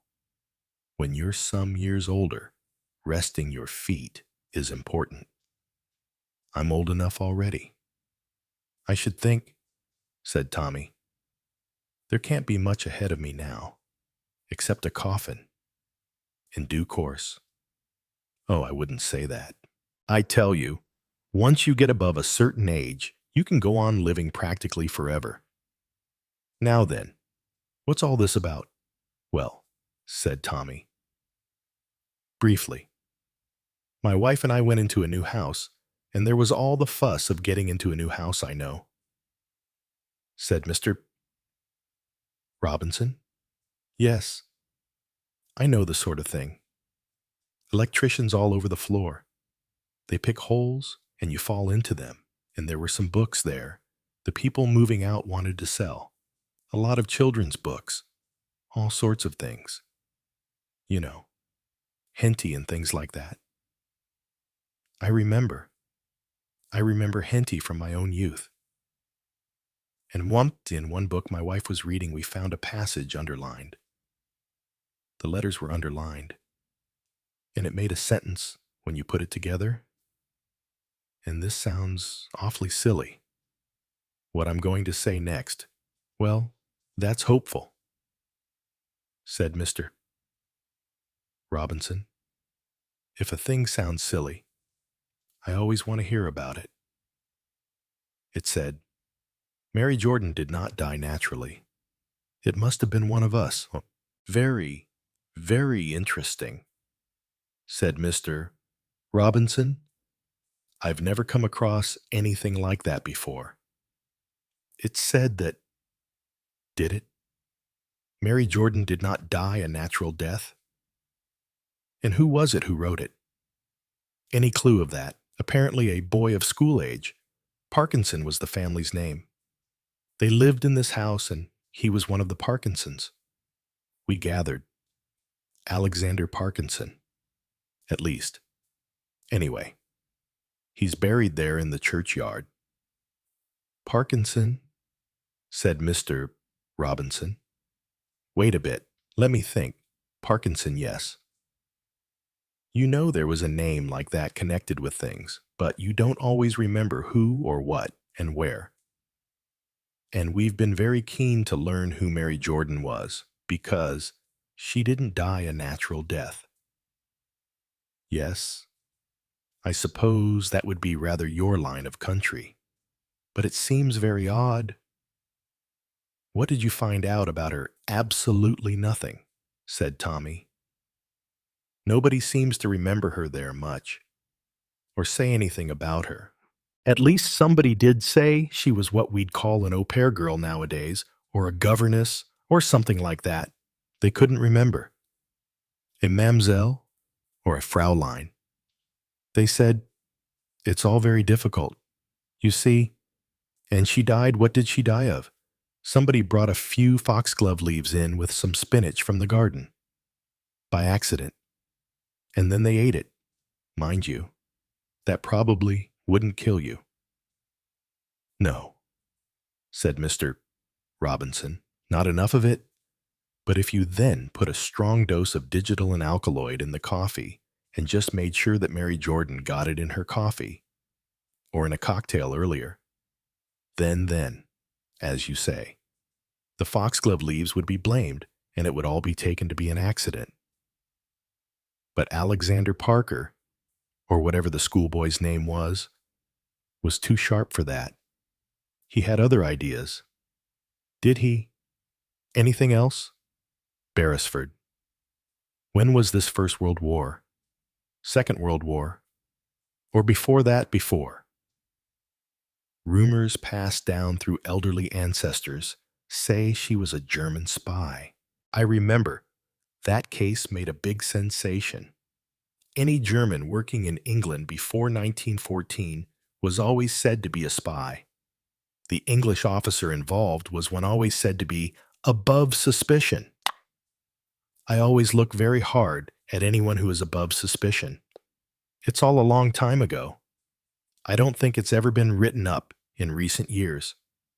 I mean, not in the way that things are occasionally for public enjoyment, when they release a bit of stuff from the records. Yes, but it's all rather sketchy. Yes, it would be by now. It's always been associated, of course, with the submarine secrets that were stolen around then. There was some aviation news as well. A lot of that side of it. And that's what caught the public interest, as you might say. But there are a lot of things, you know. There was the political side to it, too. A lot of our prominent politicians, you know, the sort of chaps people say, well, he has real integrity. Real integrity is just as dangerous as being above suspicion in the services. Real integrity, my foot, said Mr. Robinson. I remember it with this last war. Some people haven't got the integrity they are credited with. One chap lived down near here, you know. He had a cottage on the beach. I think made a lot of disciples, you know, praising Hitler, saying our only chance was to get in with him. Really, the fellow seemed such a noble man, had some wonderful ideas, was so terribly keen to abolish all poverty and difficulties and injustice, things of that kind. Oh yes, blew the fascist trumpet without calling it fascism. And Spain, too, you know, was in with Franco and all that lot to begin with. And dear old Mussolini, naturally, spouting away. Yes, there are always a lot of sidelines to it just before wars. Things that never came out and nobody ever really knew about. You seem to know everything, said Tommy. I beg your pardon? Perhaps that's rather rude of me, but it really is very exciting to come across someone who does seem to know about everything. Well, I've often had a finger in the pie, as you might say. You know, come into things on the sidelines, or in the background. One hears a good deal. One hears a good deal from one's old cronies, too, who were in it up to the neck and who knew the lot. I expect you begin to find that, don't you? Yes, said Tommy. It's quite true. I meet old friends, you know, and they've seen other old friends, and there are quite a lot of things that, well, one's friends knew, and you knew. You didn't get together just then, but now you do hear about them. And they're very interesting sometimes. Yes, said Mr. Robinson. I see where you're going, where you're tending. You might say, it's interesting that you should come across this. The trouble is, said Tommy, that I don't really know, Perhaps we're being rather silly. We bought this house to live in. The sort of house we wanted. We've done it up the way we want. And we're trying to get the garden in some kind of shape. But I don't want to get tied up in this sort of stuff again. It's just pure curiosity on our part. Something that happened long ago. and you can't help thinking about it or wanting to know why. But there's no point in it. It's not going to do anybody any good. I know. You just want to know. Well, that's the way the human being is made. That's what leads us to explore things, to go and fly to the moon, to bother about underwater discoveries, to find natural gas in the North Sea, to find oxygen supplied to us by the sea and not by the trees and forests. Quite a lot of things they're always finding out about. Just through curiosity. I suppose without curiosity, a man would be a tortoise. Very comfortable life. A tortoise has. Goes to sleep all the winter and doesn't eat anything more than grass as far as I know. To live all the summer. Not an interesting life, perhaps, but a very peaceful one. On the other hand, one might say man is more like a mongoose. Good. You're a reader of Kipling.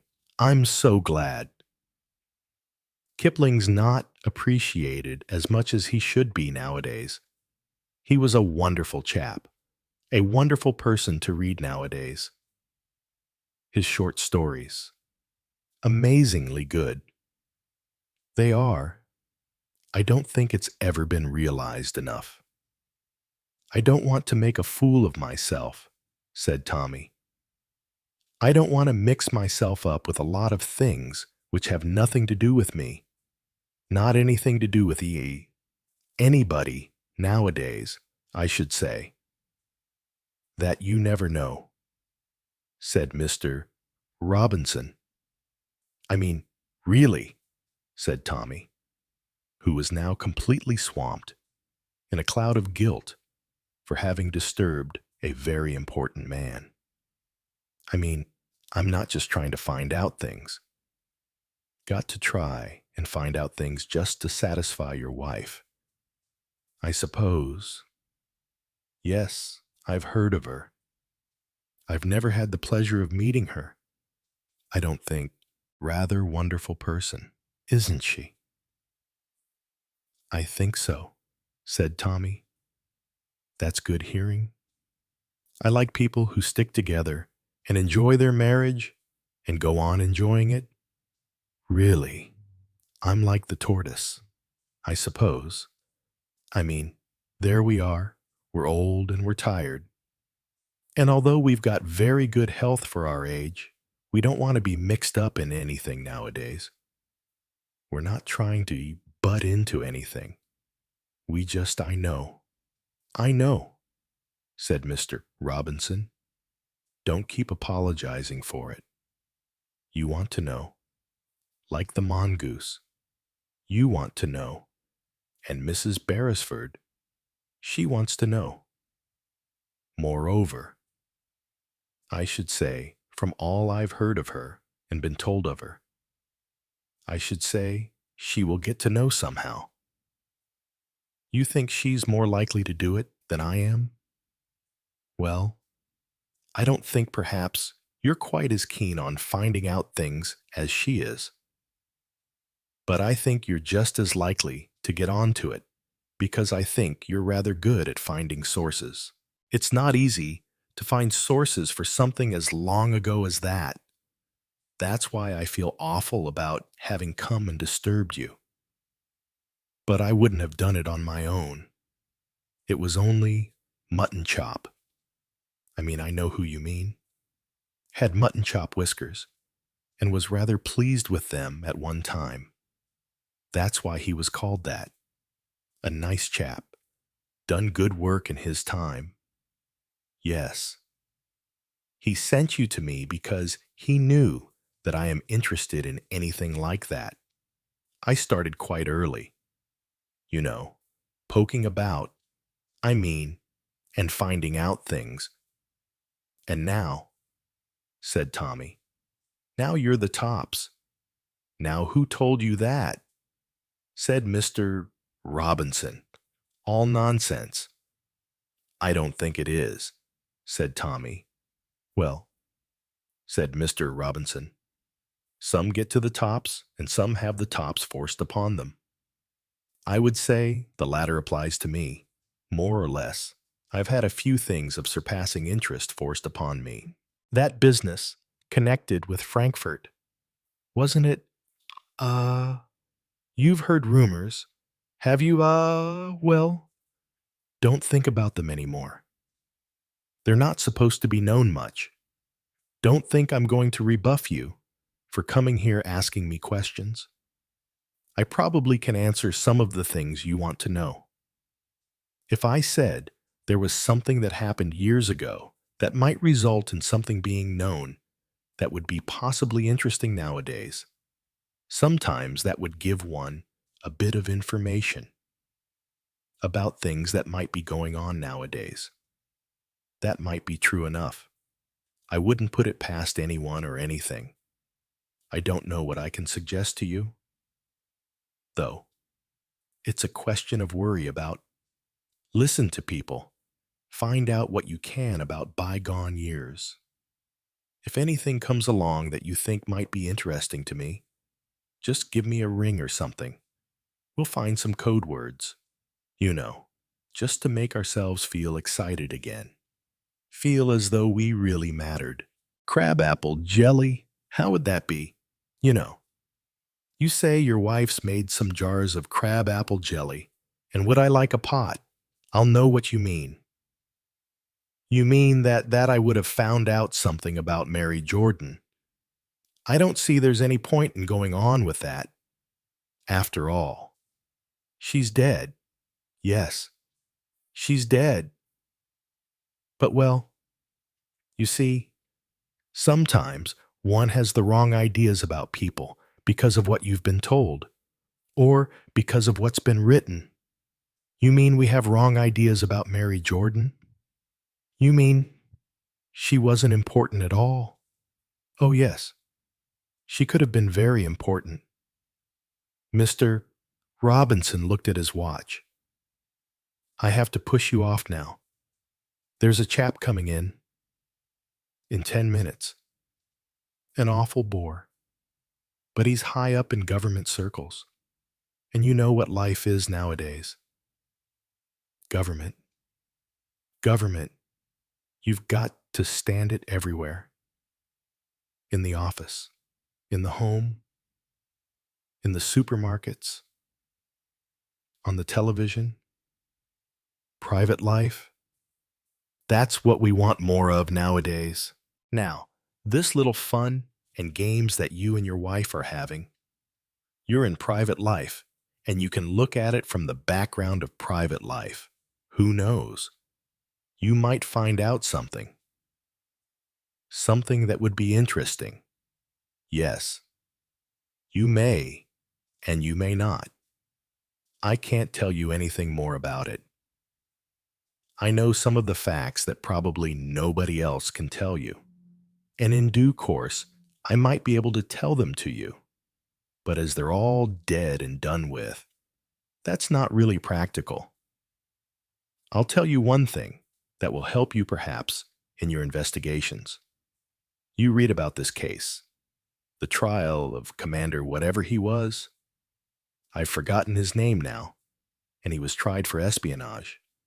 Did a sentence for it, and richly deserved it. He was a traitor to his country, and that's that. But Mary Jordan? Yes, you want to know something about Mary Jordan. Well, I'll tell you one thing that might, as I say, help your point of view. Mary Jordan was, well, you can call it a spy, but she wasn't a German spy. She wasn't an enemy spy. Listen to this. My boy, I can't keep calling you my boy. Mr. Robinson dropped his voice and leaned forward over his desk. She was one of our lot. Book 3, Chapter 1, Mary Jordan. But that alters everything, said Tuppence. Yes, said Tommy. Yes. It was quite a shock. Why did he tell you? I don't know, said Tommy. I thought, well, 2 or 3 different things. Did he? What's he like? Tommy, you haven't really told me. Well, he's yellow, said Tommy. Yellow and big and fat and very, very ordinary. But at the same time, if you know what I mean, he isn't ordinary at all. He's well. He's what my friend said he was. He's one of the tops. You sound like someone talking about pop singers. Well, one gets used to using these terms. Yes, but why? Surely that was revealing something that he wouldn't have wanted to reveal. You'd think. It was a long time ago, said Tommy. It's all over. You see, I suppose none of it matters nowadays. I mean, look at all the things they're releasing now. Off the record. You know, not hushing up things anymore. Letting it all come out. What really happened. What one person wrote and what another person said. And what one row was about. And how something else was all hushed up, because of something you never heard about.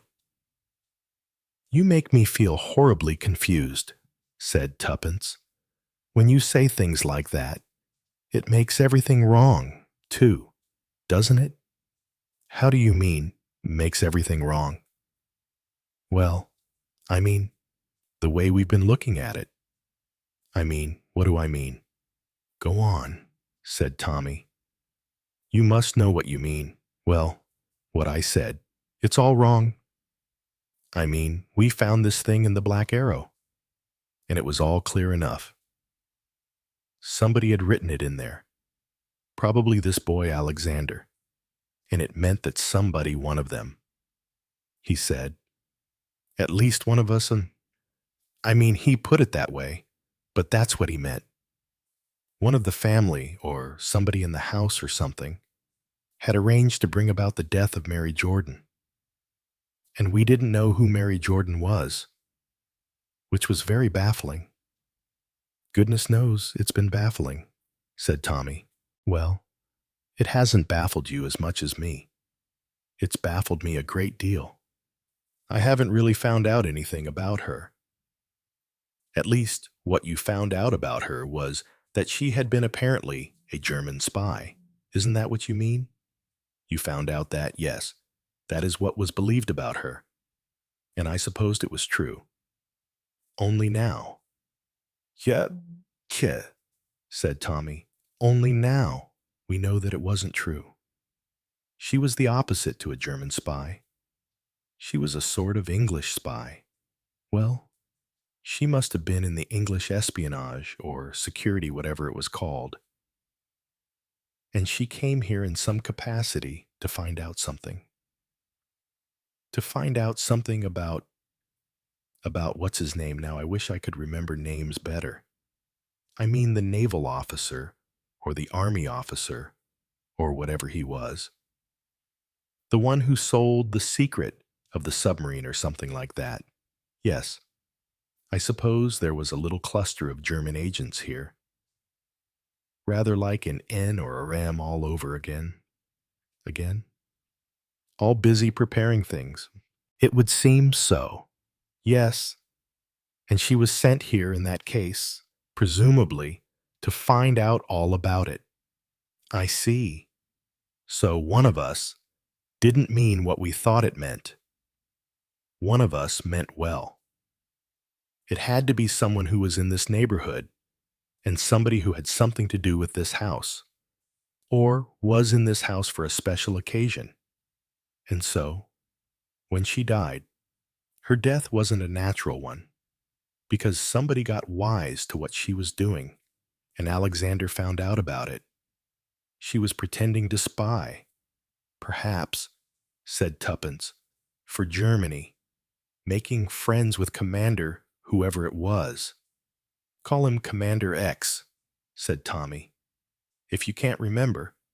All right, Commander X. She was getting friendly with him.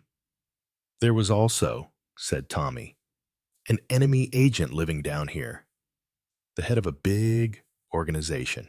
He lived in a cottage somewhere, down near the quay, I think it was, and he wrote a lot of propaganda and used to say that really our best plan would be to join in with Germany and get together with them and things like that. It is all so confusing, said Tuppence. All these things plans, and secret papers and plots and espionage have been so confusing. Well, anyway, we've probably been looking in all the wrong places. Not really, said Tommy. I don't think so. Why don't you think so? Well, because if she, Mary Jordan, was here to find out something, and if she did find out something, then perhaps when Commander X, or other people, there must have been other people too, in it when they found out that she'd found out something. Now don't get me muddled again, said Tuppence. If you say things like that, it's very muddling. Yes. Go on. All right. Well, when they found out that she'd found out a lot of things, well, then they had to silence her, said Tuppence. You make it sound like Phillips Oppenheim now, said Tommy.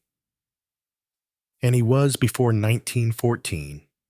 Surely. Well, anyway. They had to silence Mary before she could report what she'd found out. There must be a little more to it than that, said Tommy. Perhaps she'd got hold of something important. Some kind of papers or written document, letters that might have been sent or passed to someone. Yes, I see what you mean. We've got to look among a different lot of people.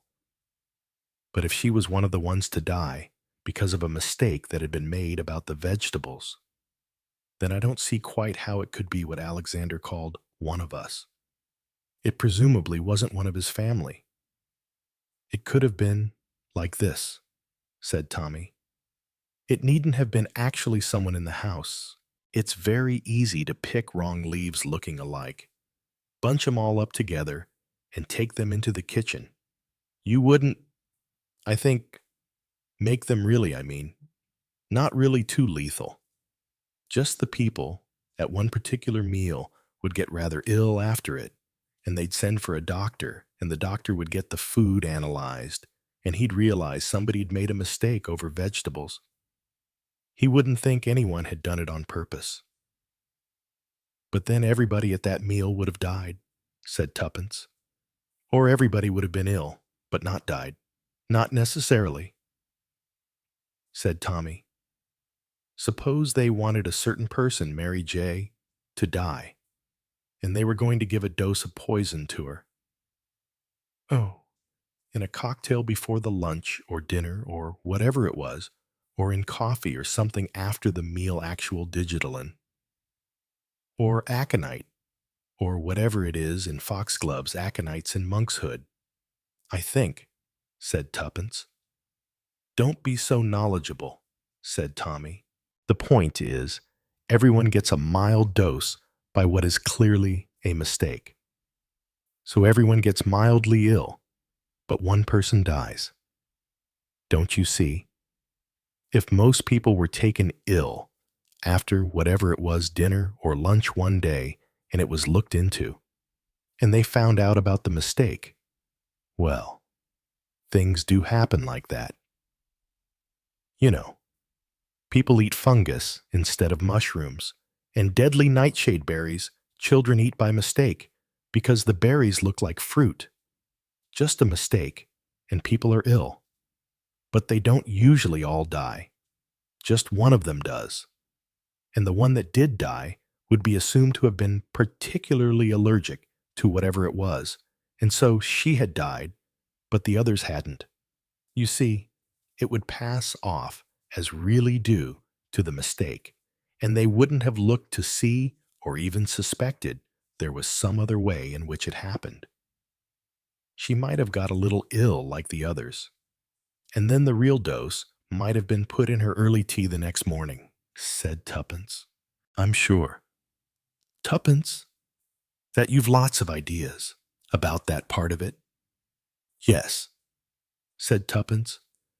But what about the other things? I mean, who and what and why? Who was the one of us, one of them, as we'd better say now? Who had the opportunity?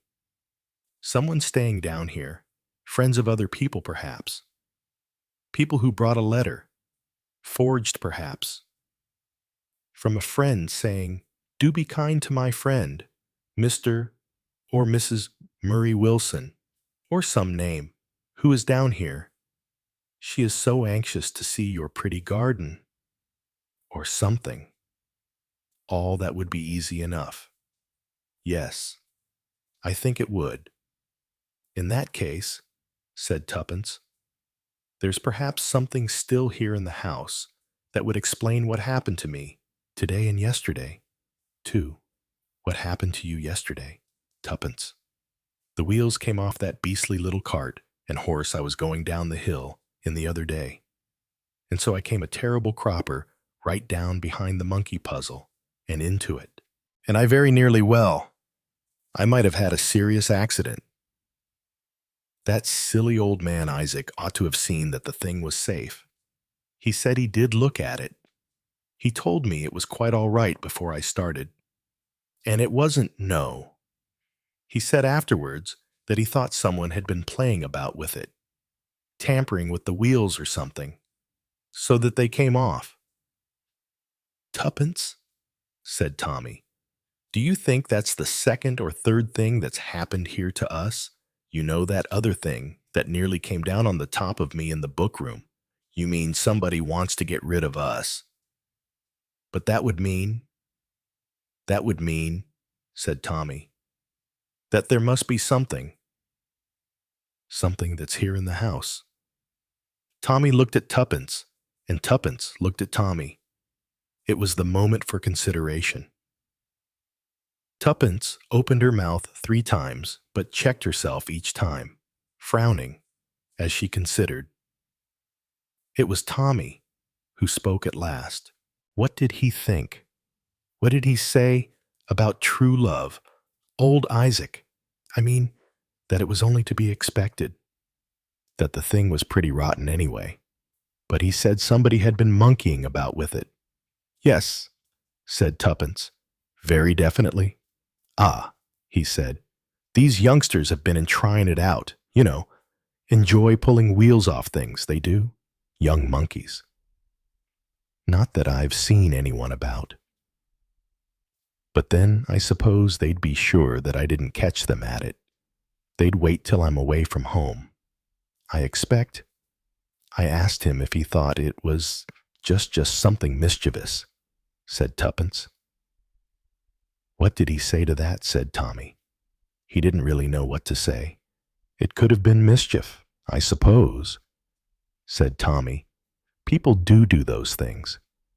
Are you trying to say you think that it was meant in some way so that I should go on playing the fool with the cart, and that the wheel would come off, and the thing would fall to pieces? Oh, but that is nonsense. Tommy.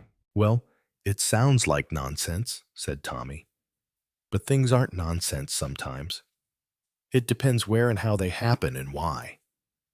I don't see what why there could be. One might make a guess about the most likely thing, said Tommy. Now, what do you mean by the most likely? I mean perhaps people want us to go away from here. Why should they? If somebody wants the house for themselves, they could make us an offer for it. Yes, they could. Well, I wondered nobody else has wanted this house as far as we know. I mean, there was nobody else looking at it when we were. It seemed to be generally regarded as if it had come into the market rather cheap, but not for any other reason, except that it was out of date and needed a lot doing to it. I can't believe they wanted to do away with us. Maybe it's because you've been nosing about, asking too many questions, copying things out of books. You mean that I'm stirring up things that somebody doesn't want to be stirred up? That sort of thing, said Tommy. I mean, if we suddenly were meant to feel that we didn't like living here and put the house up for sale and went away, that would be quite all right. They'd be satisfied with that. I don't think that they— Who do you mean by they? I've no idea, said Tommy. We must get to they later. Just they. There's we and there's they. We must keep them apart in our minds. What about Isaac? What do you mean? What about Isaac? I don't know. I just wondered if he was mixed up in this. He's a very old man. He's been here a long time and he knows a few things. If somebody slipped him a 5-pound note or something, do you think he'd tamper with True Love's wheels? No, I don't, said Tuppence. He hasn't got the brains to. He wouldn't need brains for it, said Tommy. He'd only need the brains to take the 5-pound note and to take out a few screws or break off a bit of wood here or there, and just make it so that, well, it would come to grief next time you went down the hill in it. I think what you are imagining is nonsense, said Tuppence. Well, you've been imagining a few things that are nonsense already. Yes, but they fitted in, said Tuppence. They fitted in with the things we've heard. Well, said Tommy, as a result of my investigations or researches, whatever you like to call them, it seems that we haven't learnt quite the right things. You mean what I said just now, that this turns things upside down. I mean, now we know that Mary Jordan wasn't an enemy agent. Instead, she was a British agent. She was here for a purpose. Perhaps she had accomplished her purpose. In that case, said Tommy, now let's get it all clear. With this new bit of knowledge added, her purpose here was to find out something, presumably to find out something about Commander X, said Tuppence. You must find out his name. It seems so extraordinarily barren, only to be able to say Commander X all the time. All right. But you know how difficult these things are. And she did find them out.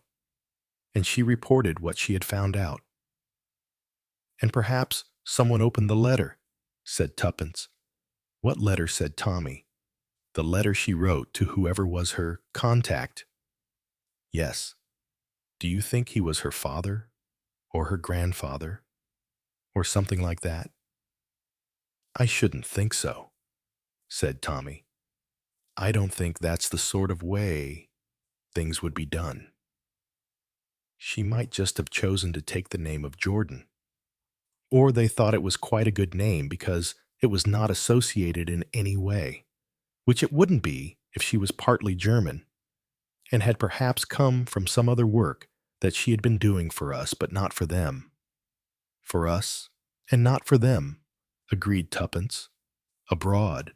And so she came here as what? Oh, I don't know, said Tuppence. We shall have to start all over again. Finding out is what? I suppose.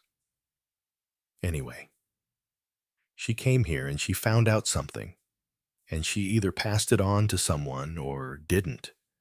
I mean, she might not have written a letter. She might have gone to London and reported something. Met someone in Regent's Park? Say, that's rather the other way about. Usually. Isn't it? Said Tommy. I mean, you meet somebody from whatever embassy it is you're in collusion with, and you meet in Regent's Park and hide things in a hollow tree sometimes. Do you think they really do that? It sounds so unlikely. It's so much more like people who are having a love affair and putting love letters in. I dare say whatever they put in there was written as though they were love letters and really had a code. That's a splendid idea, said Tuppence. Only I suppose they— Oh dear, it's such years ago.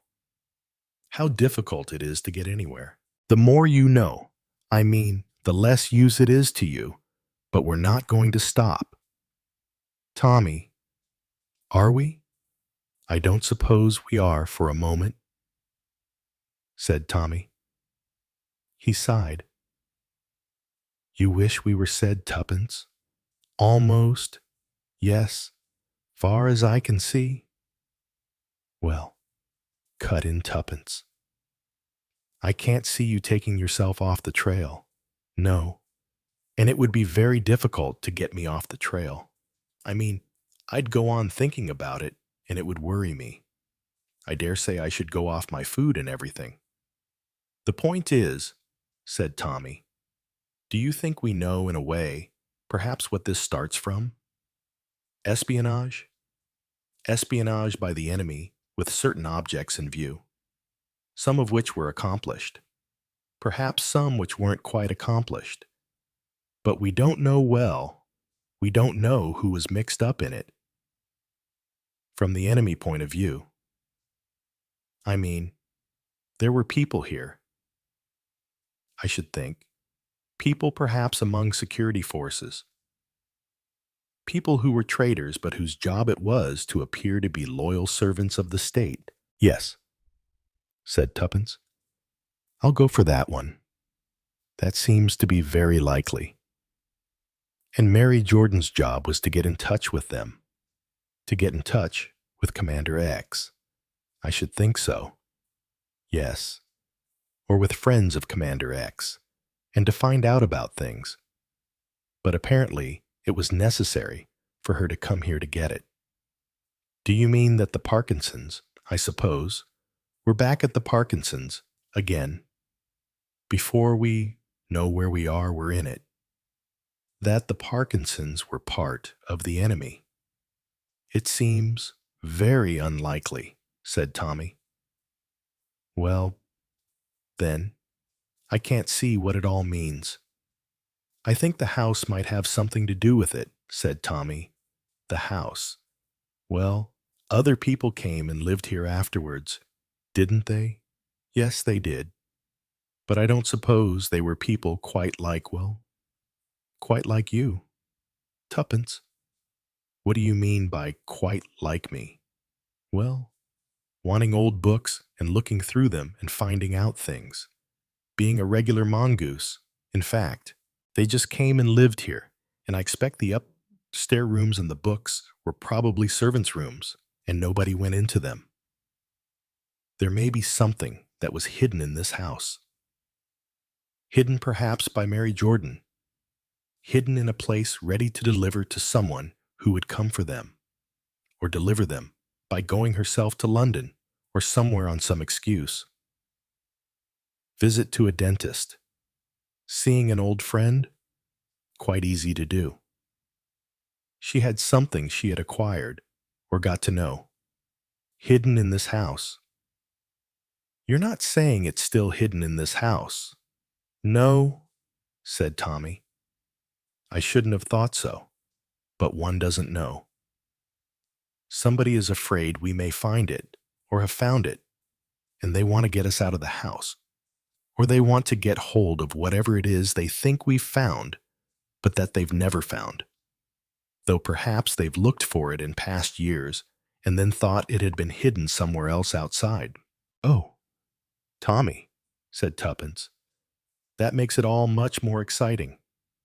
Really, doesn't it? It's only what we think, said Tommy. Now don't be such a wet blanket, said Tuppence. I'm going to look outside as well as inside. What are you going to do?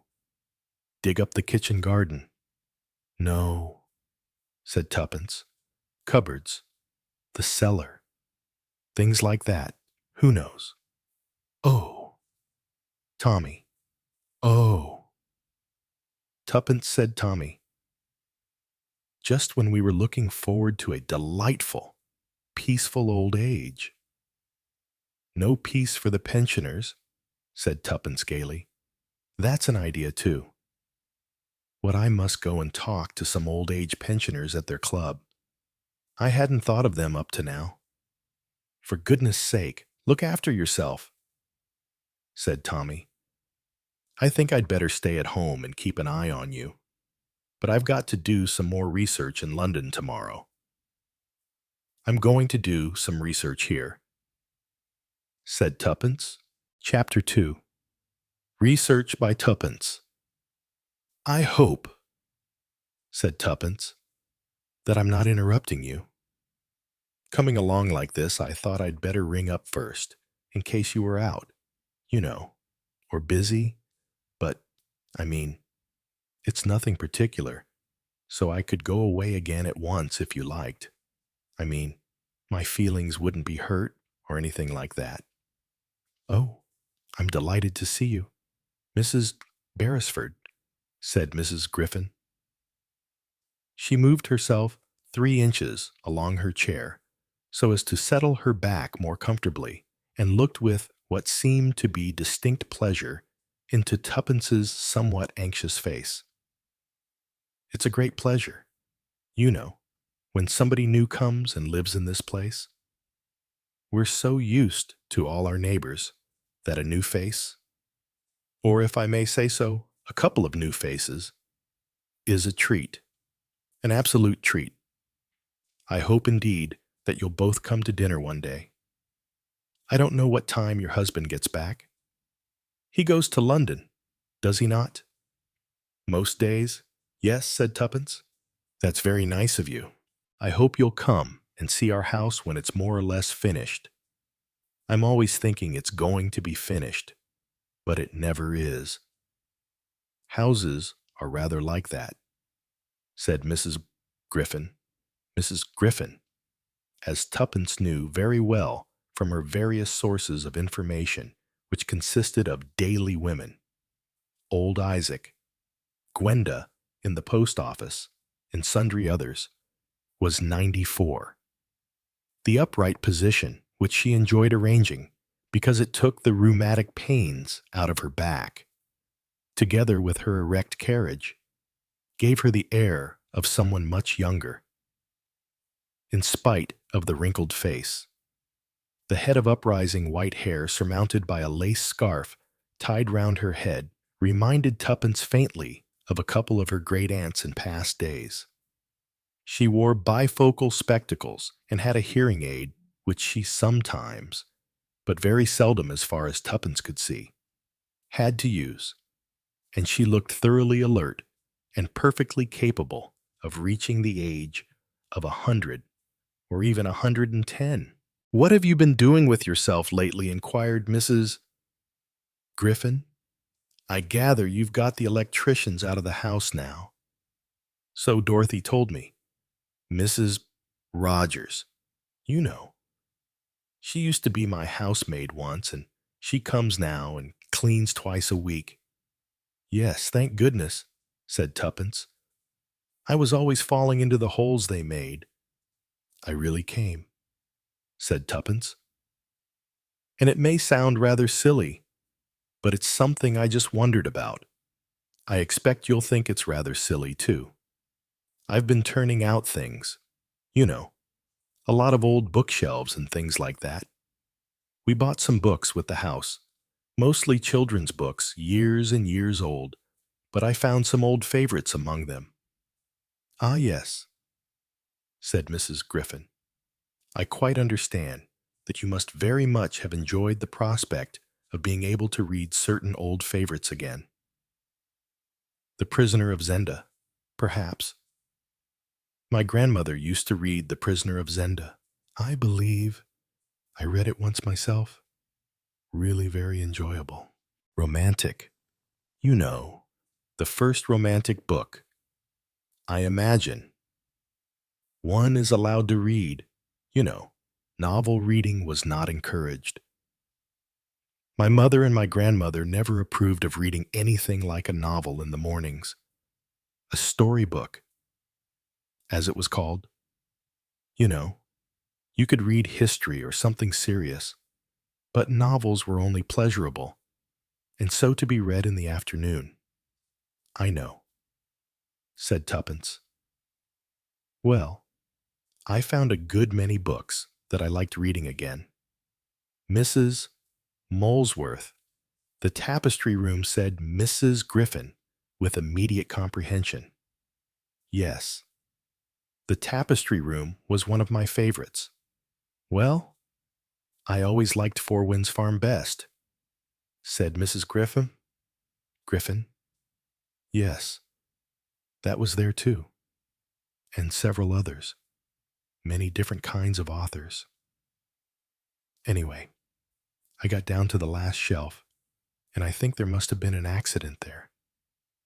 You know, someone had banged it about a good deal when they were moving furniture.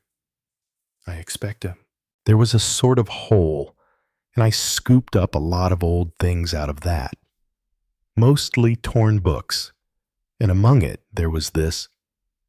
She produced her parcel, wrapped loosely in brown paper. It's a birthday book, she said, an old-fashioned birthday book, and it had your name in it. Your name, I remember you told me, was Winifred Morrison, wasn't it? Yes, my dear, quite right. And it was written in the birthday book. And so I wondered whether it would amuse you if I brought it along for you to see. It might have a lot of other old friends of yours in it, and different things or names which would amuse you. Well, that was very nice of you, my dear, and I should like to see it very much. You know, these things from the past. One does find very amusing to read in one's old age. A very kind thought of yours. It's rather faded and torn and knocked about, said Tuppence, producing her offering. Well, well, said Mrs. Griffin. Yes. You know, everyone had a birthday book. Not so much after my time as a girl. I expect this may be one of the last ones. All the girls at the school I went to had a birthday book. You know, you wrote your name in your friend's birthday book, and they wrote their name in yours, and so on. She took the book from Tuppence, opened it, and began reading down the pages. Oh dear, she murmured. How it takes me back. Yes, yes indeed. Helen Gilbert, yes. Yes, of course. And Daisy Sherfield, yes. Oh, yes, I remember her. She had to have one of those tooth things in her mouth. A brace. I think they called it. And she was always taking it out. She said she couldn't stand it. And Edie Crone. Margaret Dixon. Ah, yes. Good handwriting most of them had. Better than girls have nowadays. As for my nephew's letters, I really can't read them. Their handwriting is like hieroglyphics of some kind. One has to guess what most of the words are. Molly Short? Ah, yes. She had a stammer. It does bring things back. I don't suppose there are many of them. I mean, Tuppence paused, feeling that she might be about to say something tactless. You're thinking most of them are dead, I suppose. Dear. Well, you're quite right. Most of them are, but not all of them. No. I've still got quite a lot of people living, with whom I was, as they say, girls together, not living here, because most girls, that one knew, married and went somewhere else. Either they had husbands who were in the services and they went abroad, or they went to some other different town altogether. Two of my oldest friends live up in Northumberland.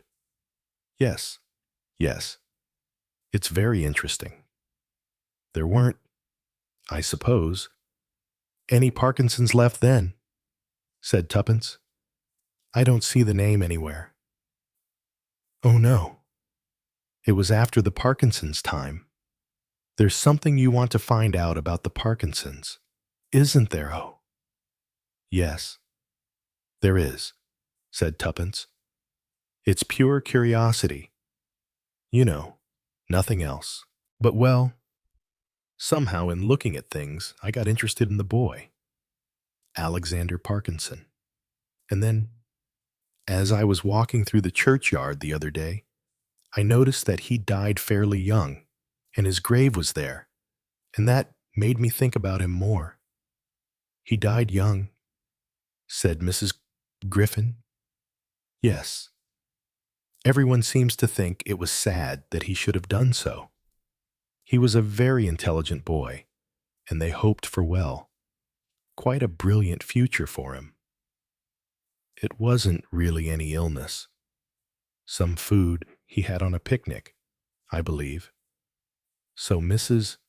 Henderson told me. She remembers a lot about the Parkinsons, Mrs. Henderson. Tuppence looked up. Oh, you wouldn't know about her. She's in one of these old people's homes. You know, it's called Meadowside. It's about 12 to 15 miles from here. You ought to go and see her. She'd tell you a lot of things, I expect. About that house you're living in. Swallow's Nest. It was called then. It's called something else. Isn't it now? The Laurelsham, Mrs.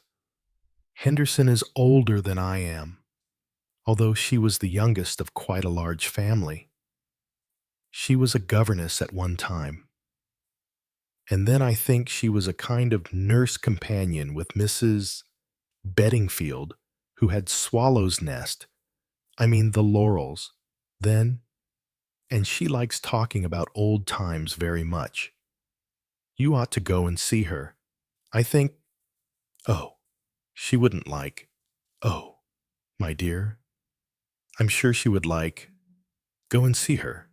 Just tell her that I suggested it. She remembers me and my sister Rosemary, and I do go and see her occasionally, but not of late years because I haven't been able to get about. And you might go and see Mrs. Hendley, who lives in, what is it now, Apple Tree Lodge. I think it is.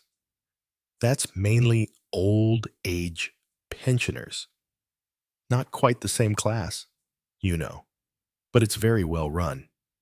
And there's a lot of gossip going there. I'm sure they'd all be quite pleased with visits. You know, anything to break the monotony. Chapter 3. Tommy and Tuppence compare notes. You look tired. Tuppence, said Tommy, as at the close of dinner they went into the sitting room and Tuppence dropped into a chair, uttering several large sighs followed by a yawn. Tired. I'm dead beat, said Tuppence. What have you been doing? Not things in the garden, I hope. I have not been overworking myself physically, said Tuppence, coldly. I've been doing like you, mental research. Also very exhausting. I agree, said Tommy, where particularly. You didn't get an awful lot out of Mrs. Griffin the day before yesterday, did you? Well, I did get a good deal. I think I didn't get much out of the first recommendation. At least, I suppose I did in a way. Opening her handbag, she tugged at a notebook of rather tiresome size, and finally got it out. I made various notes each time about things. I took some of the honey of the China menus along. For one thing, oh, and what did that produce? Well, it's not next that I write down so much as the things they say to me and tell me, and they were very thrilled at that China menu because it seemed it was one particular dinner that everyone had enjoyed very much, and they had had a wonderful meal. They hadn't had anything like it before, and apparently they had lobster salad for the first time. They'd heard of it being served after the joint in the richest and most fashionable houses, but it hadn't come their way. "Oh," said Tommy, "that wasn't very helpful." Well, yes it was, in a way, because they said they'd always remember that evening. So I said, why would they always remember that evening? And they said it was because of the census. What a census. Yes, you know what a census is. Surely. Tommy, why? We had one only last year. Or was it the year before last? You know, having to say. Or making everyone sign or enter particulars. Everyone who slept under your roof on a certain night. You know the sort of thing. On the night of November 15th, who did you have sleeping under your roof? And you have to put it down. Or they have to sign their names. I forget which. Anyway, they were having a census that day, and so everyone had to say who was under their roof. And of course, a lot of people were at the party, and they talked about it.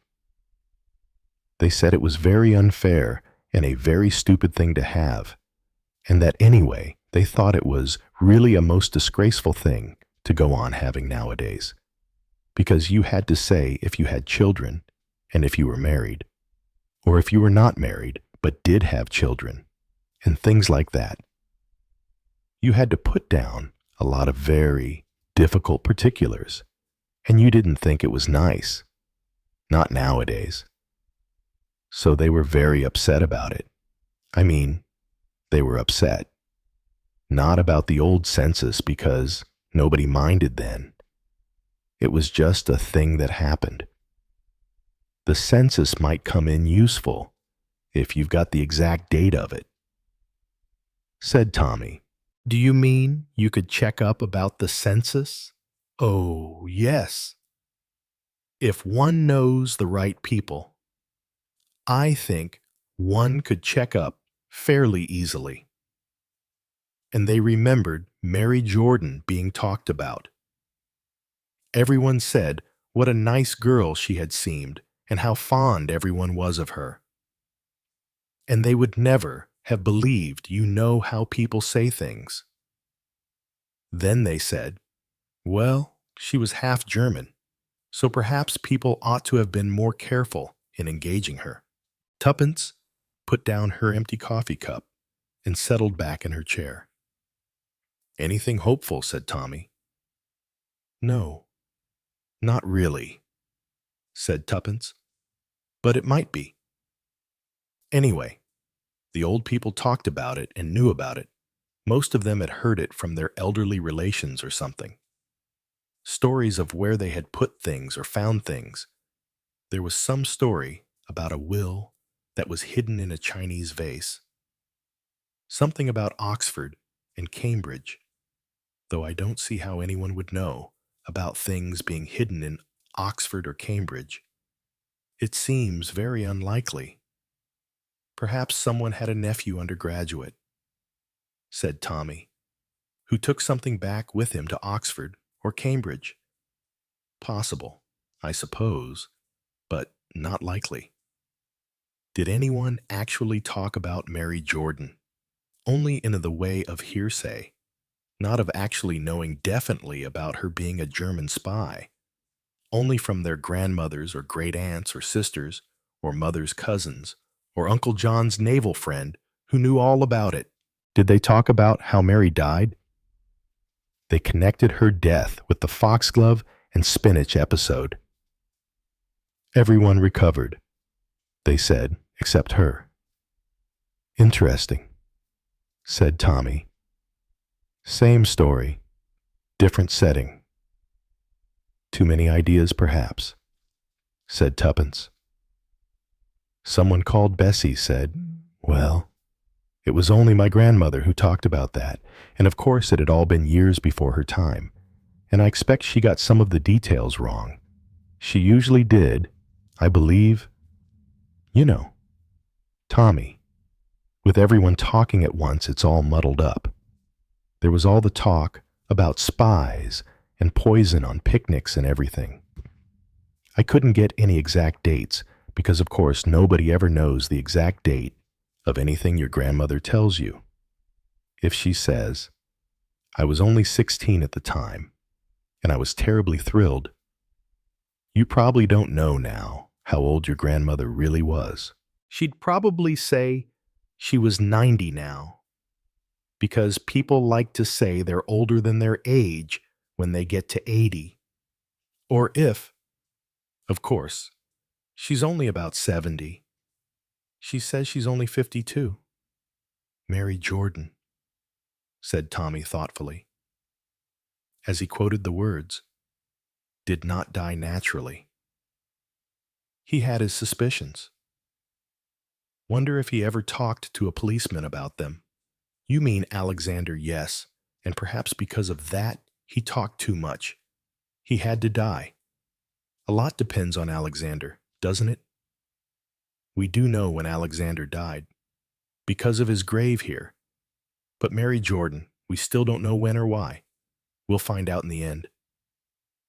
Said Tommy, you make a few lists of names you've got and dates and things. You'll be surprised. Surprised what one can check up through an odd word or two here and there. You seem to have a lot of useful friends, said Tuppence enviously. So do you, said Tommy. Well, I don't really, said Tuppence. Yes, you do. You set people in motion, said Tommy. You go and see one old lady with a birthday book. The next thing I know, you've been all through masses of people in an old pensioner's home or something, and you know all about things that happened at the time of their great aunts, great grandmothers, and Uncle Johns and godfathers, and perhaps an old admiral at sea who told tales about espionage and all that.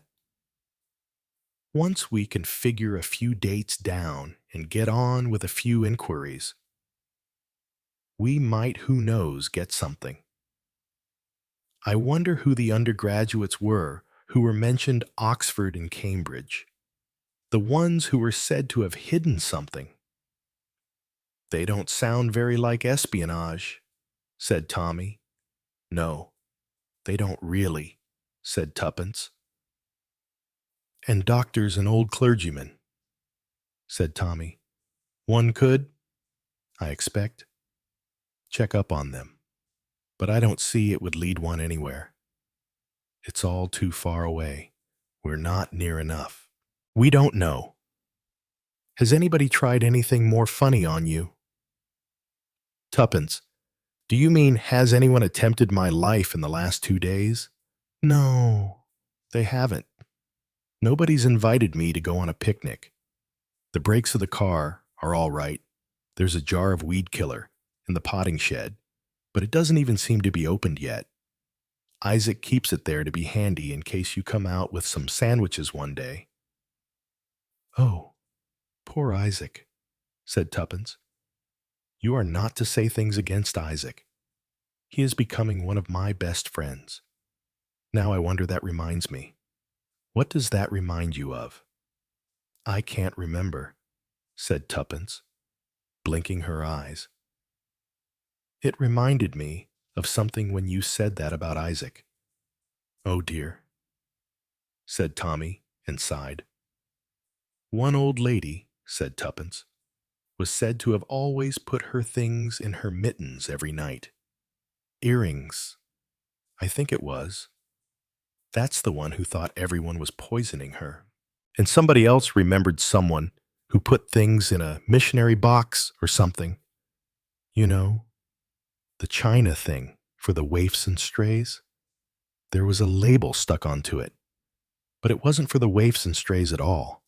Apparently, she used to put 5-pound notes in it so that she'd always have a nest egg. And when it got too full, she used to take it away and buy another box and break the first one. And spend the 5 pounds. I suppose, said Tommy. I suppose that was the idea. My cousin Emlyn used to say, said Tuppence, obviously quoting. Nobody'd rob the waifs and strays or missionaries, would they? If anyone smashed a box like that, somebody'd notice, wouldn't they? You haven't found any books of rather dull-looking sermons, have you? In your book, search in those rooms upstairs. No. Why ask tuppence? Well, I just thought that'd be a very good place to hide things in. You know, something really boring, written about theology. An old crabbed book, with the inside scooped out. Hasn't been anything like that, said Tuppence. I should have noticed it, if there was. Would you have read it? Oh, of course I wouldn't, said Tuppence. There you are then, said Tommy. You wouldn't have read it. You'd have just thrown it away. I expect The Crown of Success. That's one book I remember, said Tuppence. There were 2 copies of that. Well, let's hope that success will crown our efforts. It seems to me very unlikely. Who killed Mary Jordan? That's the book we'll have to write one day. I suppose, if we ever find out, said Tuppence gloomily. Chapter 4. Possibility of Surgery. On Matilda. What are you going to do this afternoon? Tuppence, go on helping me with these lists of names and dates and things. I don't think so, said Tuppence. I've had all that. It really is most exhausting writing everything down. Every now and then, I do get things a bit wrong, don't I? Well, I wouldn't put it past you. You have made a few mistakes. I wish you weren't more accurate than I am. Tommy, I find it so annoying sometimes. What are you going to do instead? I wouldn't mind having a good nap. Oh, no. I'm not going to actually relax, said Tuppence. I think I'm going to disembowel Matilda.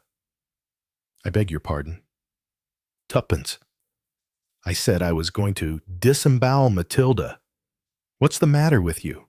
You seem very set on violence. Matilda. She's in KK? What do you mean? She's in KK. Oh, the place where all the dumps are. You know, she's the rocking horse. The one that's got a hole in her stomach. Oh, and you're going to examine her stomach. Is that it? That's the idea, said Tuppence. Would you like to come and help me? Not really, said Tommy. Would you be kind enough to come and help me? Suggested Tuppence. Put like that, said Tommy, with a deep sigh. I will force myself to consent. Anyway, it won't be as bad as making lists. Is Isaac anywhere about Noah? I think it's his afternoon off. Anyway, we don't want Isaac about. I think I've got all the information I can out of him. He knows a good deal, said Tommy thoughtfully. I found that out the other day. He was telling me a lot of things about the past, things he can't remember himself. Well, he must be nearly 80, said Tuppence. I'm quite sure of that. Yes, I know. But things really far back. People have always heard so many things, said Tuppence. You never know if they're right or not in what they've heard. Anyway, let's go and disembowel Matilda. I'd better change my clothes first, because it's excessively dusty and cobwebby in KK, and we have to burrow right inside her. You might get Isaac, if he's about, to turn her upside down. Then we could get at her stomach more easily. You really sound as though, in your last reincarnation, you must have been a surgeon. Well, I suppose it is a little like that. We are now going to remove foreign matter, which might be dangerous to the preservation of Matilda's life, such as is left of it. We might have her painted up, and Deborah's twins perhaps would like to ride on her when they next come to stay. Oh, our grandchildren have so many toys and presents already. That won't matter, said Tuppence. Children don't particularly like expensive presents. They'll play with an old bit of string or a rag doll or something they call a pet bear, which is only a bit of a hearth rug just made up into a bundle with a couple of black boot button eyes put on it. Children have their own ideas about toys. Well, come on, said Tommy. Forward to Matilda. To the operating theater. The reversal of Matilda to a position suitable for the necessary operation to take place was not an easy job. Matilda was a very fair weight. In addition to that, she was very well studded with various nails which would on occasions reverse their position, and which had points sticking out. Tuppence wiped blood from her hand, and Tommy swore as he caught his pullover, which immediately tore itself in a somewhat disastrous fashion. "Blow this damned rocking horse," said Tommy. "Ought to have been put on a bonfire years ago," said Tuppence. It was at that moment that the aged Isaac suddenly appeared and joined them. "Whatever now," he said with some surprise, "whatever be you two doing here now? What do you want with this old bit of horseflesh here? Can I help you at all? What do you want to do with it? Do you want it taken out of here?" "Not necessarily," said Tuppence. "We want to turn it upside down so that we can get at the hole there and pull things out." "You mean pull things out from inside her, as you might say. Who's been putting that idea into your head?" "Yes," said Tuppence. "That's what we do mean to do. What do you think you'll find there? Nothing but rubbish." "I expect," said Tommy. "But it would be nice," he said in a rather doubtful voice. "If things were cleared up a bit, we might want to keep other things in here. Games. Perhaps a croquet set? Something like that. There used to be a crooky lawn once, long time ago. That was in Mrs. Faulkner's time. Yes. Down where the rose garden is now. Mind you, it wasn't a full-size one." "When was that?" asked Tommy. "What? You mean the crooky lawn?" "Oh, well before my time. It was. There's always people as wants to tell you things about what used to happen, things as used to be hidden, and why and who wanted to hide them. Lot of tall stories, some of them lies. Some maybe as was true. You're very clever." "Isaac," said Tuppence, "you always seem to know about everything." "How do you know about the croquet lawn?" "Oh, used to be a box of crooky things in here. Been there for ages. Shouldn't think there's much of it left now." Tuppence relinquished Matilda and went over to a corner where there was a long wooden box. After releasing the lid with some difficulty, as it had stuck under the ravages of time, it yielded a faded red ball, a blue ball, and one mallet bent and warped. The rest of it was mainly cobwebs. Might have been in Mrs. Faulkner's time. That might, they do say, as she played in the tournaments in her time, said Isaac. "At Wimbledon," said Tuppence, incredulous. "Well, not exactly at Wimbledon. I don't think it was. No, the locals. They used to have them down here. Pictures I've seen down at the photographers. The photographers, in the village. Durrance. You know Durrance, don't you?" Durrance said, Tuppence vaguely. "Oh, yes. He sells films and things like that, doesn't he?" "That's right. Mind you, he's not the old Durrance as manages it now. It's his grandson. Or his great-grandson. I shouldn't wonder." He sells mostly postcards, and Christmas cards and birthday cards and things like that. He used to take photographs of people. Got a whole lot tucked away. Somebody come in the other day, you know, wanted a picture of her great-grandmother. She said she'd had one, but she'd broken it or burnt it or lost it or something, and she wondered if there was the negative left. But I don't think she found it. But there's a lot of old albums in there stuck away somewhere. Albums, said Tuppence thoughtfully. Anything more I can do, said Isaac. Well, just give us a bit of a hand with Jane, or whatever her name is. Not Jane. It's Matilda, and it's not Matilda either, which it ought by rights to be. I should say, I believe it was always called Matilde, for some reason. French, I expect. French or American, said Tommy, thoughtfully. Matilda, Louise, that sort of thing. Quite a good place to have hidden things, don't you think? Said Tuppence, placing her arm into the cavity in Matilda's stomach. She drew out a dilapidated India rubber ball, which had once been red and yellow, but which now had gaping holes in it. I suppose that's children, said Tuppence. They always put things in like this, whenever they see a hole, said Isaac. But there was a young gentleman once as used to leave his letters in it. So I've heard. Same as though it was a post box. Letters, who were they for some young lady, I'd think? But it was before my time, said Isaac, as usual.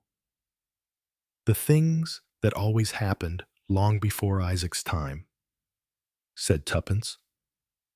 As Isaac, having adjusted Matilda into a good position, left them on the pretext of having to shut up the frames. Tommy removed his jacket.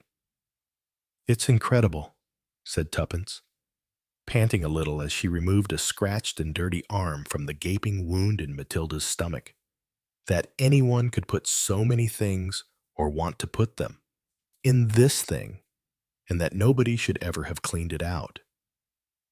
Well, why should anyone clean it out? Why would anyone want to clean it out? That's true, said Tuppence. We do. Though, don't we, only because we can't think of anything better to do.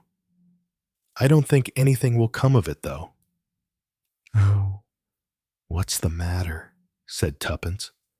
Oh, I scratched myself on something. He drew his arm out slightly, readjusted it, and felt inside once more. A knitted scarf rewarded him. It had clearly been the sustenance of moths at one time, and possibly after that had descended to an even lower level of social life. Disgusting, said Tommy. Tuppence pushed him aside slightly and fished in with her own arm, leaning over Matilda while she felt about inside. Mind the nails, said Tommy. What's this? Said Tuppence. She brought her find out into the open air. It appeared to be the wheel off a bus or cart or some child's toy. I think, she said, we're wasting our time. I'm sure we are, said Tommy. All the same, we might as well do it properly, said Tuppence. Oh dear, I've got 3 spiders walking up my arm. It'll be a worm in a minute, and I hate worms. I don't think there'll be any worms inside Matilda. I mean, worms like going underground in the earth. I don't think they'd care for Matilda as a boarding house. Do you? Oh, well, it's getting empty at any rate. I think, said Tuppence. Hello, what's this? Dear me, it seems to be a needle book. What a funny thing to find. There's still some needles in it, but they're all rusted. Some child who didn't like to do her sewing. I expect, said Tommy. Yes, that's a good idea. I touched something that felt like a book just now, said Tommy. Oh, well, that might be helpful. What part of Matilda I should think the appendix or the liver? Said Tommy in a professional tone. On her right-hand side. I'm regarding this as an operation, he added. All right, surgeon. Better pull it out. Whatever it is. The so-called book, barely recognizable as such, was of ancient lineage. Its pages were loose and stained, and its binding was coming to pieces. It seems to be a manual of French, said Tommy. Pour les enfants. Le petit précepteur. I see, said Tuppence. I've got the same idea as you had. The child didn't want to learn her French lesson, so she came in here and deliberately lost it by putting it into Mathilde. Good old Matilda. If Matilda was right side up, it must have been very difficult putting things through this hole in her stomach. Not for a child, said Tuppence. She'd be quite the right height and everything. I mean, she'd kneel and crawl underneath it. Hello? Here's something which feels slippery. Feels rather like an animal's skin. How very unpleasant, said Tommy. Do you think it's a dead rabbit or something? Well, it's not furry or anything. I don't think it's very nice. Oh dear. There's a nail again. Well, it seems to be hung on a nail. There's a sort of bit of string or cord. Funny it hasn't rotted away, isn't it? She drew out her find cautiously. It's a pocketbook, she said. Yes. Yes. It's been quite good leather once. I think quite good leather. Let's see what's inside it. If there is anything inside it, said Tommy. There's something inside it, said Tuppence. Perhaps it's a lot of 5-pound notes. She added hopefully, well, I don't suppose they'd be usable still. Paper would rot. Wouldn't it? I don't know, said Tuppence. A lot of queer things do survive. You know. I think 5-pound notes used to be made of wonderfully good paper once. You know. Sort of thin, but very durable. Oh well, perhaps it's a 20-pound note. It will help with the housekeeping. What the money'll be before Isaac's time, too, I expect. Or else he'd have found it. Ah, well, think it might be a 100-pound note. I wish it were golden sovereigns. Sovereigns were always in purses. My great-aunt Maria had a great purse full of sovereigns. She used to show it to us as children. It was her nest egg, she said, in case the French came. I think it was the French. Anyway, it was for extremities, or danger. Lovely fat golden sovereigns. I used to think it was wonderful, and I'd think how lovely it would be. You know, once one was grown up, and you'd have a purse full of sovereigns. Who was going to give you a purse full of sovereigns? I didn't think of anyone giving it to me, said Tuppence. I thought of it as the sort of thing that belonged to you as a right. Once you were a grown-up person, you know, a real grown-up wearing a mantle. That's what they called the things. A mantle with a sort of fur bow around it, and a bonnet. You had this great fat purse jammed full of sovereigns, and if you had a favorite grandson who was going back to school, you always gave him a sovereign as a tip. What about the girls, the granddaughters? I don't think they got any sovereigns, said Tuppence. But sometimes she used to send me half a 5-pound note. Half a 5-pound note. That wouldn't be much good. Oh, yes. It was. She used to tear the 5-pound note in half. Send me one half first, and then the other half in another letter later. You see, it was supposed in that way that nobody'd want to steal it. Oh dear. What a lot of precautions everyone did take. They did rather, said Tuppence. Hello, what's this? She was fumbling now in the leather case. Let's get out of KK for a minute, said Tommy, and get some air. They got outside KK. In the air, they saw better what their trophy was like. It was a thick leather wallet of good quality. It was stiff with age, but not in any way destroyed. I expect it was kept from damp inside Matilda, said Tuppence. Oh, Tommy, do you know what I think this is? No. What it isn't money, said Tuppence. But I think it's letters. I don't know whether we'll be able to read them now. They're very old and faded. Very carefully, Tommy arranged the crinkled yellow paper of the letters, pushing them apart when he could. The writing was quite large and had once been written in a very deep blue-black ink. Meeting place changed, said Tommy. Ken Gardens near Peter Pan. Wednesday 25th, 3:30 p.m. Joanna. I really believe, said Tuppence, we might have something at last. You mean that someone who'd be going to London was told to go on a certain day and meet someone in Kensington Gardens bringing perhaps the papers or the plans or whatever it was? Who do you think got these things out of Matilda or put them into Matilda? It couldn't have been a child, said Tuppence. It must have been someone who lived in the house and so could move about without being noticed. Got things from the naval spy, I suppose, and took them to London. Tuppence wrapped up the old leather wallet in the scarf she'd been wearing round her neck, and she and Tommy returned to the house. There may be other papers in there, said Tuppence, but most of them I think are perished and will more or less fall to pieces if you touch them. Hello. What's this on the hall table?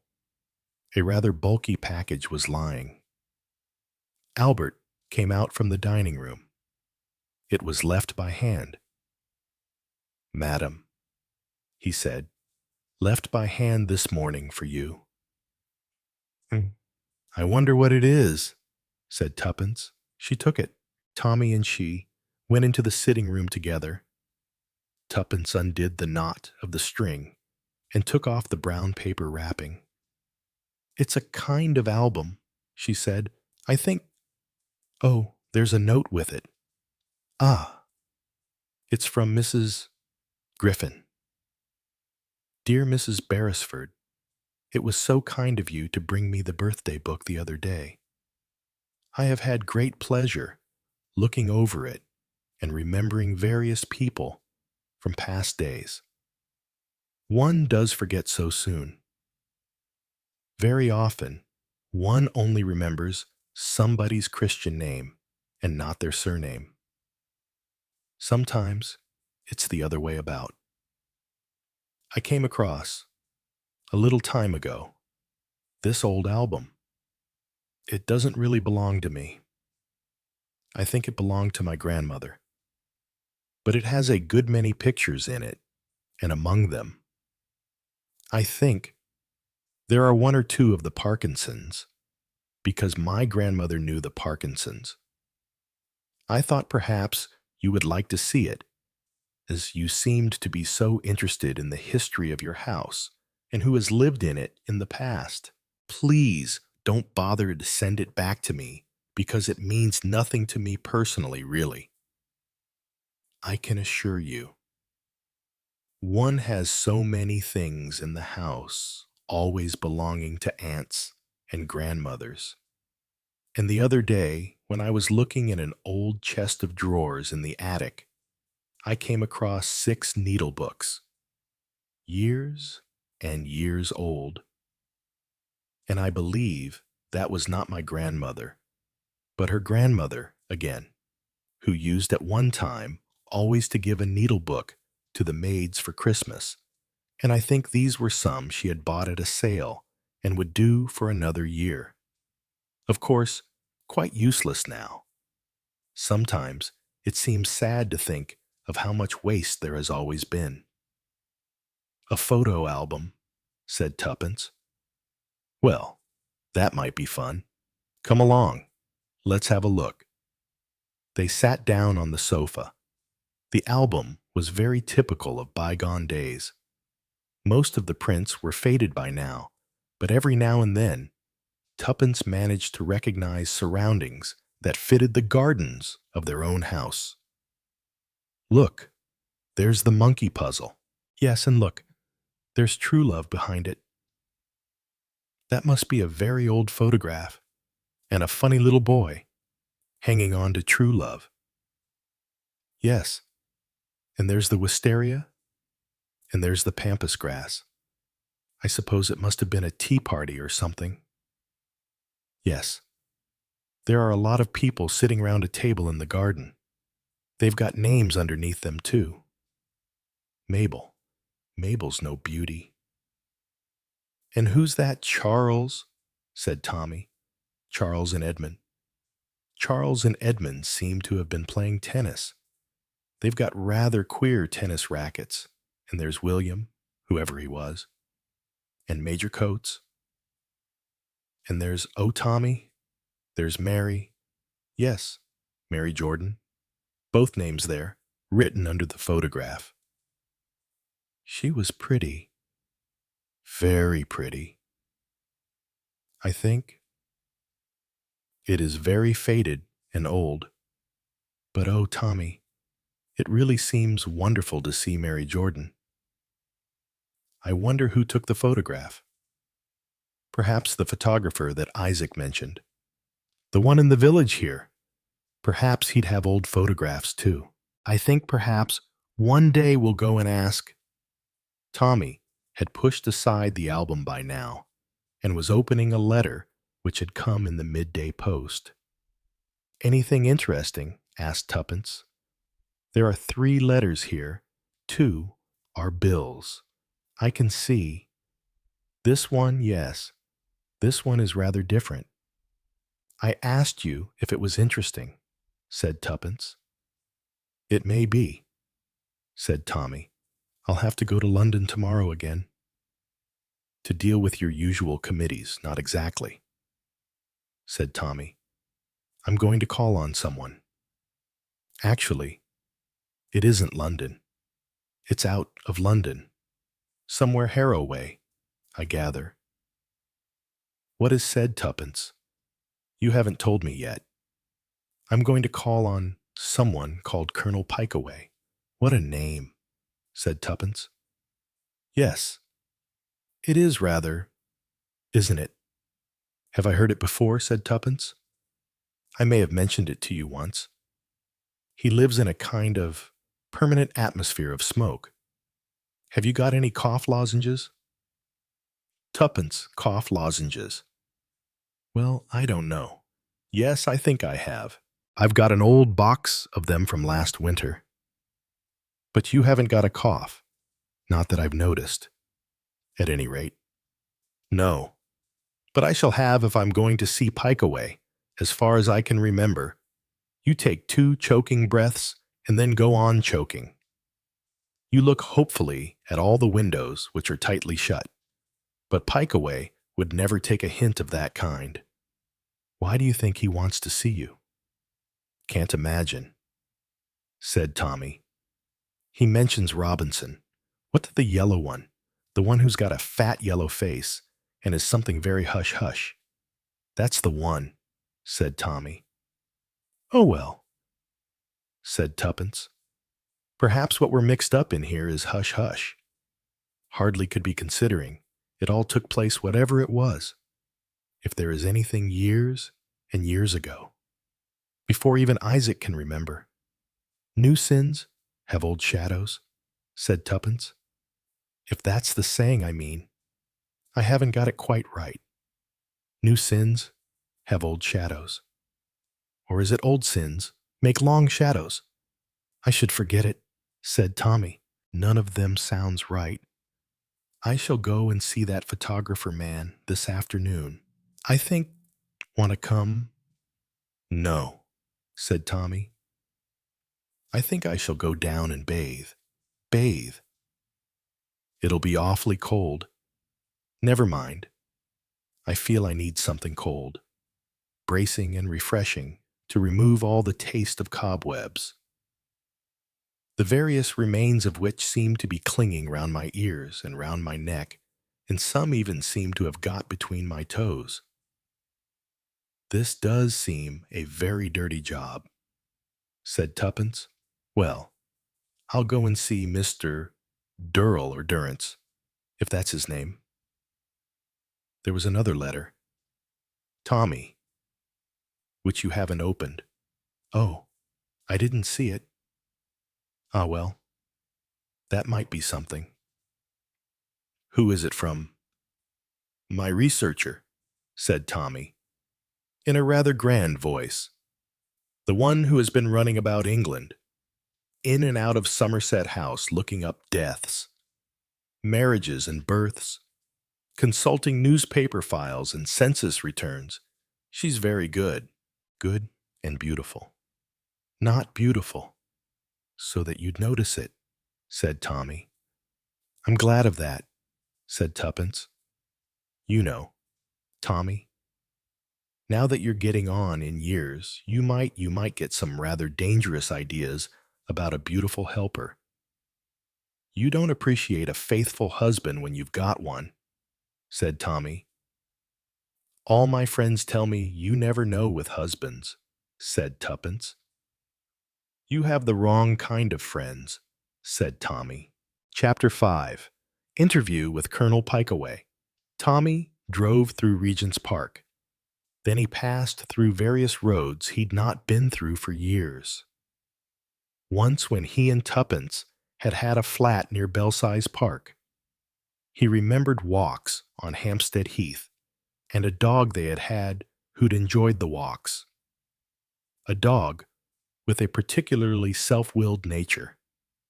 When coming out of the flat, he had always wished to turn to the left on the road that would lead to Hampstead Heath. The efforts of Tuppence or Tommy to make him turn to the right and go into shopping quarters were usually defeated.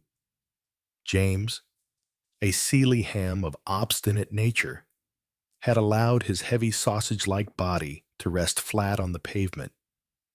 He would produce a tongue from his mouth and give every semblance of being a dog tired out. Out by being given the wrong kind of exercise by those who owned him. People passing by usually could not refrain from comment. Oh, look at that dear little dog there.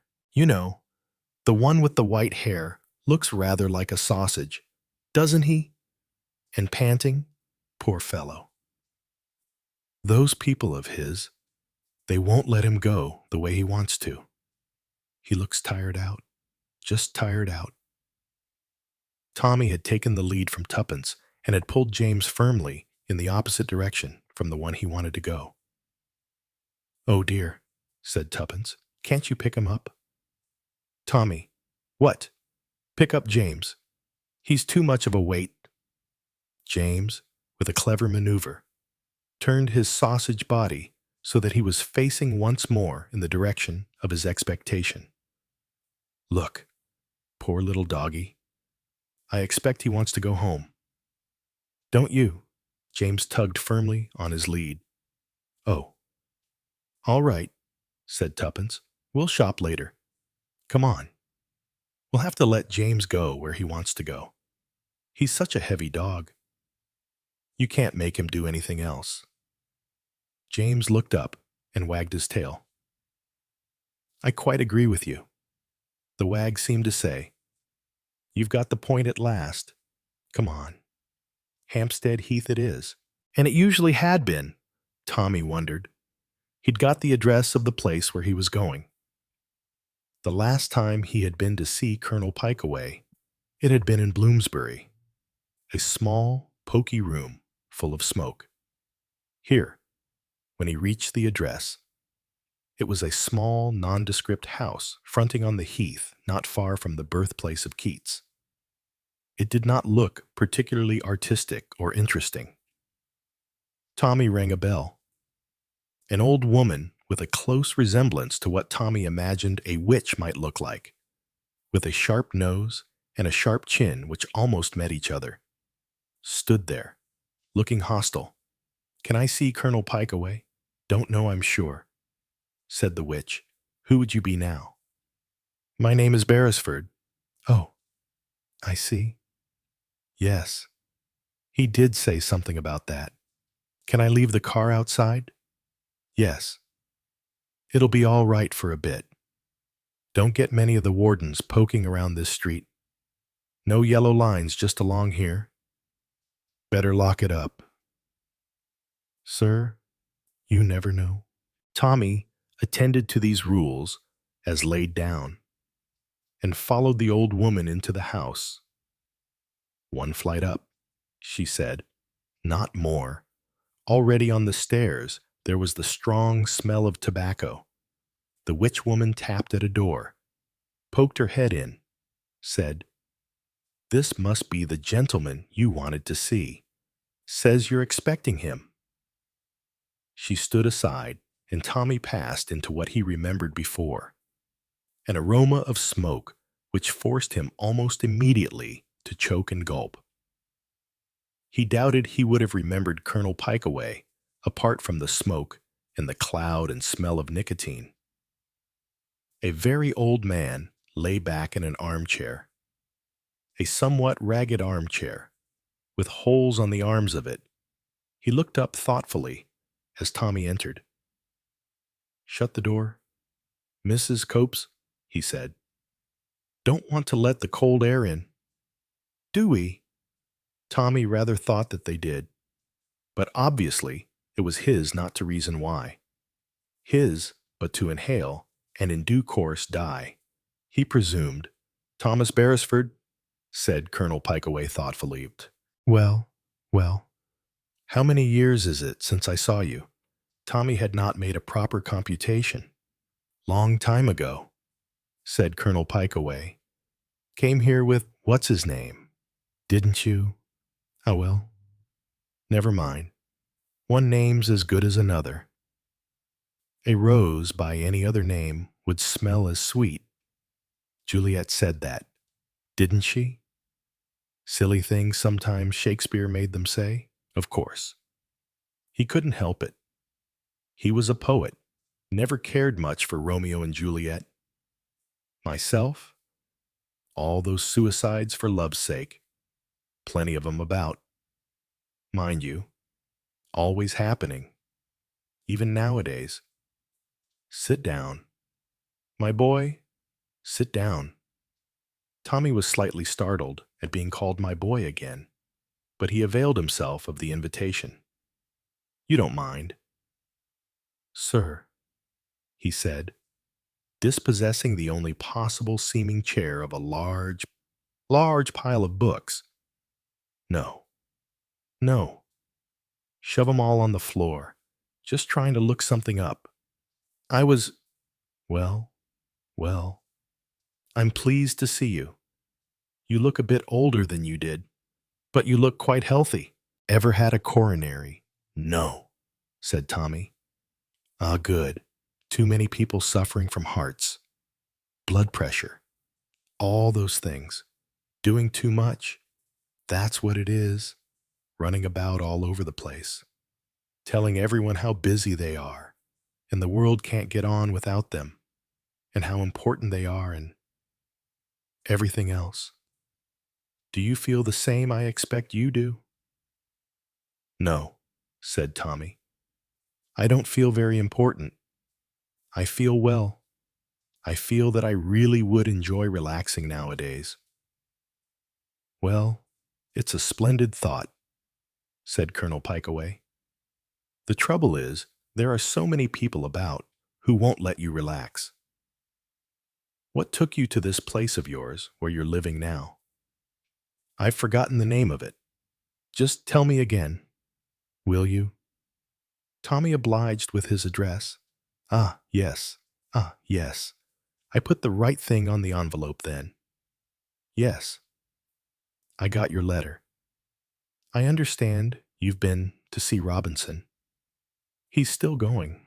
just as fat as ever, just as yellow as ever, and just as rich or richer than ever. I expect. Knows all about it, too. Knows about money. I mean, what took you there? Boy. Well, we had bought a new house, and a friend of mine advised me that Mr. Robinson might be able to clear up a mystery that my wife and I found connected with it, relating to a long time back. I remember now. I don't believe I ever met her, but you've got a clever wife, haven't you? Did some sterling work in the what is the thing? Sounded like the catechism. N or M? That was it, wasn't it? Yes, said Tommy. And now you're on to the same line again. Are you? Looking into things. Had suspicions. Had you? No, said Tommy. That's entirely wrong. We only went there because we were tired of the flat we were living in, and they kept putting up the rent. Nasty trick, said Colonel Pikeaway. They do that to you nowadays. The landlords. Never satisfied. Talk about daughters of the horse leech. Sons of the horse leech are just as bad. All right.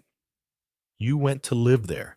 Il faut cultiver son jardin, said Colonel Pikeaway, with a rather sudden onslaught on the French language. Trying to rub up my French again. He explained. Got to keep in with the common market nowadays. Haven't we funny stuff going on there? By the way, you know, behind things. Not what you see on the surface. So you went to live at Swallow's Nest. What took you to Swallow's Nest? I'd like to know. The house we bought, well, it's called the Laurels now, said Tommy. Silly name, said Colonel Pikeaway.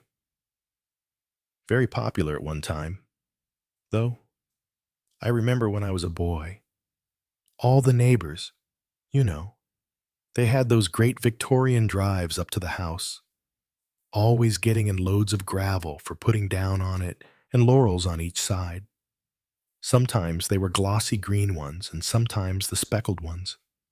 Supposed to be very showy.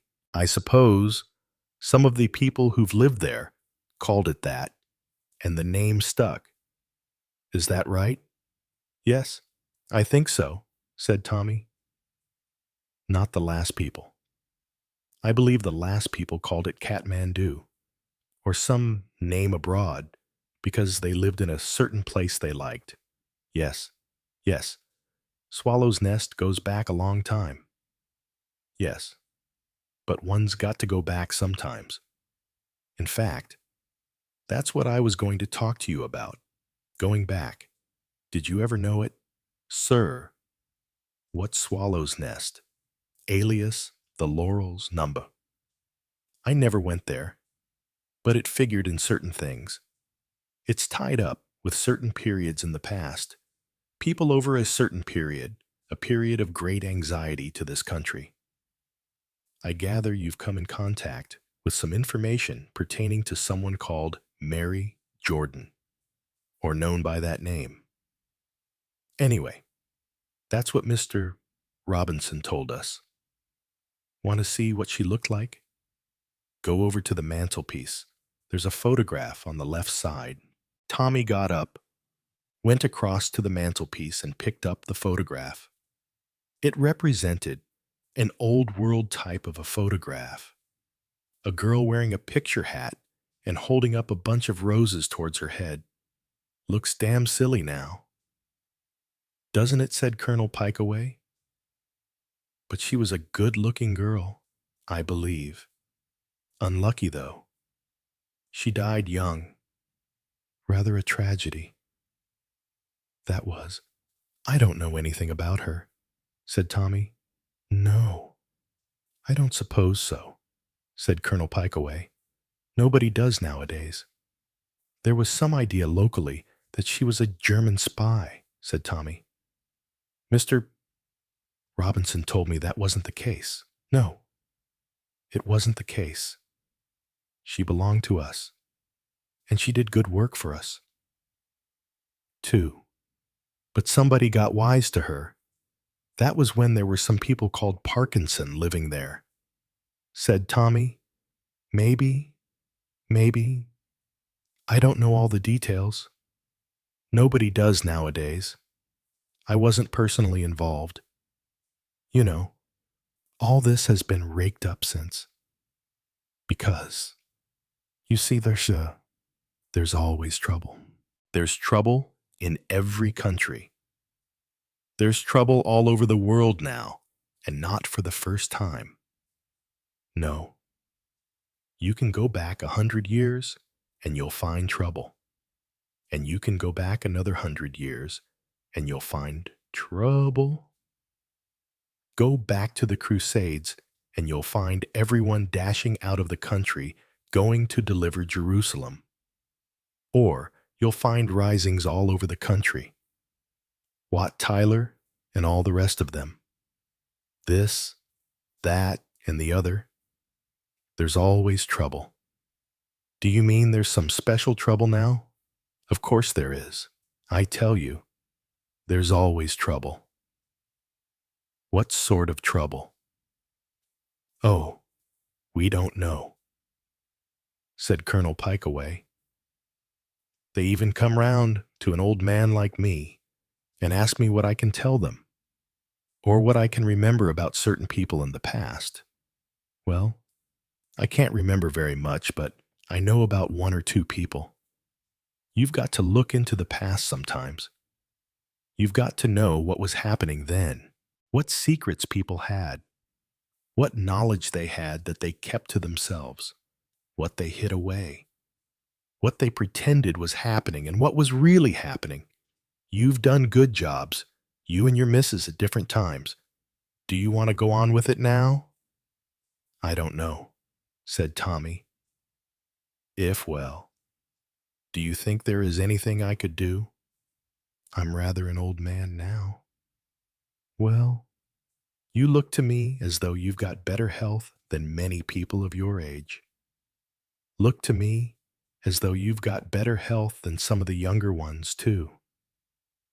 And as for your wife, well, she was always good at nosing out things, wasn't she? Yes, good as a well-trained dog. Tommy could not repress a smile. But what is this all about? Said Tommy. Of course, I'm quite willing to do anything if you thought I could. But I don't know. Nobody's told me anything.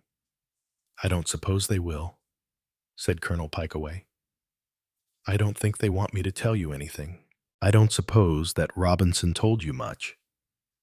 He keeps his mouth shut, that large fat man. But I'll tell you, well, the bare facts, you know what the world's like, well, the same things always, violence, swindles, materialism, rebellion by the young, love of violence and a good deal of sadism, almost as bad as the days of the Hitler Youth. All those things. Well, when you want to find out what's wrong, not only with this country, but world trouble as well, it's not easy. It's a good thing. The common market, it's what we always needed, always wanted. But it's got to be a real common market. That's got to be understood very clearly. It's got to be a united Europe. There's got to be a union of civilized countries with civilized ideas and with civilized beliefs and principles. The first thing is, when there's something wrong, you've got to know where that something is. And that's where that yellow whale of a fellow still knows his oats. You mean Mr. Robinson? Yes, I mean Mr. Robinson. They wanted to give him a peerage, you know, but he wouldn't have it. And you know what he means. I suppose, said Tommy. You mean he stands for money? That's right. Not materialism, but he knows about money. He knows where it comes from. He knows where it goes. He knows why it goes. He knows who's behind things, behind banks, behind big industrial undertakings. And he has to know who is responsible for certain things. Big fortunes made out of drugs, drug pushers, drugs being sent all over the world, being marketed, a worship of money. Money not just for buying yourself a big house and 2 Rolls Royces, but money for making more money and doing down, doing away with the old beliefs, beliefs in honesty, in fair trading. You don't want equality in the world. You want the strong to help the weak. You want the rich to finance the poor. You want the honest and the good to be looked up to and admired. Finance. Things are coming back now to finance all the time. What finance is doing, where it's going, what it's supporting, how far hidden it is. There are people you knew, people in the past who had power and brains, and their power and brains brought the money and means. And some of their activities were secret, but we've got to find out about them. Find out who their secrets passed to, who they've been handed down to, who may be running things now. Swallow's Nest was a type of headquarters. A headquarters for what I should call evil. Later in Hollow Key, there was something else. Do you remember Jonathan Cain at all? It's a name, said Tommy. I don't remember anything personally. Well, he was said to be what was admired at one time, what came to be known later as a fascist. That was the time before we knew what Hitler was going to be like and all the rest of them. The time when we thought that something like fascism might be a splendid idea to reform the world with. This chap, Jonathan Cain, had followers, a lot of followers, young followers, middle-aged followers, a lot of them. He had plans. He had sources of power. He knew the secrets of a lot of people. He had the kind of knowledge that gave him power, plenty of blackmail, about as always. We want to know what he knew. We want to know what he did. And I think it's possible that he left both plans and followers behind him. Young people who were enmeshed and perhaps still are in favor of his ideas. There have been secrets. You know, there are always secrets that are worth money. I'm not telling you anything exact because I don't know anything exact. The trouble with me is that nobody really knows. We think we know everything because of what we've been through. Wars, turmoil, peace, new forms of government. We think we know it all. But do we? Do we know anything about germ warfare? Do we know everything about gases? About means of inducing pollution? The chemists have their secrets. The Navy, the Air Force, all sorts of things. And they're not all in the present. Some of them were in the past. Some of them were on the point of being developed. But the development didn't take place. There wasn't time for it, but it was written down. It was committed to paper or committed to certain people. And those people had children, and their children had children, and maybe some of the things came down. Left in wills, left in documents, left with solicitors to be delivered at a certain time. Some people don't know what it is they've got hold of. Some of them have just destroyed it as rubbish. But we've got to find out a little more than we do, because things are happening all the time. In different countries, in different places, in wars, in Vietnam, in guerrilla wars, in Jordan, in Israel, even in the uninvolved countries, in Sweden and Switzerland, anywhere. There are these things, and we want clues to them. And there's some idea that some of the clues could be found in the past. Well, you can't go back into the past. You can't go to a doctor and say, hypnotize me and let me see what happened in 1914 or in 1918 or earlier still perhaps, in 1890 perhaps. Something was being planned. Something was never completely developed. Ideas. Just look far back. They were thinking of flying, in the Middle Ages. They had some ideas about it. The ancient Egyptians, I believe, had certain ideas. They were never developed. But once the ideas passed on, once you come to the time when they get into the hands of someone who has the means and the kind of brain that can develop them, anything may happen bad or good. We have a feeling lately that some of the things that have been invented during warfare, for example, are difficult to explain except through the process of some secret development, thought to be unimportant, but it hasn't been unimportant. Somebody in whose hands it's got has made some adaptation of it, which can produce very, very frightening results. Things that can change a character, can perhaps turn a good man into a fiend, and usually for the same reason. For money. Money, and what money can buy. What money can get. The power that money can develop. Well, young Beresford, what do you say to all that? I think it's a very frightening prospect, said Tommy. That, yes. But do you think I'm talking nonsense? Do you think this is just an old man's fantasies? No, sir, said Tommy. I think you're a man who knows things. You always have been a man who knew things. That's why they wanted me, wasn't it? They came here, complained about all the smoke, said it stifled them. But well, there's a time when there was that Frankfurt ring business. Well, we managed to stop that. We managed to stop it by getting at who was behind it. There's a somebody, not just one somebody, several somebodies who are probably behind this. Perhaps we can know who they are. But even if not, we can know perhaps what the things are.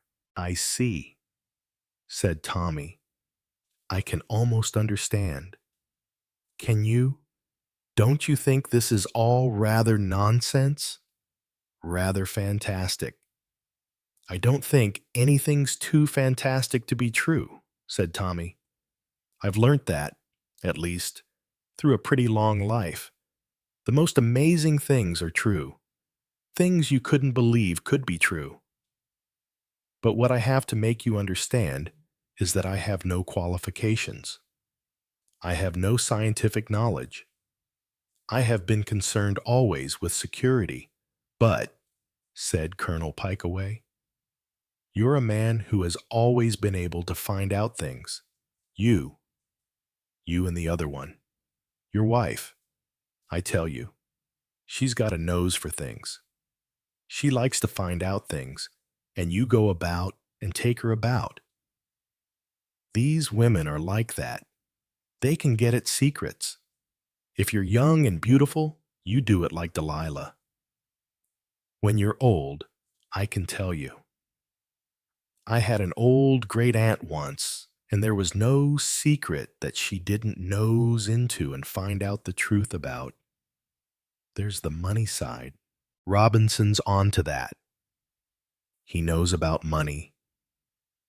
He knows where the money goes, why it goes, where it goes to, and where it comes from, and what it's doing. All the rest of it. He knows about money. It's like a doctor feeling your pulse. He can feel a financier's pulse, where the headquarters of money are, who's using it, what for, and why. I'm putting you onto this because you're in the right place.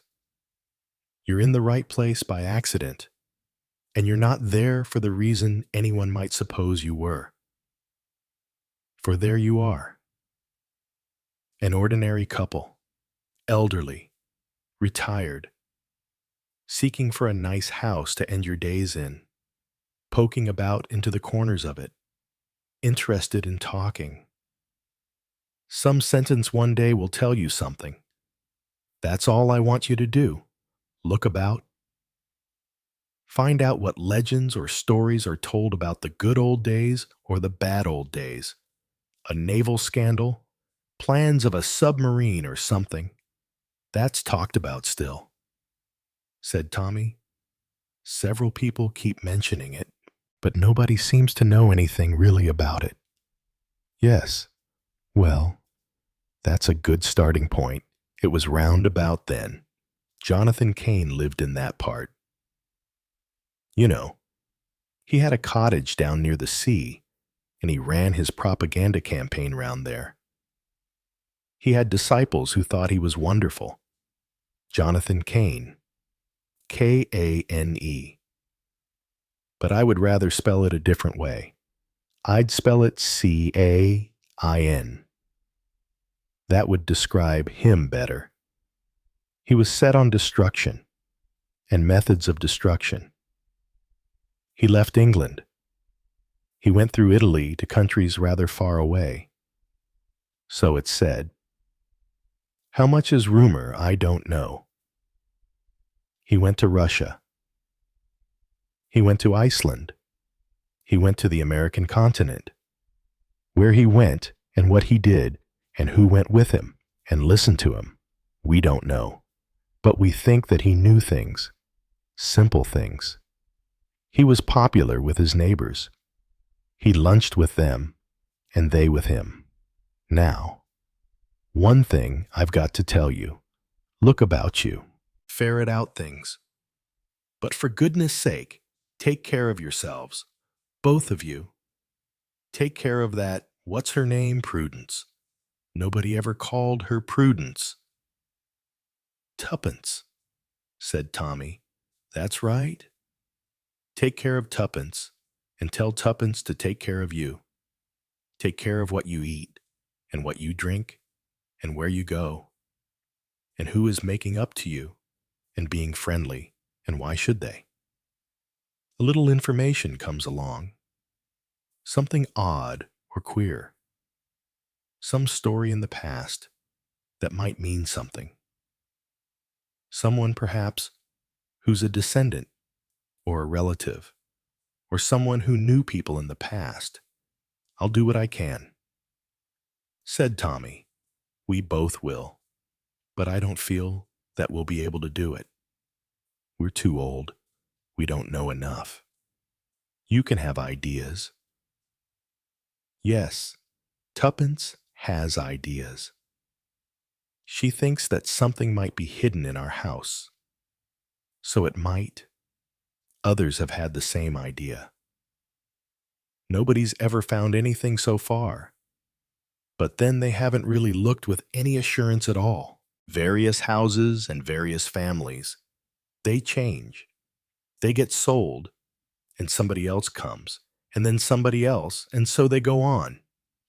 Lestranges and Mortimers and Parkinsons. Nothing much in the Parkinsons, except for one of the boys, Alexander Parkinson. So, you know about him. How did you manage that? He left a message for someone to find in one of Robert Louis Stevenson's books. Mary Jordan did not die naturally. We found it. The fate of every man we have bound about his neck, some saying like that. Isn't there, carry on? You too. Pass through the postern of fate. Chapter 6. Postern of Fate. Mr. Durance's shop was halfway up the village. It was on a corner site. Had a few photographs displayed in the window. A couple of marriage groups. A kicking baby in a nudist condition on a rug. One or two bearded young men taken with their girls. None of the photographs were very good. Some of them already displayed signs of age. There were also postcards in large numbers, birthday cards, and a few special shelves arranged in order of relationships. To my husband, to my wife. 1 or 2 bathing groups. There were a few pocketbooks and wallets of rather poor quality, and a certain amount of stationery and envelopes bearing floral designs, boxes of small notepaper decorated with flowers and labeled for notes. Tuppence wandered about a little, picking up various specimens of the merchandise and waiting whilst a discussion about the results obtained from a certain camera were criticized, and advice was asked. An elderly woman with gray hair and rather lackluster eyes attended to a good deal of the more ordinary requests. A rather tall young man with long flaxen hair and a budding beard seemed to be the principal attendant. He came along the counter towards Tuppence, looking at her questioningly. "Can I help you in any way?" "Really," said Tuppence. "I wanted to ask about albums. You know, photograph albums. Ah, things to stick your photos in." "You mean, well, we've got 1 or 2 of those, but you don't get so much of them nowadays. I mean, people go very largely for transparencies." "Of course. Yes, I understand," said Tuppence. "But I collect them. You know, I collect old albums. Ones like this." She produced, with the air of a conjurer, the album she'd been sent. "Ah, that goes back a long time. Doesn't it?" said Mr. Durrance. Well now, over 50 years old, I should say. Of course, they did do a lot of those things around then, didn't they? Everyone had an album. They had birthday books, too, said Tuppence. Birthday books, yes. I remember something about them. My grandmother had a birthday book. I remember. Lots of people had to write their name in it. We've got birthday cards here still, but people don't buy them much nowadays. It's more Valentines, you know, and Happy Christmases. Of course. I don't know whether you had any old albums. You know, the sort of things people don't want anymore. But they interest me as a collector. I like having different specimens. Well, everyone collects something nowadays. That's true enough, said Durrance. You'd hardly believe it. The things people collect. I don't think I've got anything as old as this. One of yours, though? However, I could look around. He went behind the counter and pulled open a drawer against the wall. "Lot of stuff in here," he said. "I meant to turn it out sometime, but I didn't know, as there'd really be any market for it. A lot of weddings here." "Of course. But then, I mean, weddings date. People want them just at the time of the wedding, but nobody comes back to look for weddings in the past." "You mean, nobody comes in and says, 'My grandmother was married here. I wonder if you've got any photographs of her wedding?'" "Don't think anyone's ever asked me that," said Durrance. "Still, you never know. They do ask you for queer things sometimes." "Sometimes, you know, someone comes in and wants to see whether you've kept a negative of a baby. You know what mothers are. They want pictures of their babies when they were young.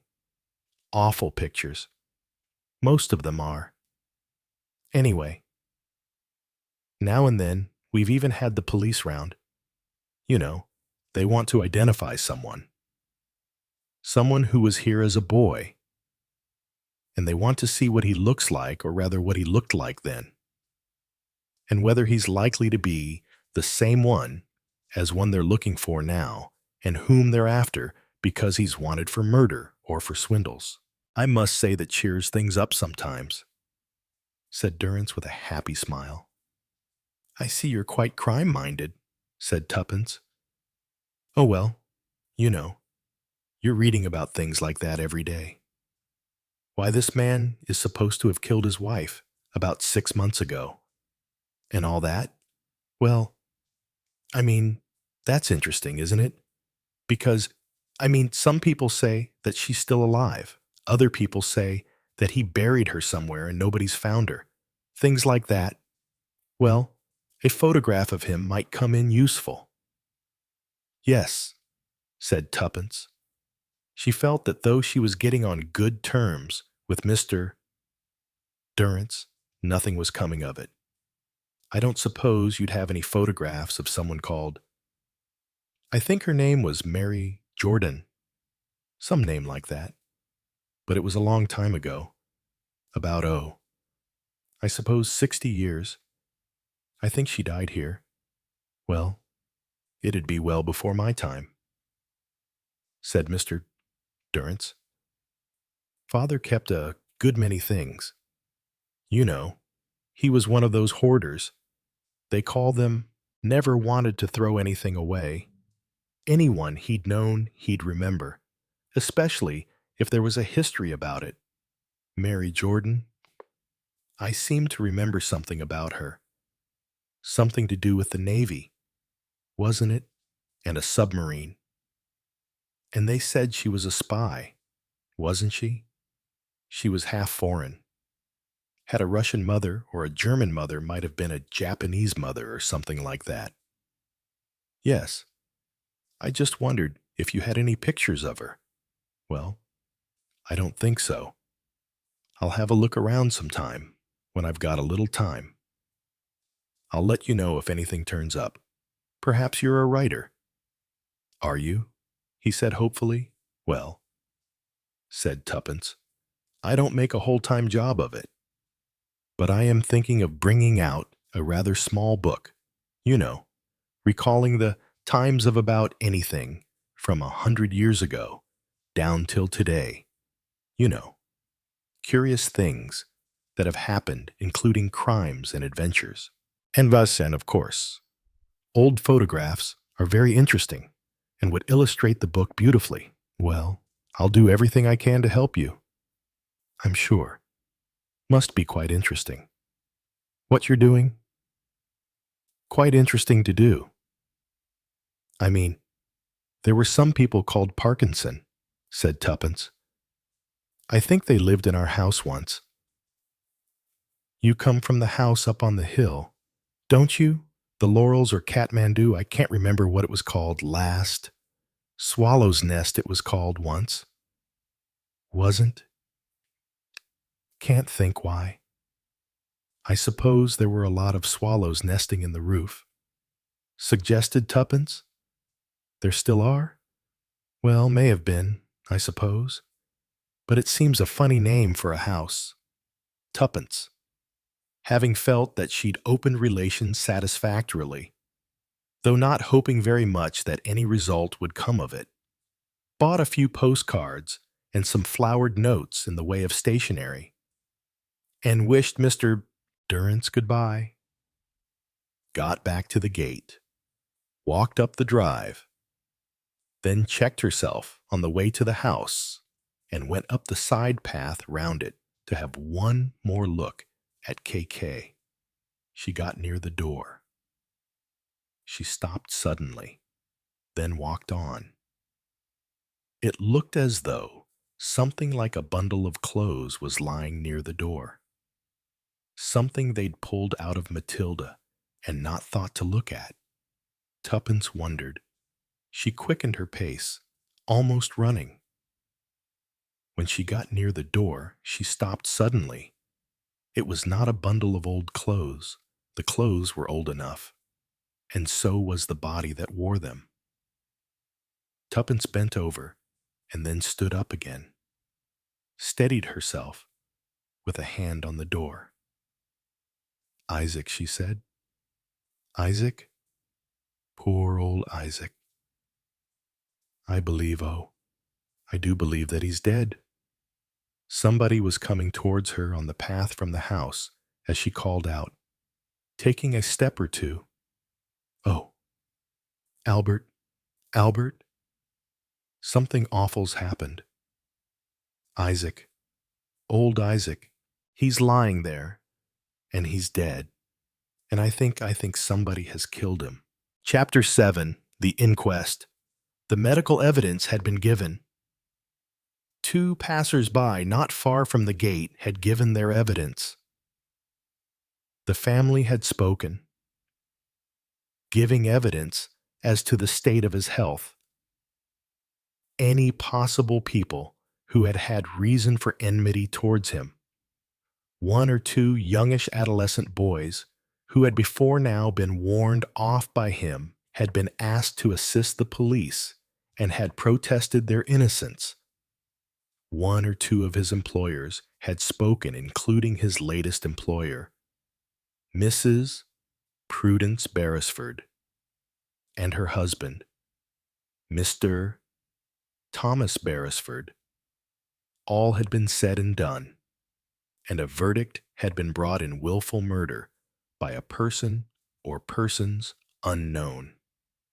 Tuppence came out from the inquest, and Tommy put an arm round her as they passed the little group of people waiting outside.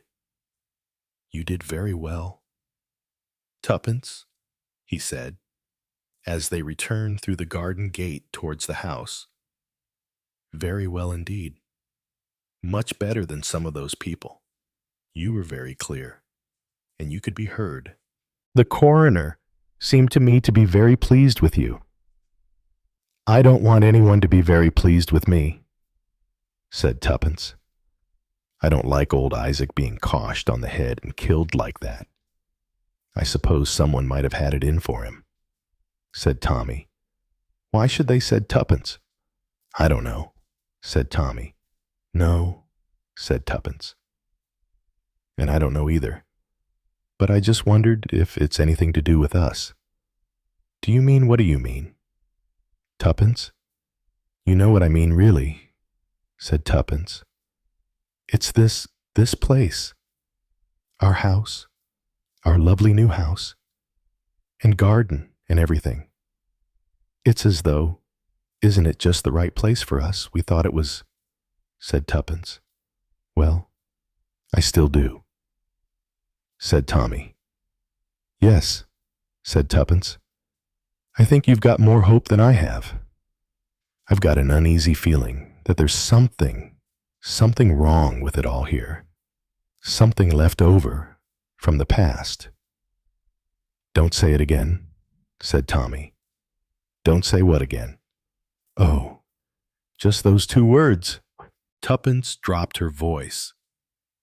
She got nearer to Tommy and spoke almost into his ear.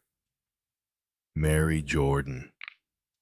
"Well, yes, that was in my mind, and in my mind too, I expect. But I mean, what can anything then have to do with nowadays? What can the past matter?" said Tuppence. "It oughtn't to have anything to do with now. The past oughtn't to have anything to do with the present. Is that what you mean?" "But it does," said Tommy. "It does, in queer ways that one doesn't think of. I mean, that one doesn't think would ever happen.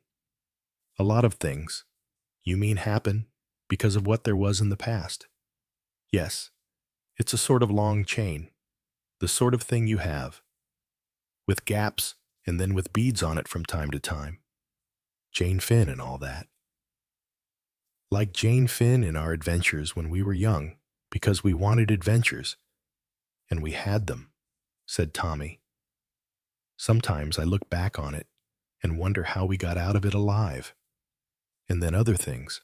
You know, when we went into partnership and we pretended to be detective agents." "Oh, that was fun," said Tommy. "Do you remember?" "No," said Tuppence. "I'm not going to remember. I'm not anxious to go back to thinking of the past except as a stepping stone, as you might say. No. Well, anyway, that gave us practice, didn't it? And then we had the next bit." Said Tommy. "Mrs. Blenkinsop, eh?" Tuppence laughed. "Yes, Mrs. Blenkinsop. I'll never forget when I came into that room and saw you sitting there. How you had the nerve. Tuppence. To do what you did. Move that wardrobe, or whatever it was, and listen into me and Mr. What's his name, talking, and then Mrs. Blenkinsop, said Tuppence. She laughed too. N or M, and goosey gander. But you don't, Tommy hesitated. You don't believe that all those were what you call stepping stones to this? Well, they are in a way, said Tuppence. I mean, I don't suppose that Mr. Robinson would have said what he did to you if he hadn't had a lot of those things in his mind. Me for one of them. Very much you for one of them. But now, said Tuppence, this makes it all different. This, Isaac, dead, coshed on the head, just inside our garden gate. You don't think that's connected with... One can't help thinking it might be, said Tuppence. That's what I mean. We're not just investigating a sort of detective mystery anymore. Finding out, about the past and why somebody died in the past and things like that. It's become personal. Quite personal. I think. Poor old Isaac being dead. He was a very old man, and possibly that had something to do with it. Not after listening to the medical evidence this morning. Someone wanted to kill him. What for? Why didn't they want to kill us if it was anything to do with us? Said Tommy. Well, perhaps they'll try that too. Perhaps then, he could have told us something. Perhaps he was going to tell us something. Perhaps he even threatened somebody else that he was going to talk to us. Say something he knew about the girl, or one of the Parkinsons, or all this spying business in the 1914 war. The secrets that were sold. And then, you see, he had to be silenced. But if we hadn't come to live here and ask questions and wanted to find out, it wouldn't have happened. Don't get so worked up. I am worked up, and I'm not doing anything for fun anymore. This isn't fun. We're doing something different now. Tommy, we're hunting down a killer, but who? Of course we don't know yet, but we can find out. That's not the past. That's now. That's something that happened, only days ago? 6 days ago. That's the present. It's here, and it's connected with us, and it's connected with this house. And we've got to find out, and we're going to find out. I don't know how, but we've got to go after all the clues and follow up things.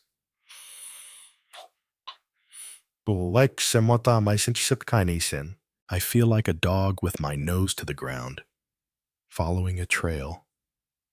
I'll have to follow it here, and you've got to be a hunting dog. Go round to different places, the way you're doing now, finding out about things, getting your whatever you call it research done. There must be people who know things, not of their own knowledge, but what people have told them. Stories they've heard, rumors, gossip. But, Tuppence, you can't really believe there's any chance of our... Oh, yes, I do, said Tuppence. I don't know how or in what way, but I believe that when you've got a real, convincing idea, something that you know is black and bad and evil, and hitting old Isaac on the head was black and evil. She stopped. We could change the name of the house again, said Tommy. What do you mean, call it Swallow's Nest and not the Laurels? Flight of birds passed over their heads. Tuppence turned her head and looked back towards the garden gate. And Swallow's Nest was once its name. What's the rest of that quotation? The one your researcher quoted. postern of death. Wasn't it Noshi postern of fate? Fate. That's like a comment on what has happened to Isaac. Postern of fate. Our garden gate. Don't worry so much. Tuppence. I don't know why, said Tuppence. It's just a sort of idea that came into my mind. Tommy gave her a puzzled look and shook his head. Swallow's Nest is a nice name. Really, said Tuppence. Or it could be. Perhaps it will someday. You have the most extraordinary ideas. Tuppence. Yet something singeth like a bird. That was how it ended. Perhaps all this will end that way.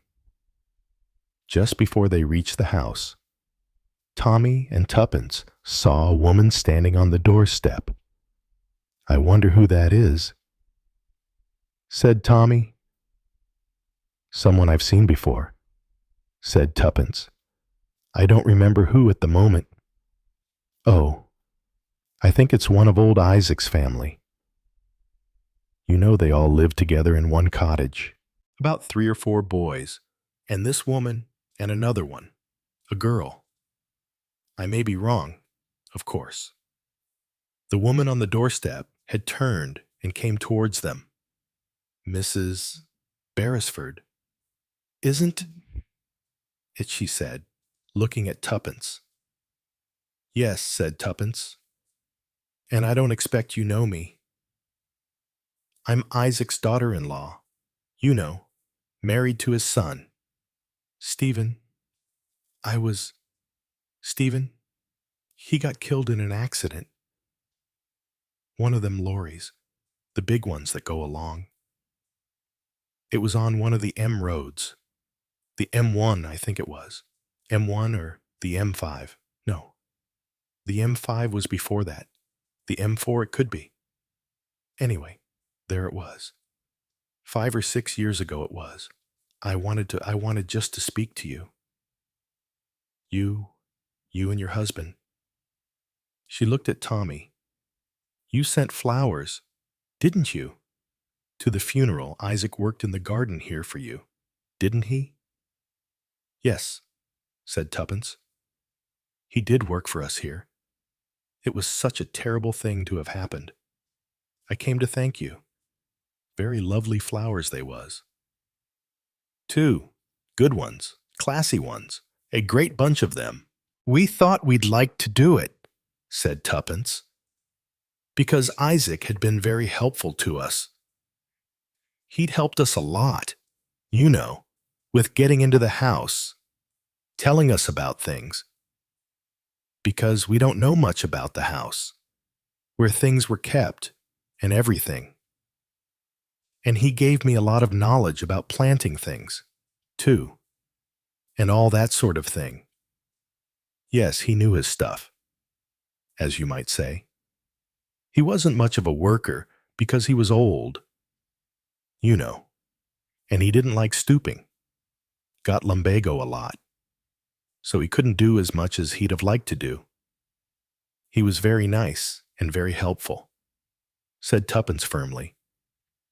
And he knew a lot about things here, and the people, and told us a lot. He knew a lot. He did. A lot of his family, you know, worked before him. They lived round about, and they'd known a good deal of what went on in years gone by. Not of their own knowledge, as you might say, but, well, just hearing what went on. Well, ma'am, I won't keep you. I just came up to have a few words and say how much obliged I was. That's very nice of you, said Tuppence. Thank you very much. You'll have to get someone else to do a bit of work in the garden. I expect so, said Tuppence. We're not very good at it ourselves. Do you perhaps you? She hesitated, feeling perhaps she was saying the wrong thing at the wrong moment.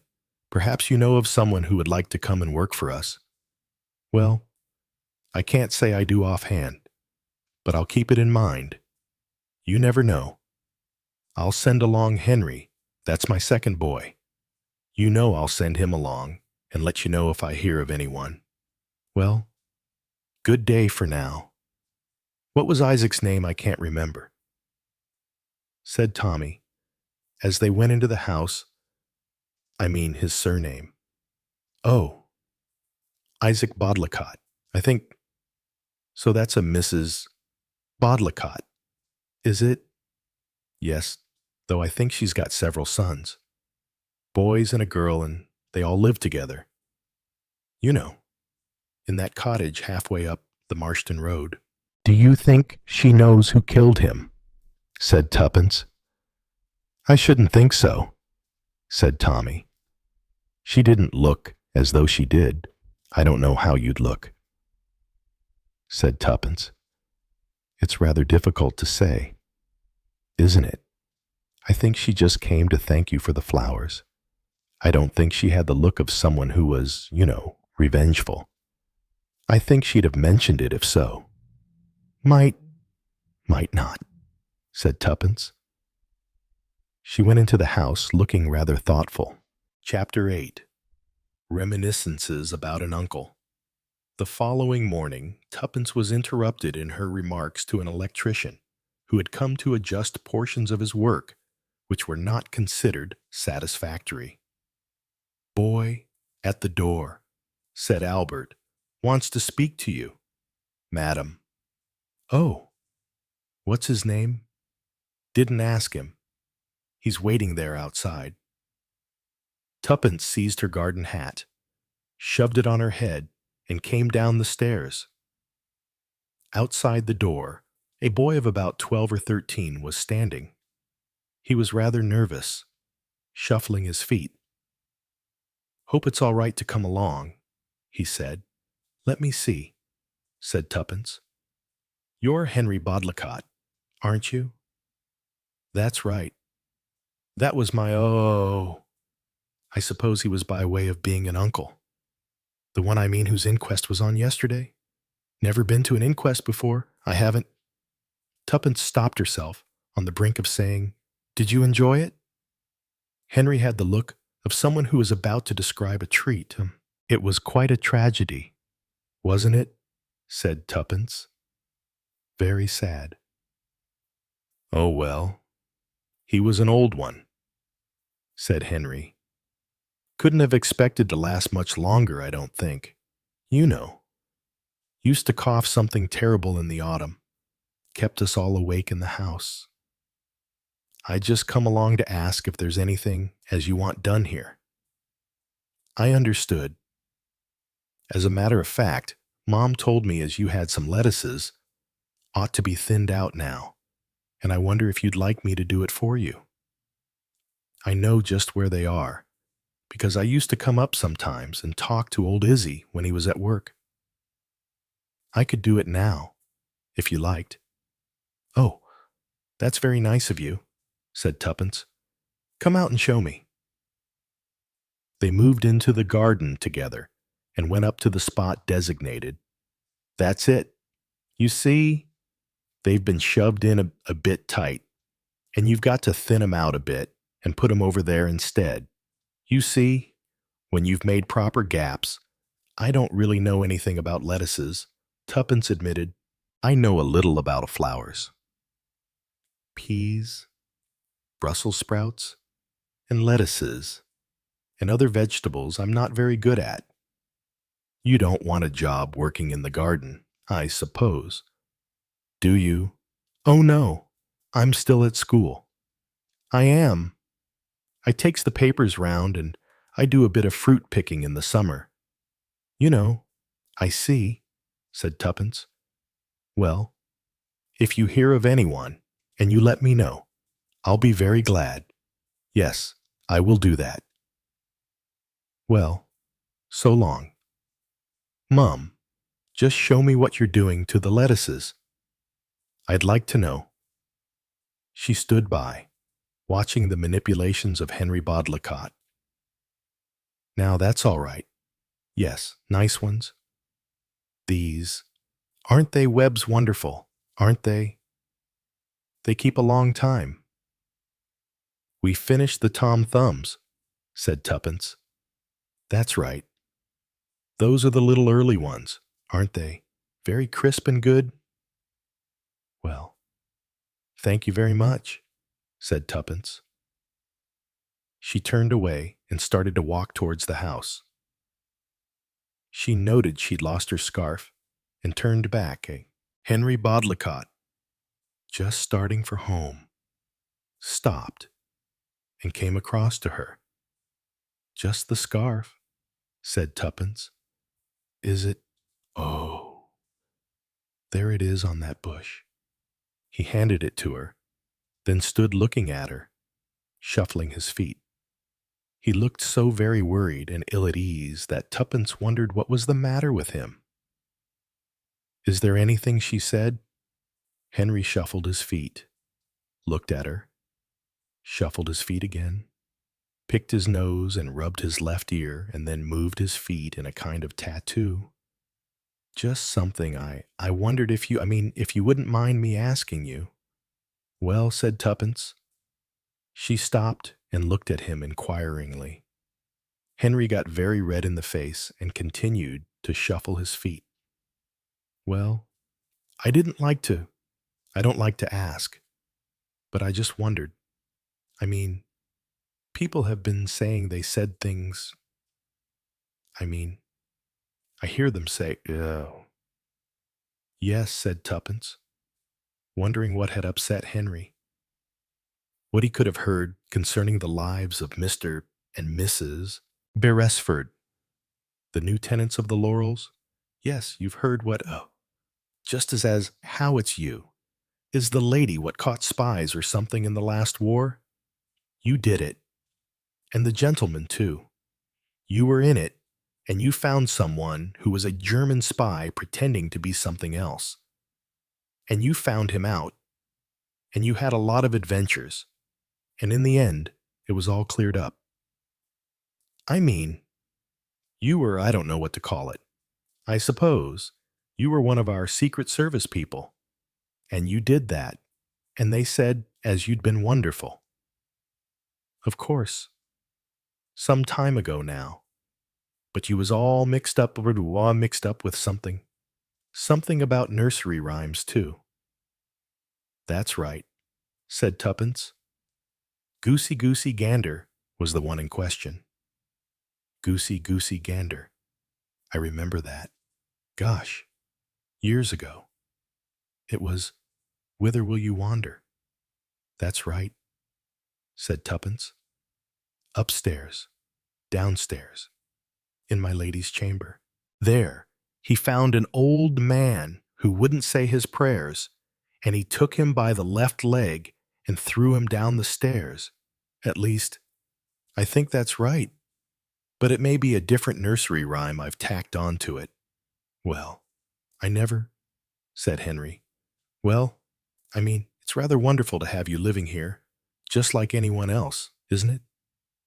But I don't know why the nursery rhymes were in it.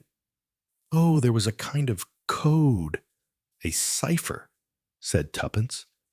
You mean it had to be sort of read, and all that, said Henry. Something of the kind, said Tuppence. Anyway, it was all found out. Well now, isn't that wonderful? Said Henry. You don't mind if I tell my friend, do you, my chum, Clarence? His name is, silly name, I know. We all laugh at him for it. But he's a good chap. He is, and he'll be ever so thrilled to know as we've got you really living amongst us. He looked at Tuppence with the admiration of an affectionate spaniel. Wonderful, he said again. Oh, it was a long time ago, said Tuppence, in the 1940s. Was it fun? Or were you ever so frightened? Bits of both, said Tuppence. Mostly, I think, I was frightened. Oh well, I expect as you would be, too. Yes, but it's odd as you should come here and get mixed up in the same sort of thing. It was a naval gentleman, wasn't it? As called himself. an English commander in the Navy. But he wasn't really. He was a German. At least, that's what Clarence has said. Something like that, said Tuppence. So perhaps that's why you come here. Because, you know, we had something here once. Well, it was a very, very long time ago, but it was the same thing, as you might say. He was a submarine officer. He sold plans of submarines. Mind you, it's only stories, as I've heard people say. I see, said Tuppence. Yes. No. It's not the reason we came here. We just came here because it's a nice house to live in. I've heard these same rumors going about, only I don't know exactly what happened. Well, I'll try and tell you some time. Of course, one doesn't always know what's right or not, but things aren't always known properly. How did your friend Clarence manage to know so much about it? Well, he heard from Mick, you know. He used to live a short time up by where the blacksmith used to be. He's been gone a long time, but he heard a lot from different people. And our uncle, old Isaac, he knew a good deal about it. He used to tell us things sometimes. So he did know a good deal about it all, said Tuppence. Oh, yes. That's why I wondered, you know, when he was Kashid at the other day, if that could be the reason, that he might have known a bit too much and he told it all to you. So they did him in. That's what they do nowadays. They do people in, you know. If they know too much of anything that's going to involve them with the police or anything. You think your Uncle Isaac, you think he knew a good deal about it? Well, I think things got told him. You know, he heard a lot here and there, didn't often talk of it, but sometimes he would. Of an evening, you know, after smoking a pipe or hearing me and Clary talk and my other friend, Tom Gillingham, he used to want to know, too. And Uncle Izzy would tell us this, that, and the other. Of course, we didn't know if he was making it up or not, but I think he'd found things and knew where some things were. And he said if some people knew where they were, there might be something interesting. Did he said Tuppence? Well, I think that's very interesting to us also. You must try and remember some of the things he said or suggested sometime, because, well, it might lead to finding out who killed him. Because he was killed. It wasn't an accident, was it? We thought at first it must have been an accident. You know, he had a bit of a heart or something, and he used to fall down now and again, or get giddy, or have turns. But it seems I went to the inquest. You know as though he'd been done in deliberate? Yes, said Tuppence. I think he was done in deliberate. And you don't know why, said Henry. Tuppence looked at Henry. It seemed to her as though she and Henry were for the moment two police dogs on the same scent. I think it was deliberate, and I think that you, because he was your relation, and I, too, would like to know who it did such a cruel and wicked thing. But perhaps you do know, or have some idea already. Henry, I don't have a proper idea. I don't, said Henry. One just hears things, and I know people that Uncle Izzy said now and then had got it in for him for some reason. And he said that was because he knew a bit too much about them, and about what they knew, and about something that happened. But it's always someone who's been dead so many years ago that one can't really remember it or get at it properly. Well, said Tuppence, I think you'll have to help us. Henry, you mean you'll let me sort of be in it with you, I mean. Doing a bit of finding out any time. Yes, said Tuppence. If you can hold your tongue about what you find out. I mean, tell me. But don't go talking to all your friends about it. because that way things would get around. I see. And then they might tell the koshers and go for you and Mr. Beresford. Mightn't they? They might, said Tuppence. And I'd rather they didn't. Well, that's natural, said Henry. Well, see here. If I come across anything or hear anything, I'll come up and offer to do a bit of work here. How's that? Then I can tell you what I know. And nobody'd hear us, but I don't know anything right at the moment. But I've got friends. He drew himself up suddenly and put on an air clearly adopted from something he'd seen on television. I know things. People don't know as I know things. They don't think I've listened, and they don't think I'd remember. But I know sometimes you know. They'll say something, and then they'll say who else knows about it, and then they'll, well, you know, if you keep quiet, you get to hear a lot. And I expect it's all very important, isn't it? Yes, said Tuppence. I think it's important. But we have to be very careful. Henry, you understand that? Oh, I do. Of course I'll be careful. Careful as you know how. He knew a lot about this place. You know, went on Henry, my Uncle Isaac did. About this house. You mean? Or this garden? That's right. He knew some of the stories about it. You know. Where people were seen going, and what they did with things maybe, and where they met people.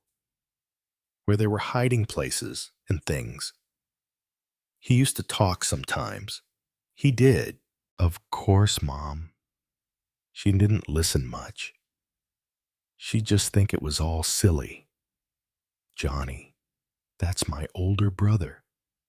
He thinks it's all nonsense, and he didn't listen. But I listened, and Clarence is interested in that sort of thing. You know, he liked those kind of films and all that. He said to me, Chuck, it's just like a film.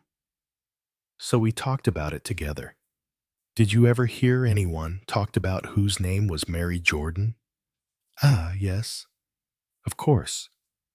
She was the German girl who was a spy, wasn't she? Got naval secrets out of naval officers, didn't she? Something of that kind. I believe, said Tuppence, feeling it safer to stick to that version, though in her mind apologizing to the ghost of Mary Jordan. I expect she was very lovely, wasn't she? Very beautiful? Well, I don't know, said Tuppence, because, she probably died when I was about 3 years old. Yes, of course. It would be so, wouldn't it? Oh, one hears her talked about sometimes. You seem very excited and out of breath. Tuppence?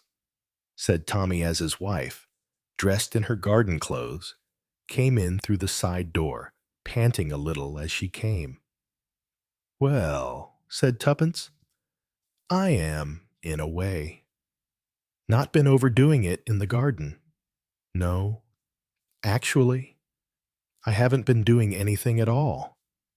I've just been standing by the lettuces talking. Or being talked to, whichever way you put it. Who's been talking to you? A boy, said Tuppence. A boy, offering to help in the garden. Not exactly, said Tuppence. That would be very nice too. Of course. No. Actually, he was expressing admiration. Of the garden. No, said Tuppence. Of me. Of you. Don't look surprised, said Tuppence. And oh, don't sound surprised either. Still, I admit these bonnes bouches come in sometimes when you least expect them. Oh, what is the admiration of your beauty or your garden overall? My past, said Tuppence. Your past? Yes. He was fairly thrilled to think I had been the lady, as he put it, who had unmasked a German spy in the last war. A false naval commander, retired, who was nothing of the kind. Good gracious, said Tommy. NRM again. Dear me, shan't we ever be able to live that down? Well, I'm not very sure I want to live it down, said Tuppence. I mean, why should we? If we'd been a celebrated actress or actor, we'd quite like to be reminded of it. I see the point, said Tommy. And I think it might be very useful with what we're trying to do here. If he's a boy, how old did you say he was? Oh, I should think about 10 or 12. Looks 10, but he's 12, I think. And he has a friend called Clarence. What's that got to do with it? Well, nothing at the moment, said Tuppence. But he and Clarence are allies and would like, I think, to attach themselves to our service, to find out things, or to tell us things. If they're 10 or 12, how can they tell us things or remember things we want to know? Said Tommy. What sort of things did he say? Most of his sentences were short, said Tuppence, and consisted of mainly, well, you know, or, you see, it was like this, or, yes, and then you know. Anyway, you know was always a component part of everything he said, and they were all things you didn't know. Well, they were attempts at explaining things he'd heard about. Heard about from whom? Well, not first-hand knowledge, as you'd say, and I wouldn't say second-hand knowledge.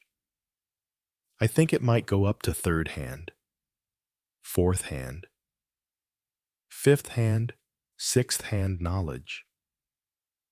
It consisted also of what Clarence had heard and what Clarence's friend, Algernon, had heard. What Algernon said Jimmy had heard. Stop, said Tommy. That's enough. And what had they heard? That's more difficult, said Tuppence, but I think one can get round to it. They'd heard certain places mentioned or stories told, and they were very, very anxious to partake of the joys of what we had clearly come to do here, which is to discover something important, something that's well known to be hidden here. Ah, said Tommy. Hidden. Hidden how, where, and when? Different stories about all those three, said Tuppence. But it's exciting. You must admit, Tommy said thoughtfully that perhaps it was. It ties in with old Isaac, said Tuppence. I think Isaac must have known quite a lot of things which he could have told us. And you think that Clarence, and what's this one's name again? I'll remember it in a minute, said Tuppence. I got so confused with all the other people he'd heard things from. The ones with the grand names, like Algernon, and the ones with the ordinary names like Jimmy and Johnny and Mike. Chuck, said Tuppence suddenly. Chuck what? Asked Tommy. No, I didn't mean it that way. I think that's his name. The boy. I mean, Chuck. It seems a very odd name. His real name is Henry, but I expect his friends call him Chuck. Like Chuck goes the weasel, Pop goes the weasel. You mean? Well, I know that's correct. But Chuck goes the weasel sounds much the same. Oh, Tommy, what I really want to say to you is that we've got to go on with this. Especially now. Do you feel the same? Yes, said Tommy. Well, I thought perhaps you did. Not that you've said anything, but we've got to go on with it, and I'll tell you why. Mainly because of Isaac. Isaac. Somebody killed him. They killed him because he knew something. He knew something that might have been dangerous to somebody. and we've got to find out who the person was. It would be dangerous to. You don't think, said Tommy, that it's just, oh, one of those things, you know, hooliganism or whatever they call it? You know, people go out and want to do people in and don't care who the people are, but they prefer them to be elderly and not to be able to put up any kind of a resistance. Yes, said Tuppence. In a way, I do mean that, but I don't think it was that. I think there is something. I don't know if hidden is the right word. There's something here, something that throws light on something that happened in the past, something that someone left here or put here or gave to someone to keep here who has since died or put it somewhere, but something that someone doesn't want discovered. Isaac knew it, and they must have been afraid he'd tell us because word's evidently going round now about us. You know, that we're famous anti-espionage people, or whatever you call it. We've got a reputation for that sort of thing, and it's tied up in a way. You see, with Mary Jordan and all the rest of it. Mary Jordan, said Tommy, did not die a natural death. Yes, said Tuppence, and old Isaac was killed. We've got to find out who killed him and why. Otherwise, you've got to be careful, said Tommy. You've got to be careful of yourself. Tuppence, if anyone killed Isaac because he thought he was going to talk about things in the past that he'd heard about, someone may be only too pleased to wait in a dark corner for you one night and do the same thing. They wouldn't think there'd be any worry about it. They'd just think people would say, "Oh, another of those things, when old ladies are hit on the head and done in," said Tuppence. Yes, quite so. That's the unfortunate result of having gray hair and walking with a slight arthritic limp. Of course, I must be fair game for anyone. I shall look after myself.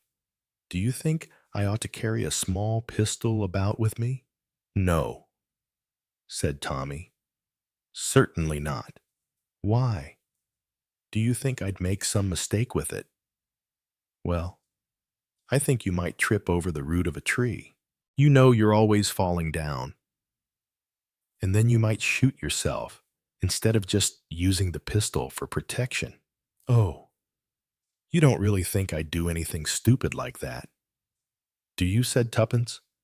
Yes, I do, said Tommy. I'm sure you're quite capable of it. I could carry a flick knife, said Tuppence.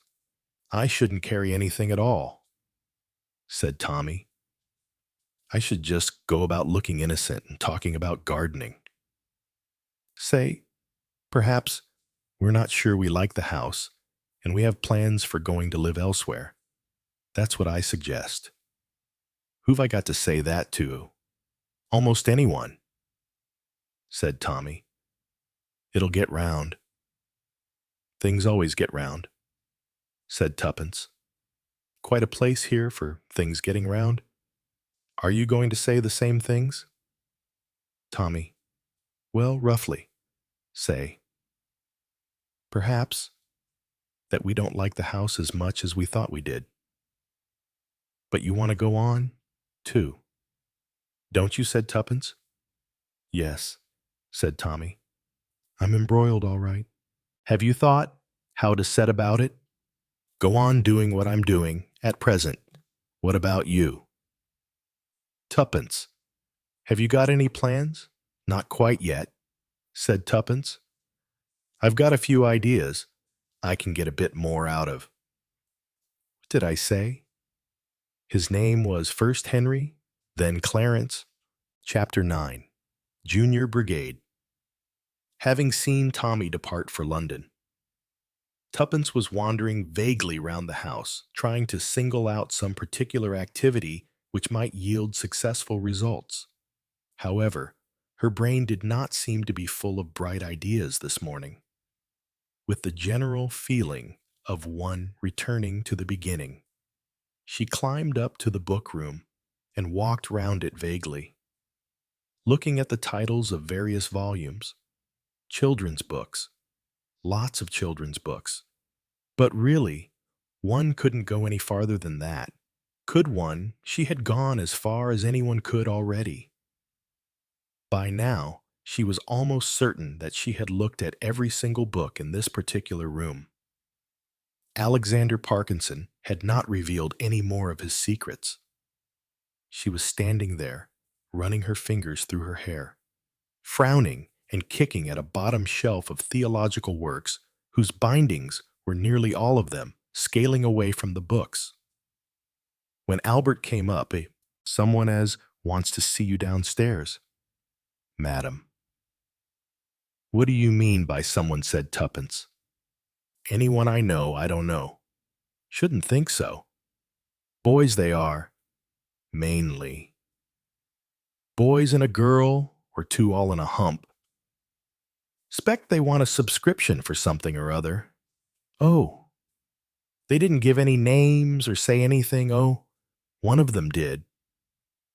Said he was Clarence, and you'd know all about him. Oh, said Tuppence. Clarence. She considered for a moment. Was this the fruit from yesterday?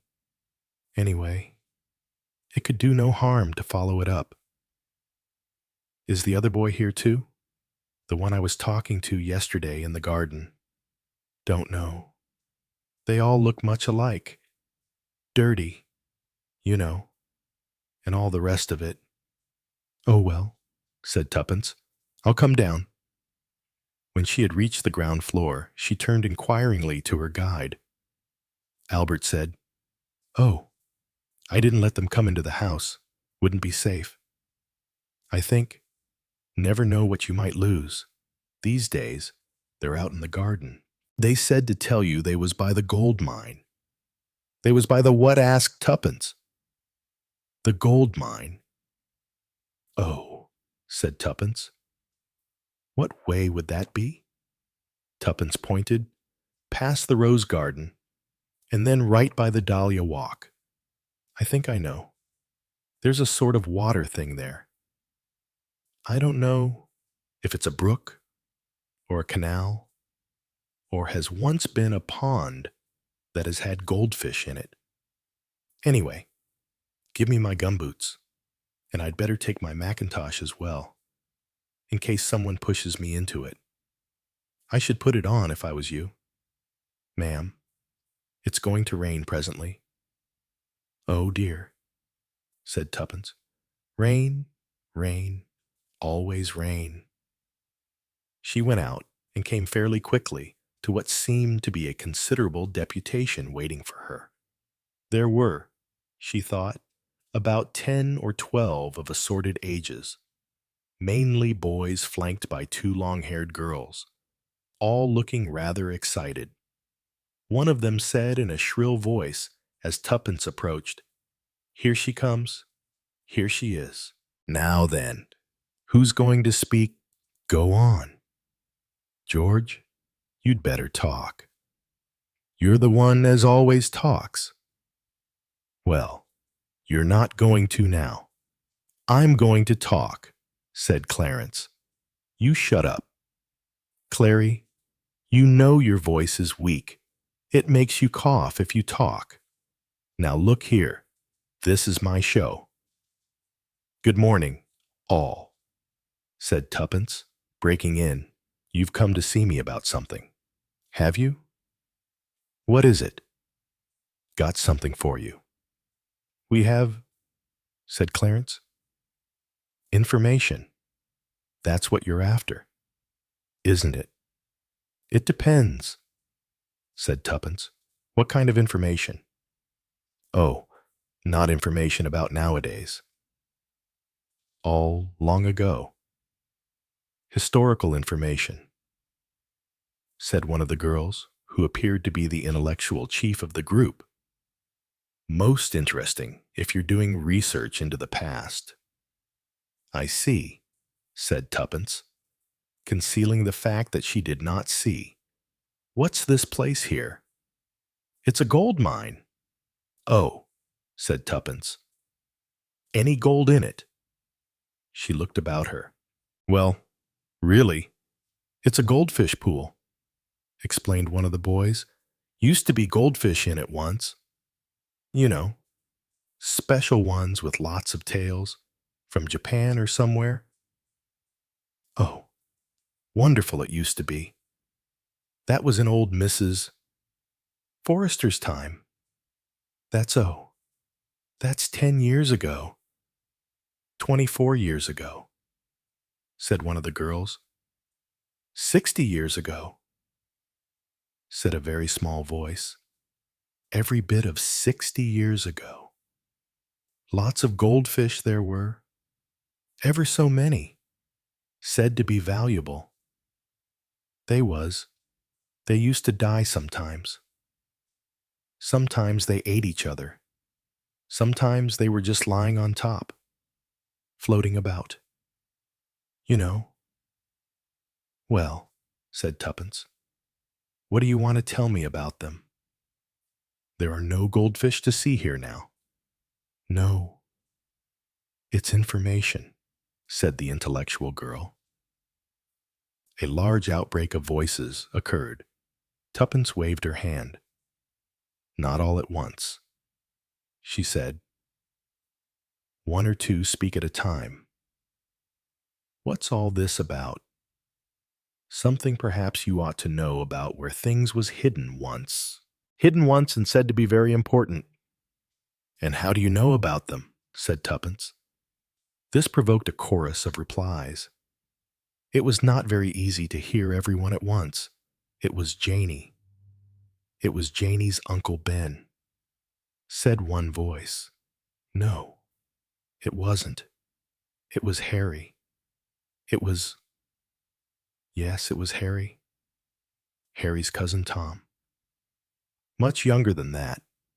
It was his grandmother told him, and his grandmother had been told by Josh. Yes. I don't know who Josh was. I think Josh was her husband. No, he wasn't her husband. He was her uncle. Oh dear, said Tuppence. She looked over the gesticulating crowd and picked out a choice. Clarence, she said. You're Clarence, aren't you? Your friend told me about you. You? Well, what do you know? And what's it all about? Well, if you want to find out, you've got to go to the PPC. Go to the, said Tuppence. The PPC? What's the PPC? Don't you know? Hasn't anyone told you PPC is the Pensioners' Palace Club? Oh dear, said Tuppence. That sounds very grand. It isn't grand at all, said one boy of about 9. It isn't grand a bit. It's only old age pensioners saying things and getting together. Pack of lies. Some people say they tell about things they knew. You know, knew in the last war and knew after it. Oh, all sorts of things they say. Where is this PPC? Asked Tuppence. Oh, it's along at the end of the village, halfway to Morton Cross. It is. If you're a pensioner, you get a ticket for it and you go there and you have bingo and you have all sorts of things there. It's quite fun. It is. Oh, some of them are very old. Some of them are deaf and blind and everything else. But they all, well, they like getting together. You know. Well, I should like to pay a visit to it, said Tuppence. Certainly. Is there any particular time one goes there? Well, any time you like, I suppose. But the afternoon would be a good time, you know. Yes. That's when they can say they've got a friend coming. If they've got a friend coming, they get extra things for tea. You know, biscuits sometimes, with sugar on, and crisps sometimes. Things like that. What did you say? Fred. Fred took a step forward. He gave a somewhat pompous bow to Tuppence. I shall be very happy, he said, to escort you. Shall we say about 3:30 this afternoon? Ah, be yourself, said Clarence. Don't go talking like that. I shall be very pleased to come, said Tuppence. She looked at the water. I can't help being rather sorry that there aren't any goldfish anymore. You ought to have seen the ones with 5 tails. Wonderful. Somebody's dog fell in here once. Mrs. Faggots. He was contradicted. No, it wasn't. It was somebody else. Her name was Folio, not Faggot. It was Foliat, and it was spelt with a plain F, not a capital letter. Ah, don't be silly. It was someone quite different. It was that Miss French. That was 2 small FFS she spelt it with. Did the dog drown? Asked Tuppence. No, he didn't drown. He was only a puppy. You see, and his mother was upset, and she went along and she pulled at Miss French's dress. Miss Isabel was in the orchard, picking apples, and the mother dog pulled at her dress, and Miss Isabel, she come along and she saw the puppy drowning, and she jumped right into this here and pulled it out. Wet through, she was. And the dress she was wearing was never fit for wearing again. Oh dear, said Tuppence. What a lot of things seem to have gone on here. All right, she said. I'll be ready this afternoon. Perhaps 2 or 3 of you would come for me and take me to this Pensioners' Palace Club. What 3 who's going to come uproar happened immediately. I'm coming. No, I'm not. No. Betty is. No. Betty shan't come. Betty went the other day. I mean, she went to the cinema party the other day. She can't go again. Well, settle it between you, said Tuppence, and come here at 3:30. I hope you'll find it interesting, said Clarence. It will be of historical interest, said the intellectual girl firmly. Oh, shut up, Janet, said Clarence. He turned to Tuppence. She's always like that. He said, she goes to grammar school. That's why she boasts about it.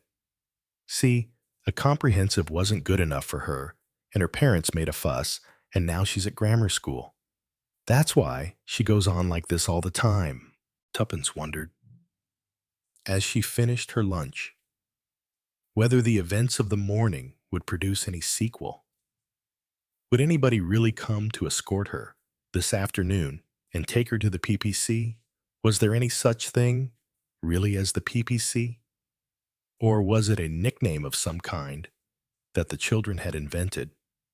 Anyway, it might be fun, Tuppence thought, to sit waiting in case someone came. However, the deputation was punctual to the minute. At 3:30, the bell rang.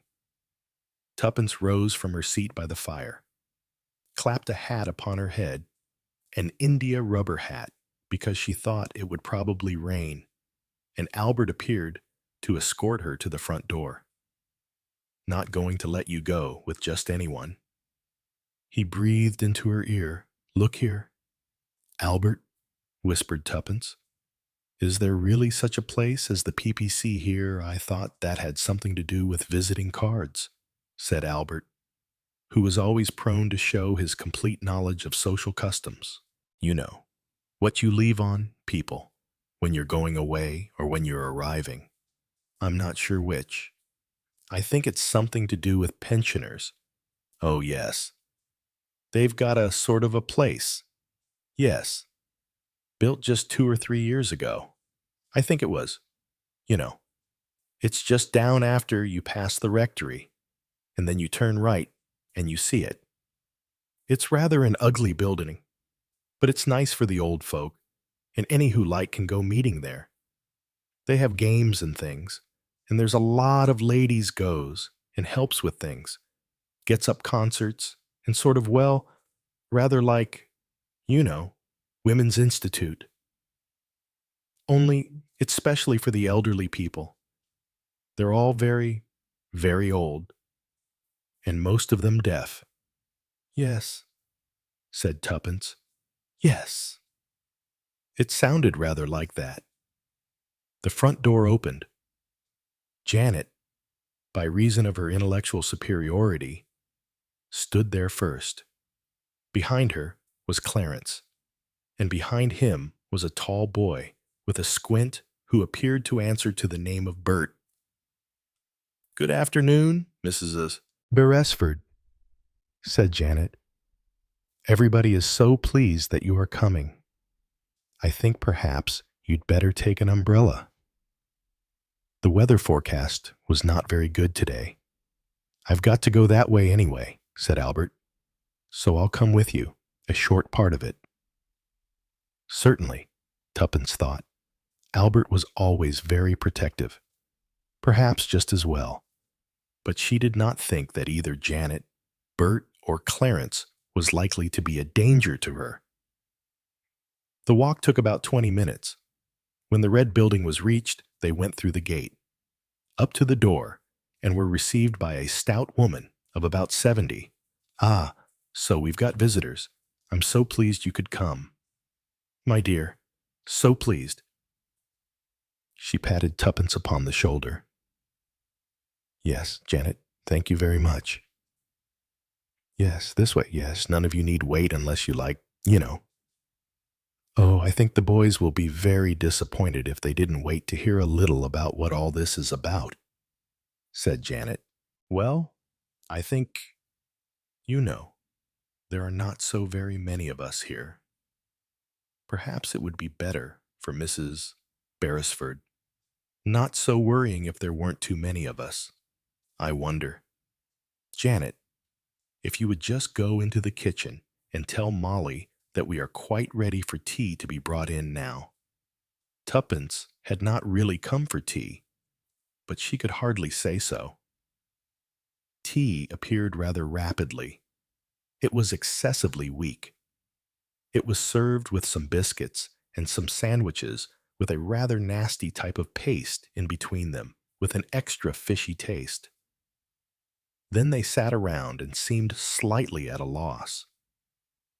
An old man with a beard who looked to Tuppence as though he was about 100 came and sat firmly by her. I'd best have a word with you first, I think, my lady, he said, elevating Tuppence to the peerage.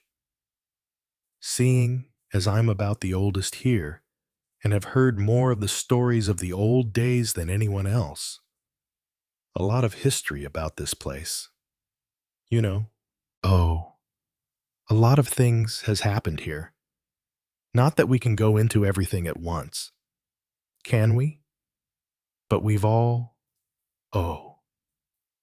heard something about the things that went on, I gather, said Tuppence, hastily rushing in before she could be introduced to some topic in which she had no interest whatever. I understand that quite a lot of interesting things went on here. Not so much in the last war, but in the war before that. Or even earlier. Not that any of your memories would go back as far as that.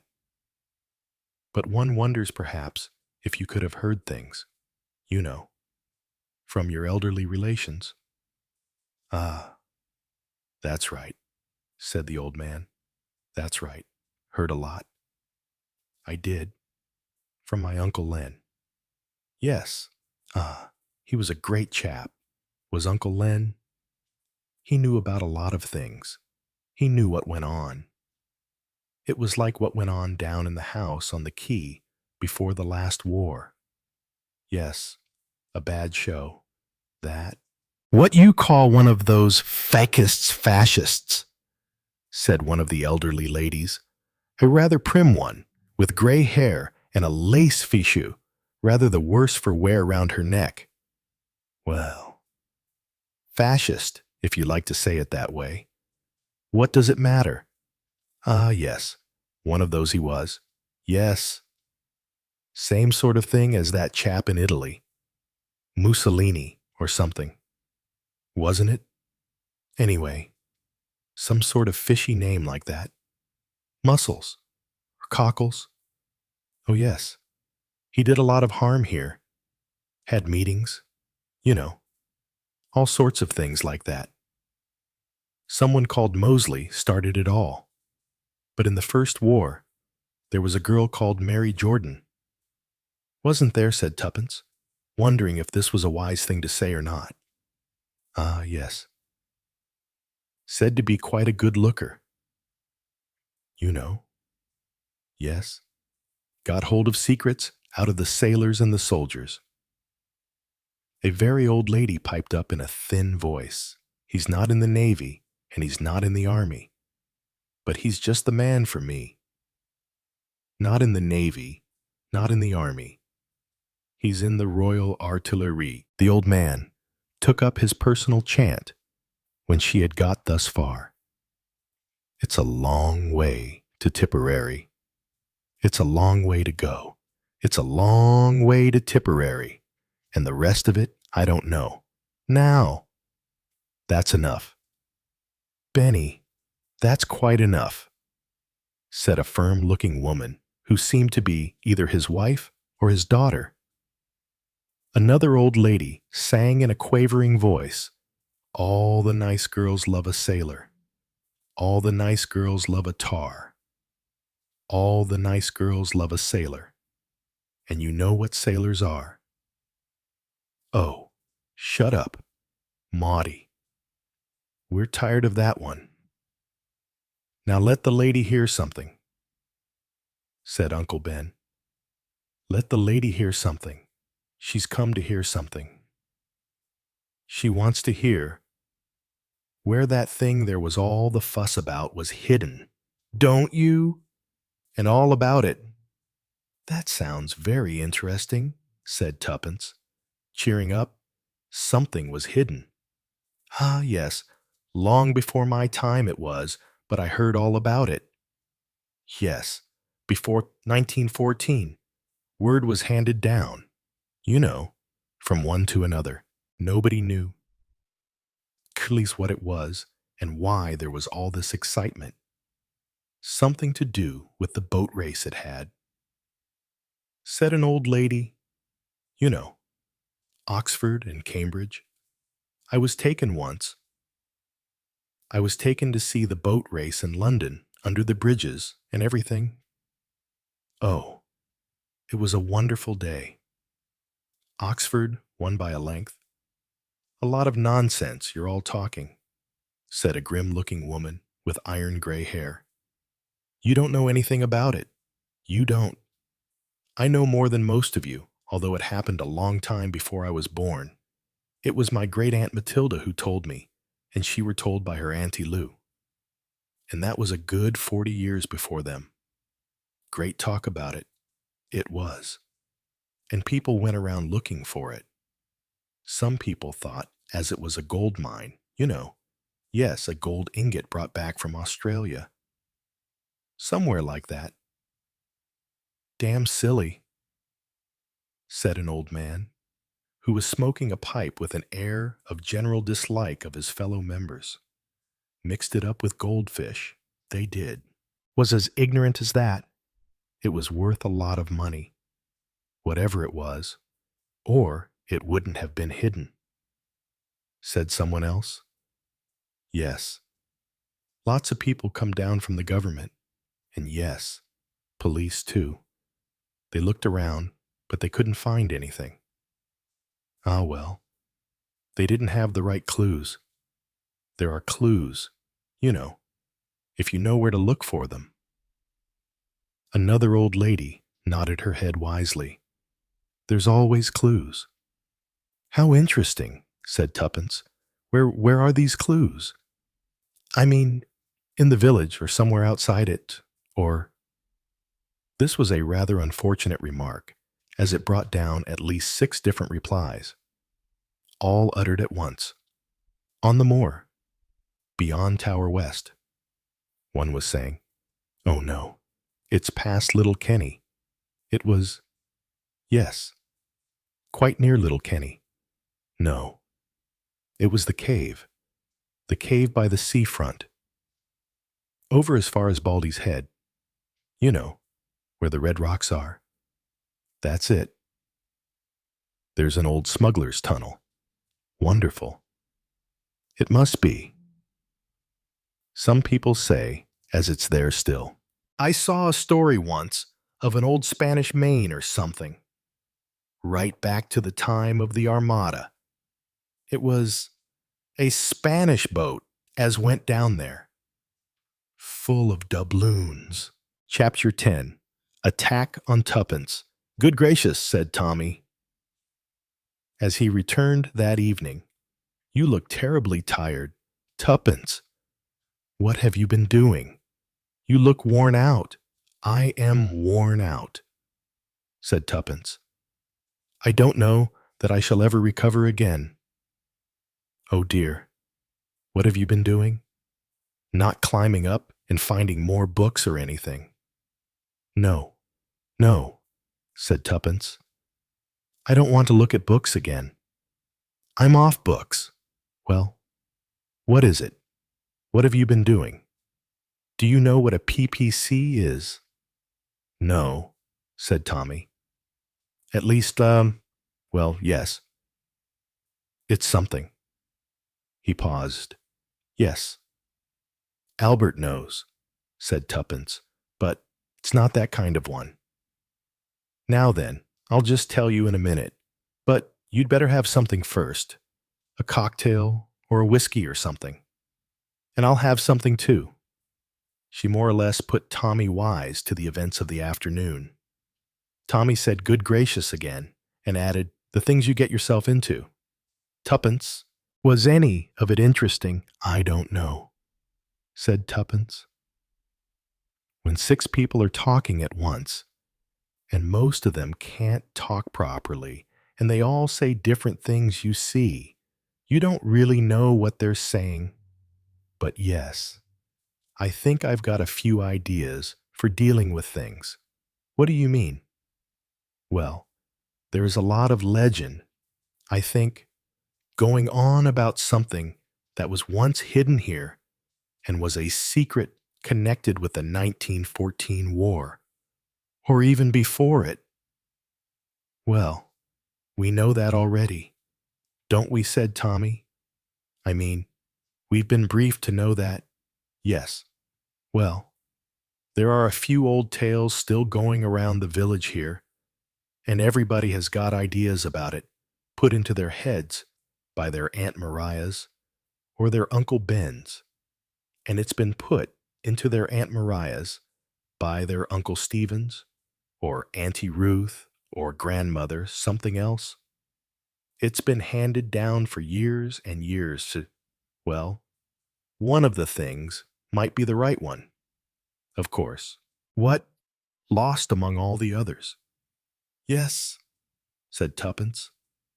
Like a needle in the haystack, I'm going to select a few what I call likely possibilities. People who might tell one something that they really did hear. I shall have to isolate them from everybody else, at any rate for a short period of time, and get them to tell me exactly what their Aunt Agatha or Aunt Betty or old Uncle James told them. Then I shall have to go on to the next one, and possibly one of them might give me a further inkling. There must be something, you know, somewhere. Yes, said Tommy. I think there's something, but we don't know what it is. Well, that's what we're trying to do, isn't it? Yes, but, I mean, you've got to have some idea what a thing actually is before you go looking for it. I don't think it's gold ingots on a Spanish Armada ship, said Tuppence. And I don't think it's anything hidden in the smuggler's cave. Might be some super brandy from France, said Tommy hopefully. It might, said Tuppence. But that wouldn't be really what we're looking for. Would it? I don't know, said Tommy. I think it might be. what I'm looking for sooner or later. Anyway, it's something I should enjoy finding. Of course, it might be a sort of letter or something. A sexy letter that you could blackmail someone about 60 years ago, but I don't think it would cut much ice nowadays. Do you? No, I don't. But we've got to get some ideas sooner or later. Do you think we'll ever get anywhere? Tommy? I don't know, said Tommy. I got a little bit of help today. Oh, what about the census? The what, the census? There seems to have been a census in one particular year. I've got the year written down, and there were a good many people staying in this house with the Parkinsons. How on earth did you find all that out? Oh, by various methods of research. By my Miss Collodon. I'm getting jealous of Miss Collodon. Well, you needn't be. She's very fierce, and she ticks me off a good deal. And she is no ravishing beauty. Well, that's just as well, said Tuppence. But what has the census got to do with it? Well, when Alexander said, it must be one of us it could have meant. You see, someone who was in the house at that time, and therefore, you had to enter up their names on the census register. Anyone who spent the night under your roof. And I think probably there are records of these things in the census files. And if you know the right people, I don't mean I know them now, but I can get to know them through people I do know, then I think I could perhaps get a short list. Well, I admit, said Tuppence.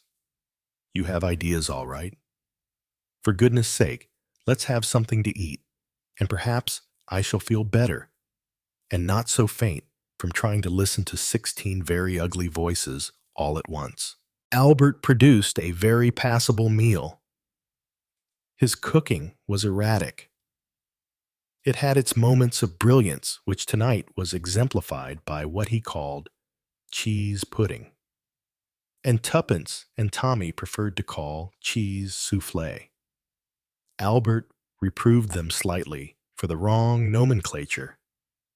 Cheese soufflé is different, he said. Got more beaten up white of egg in it than this has. Never mind, said Tuppence. It's very good, whether it's cheese pudding or cheese soufflé. Both Tommy and Tuppence were entirely absorbed with the eating of food and did not compare any more notes as to their procedure. When, however, they had both drunk 2 cups of strong coffee, Tuppence leaned back in her chair, uttered a deep sigh, and said, "Now I feel almost myself again." You didn't do much washing before dinner, did you, Tommy? I couldn't be bothered to wait and wash, said Tommy. Besides, I never know with you. You might have made me go upstairs to the book room and stand on a dusty ladder and poke about on the shelves. I wouldn't be so unkind, said Tuppence. Now wait a minute. Let's see where we are. Where we are, or where you are? Well, where I am, really, said Tuppence. After all, that's the only thing I know about. Isn't? You know where you are, and I know where I am. Perhaps. That is, maybe a bit of perhaps about it, said Tommy.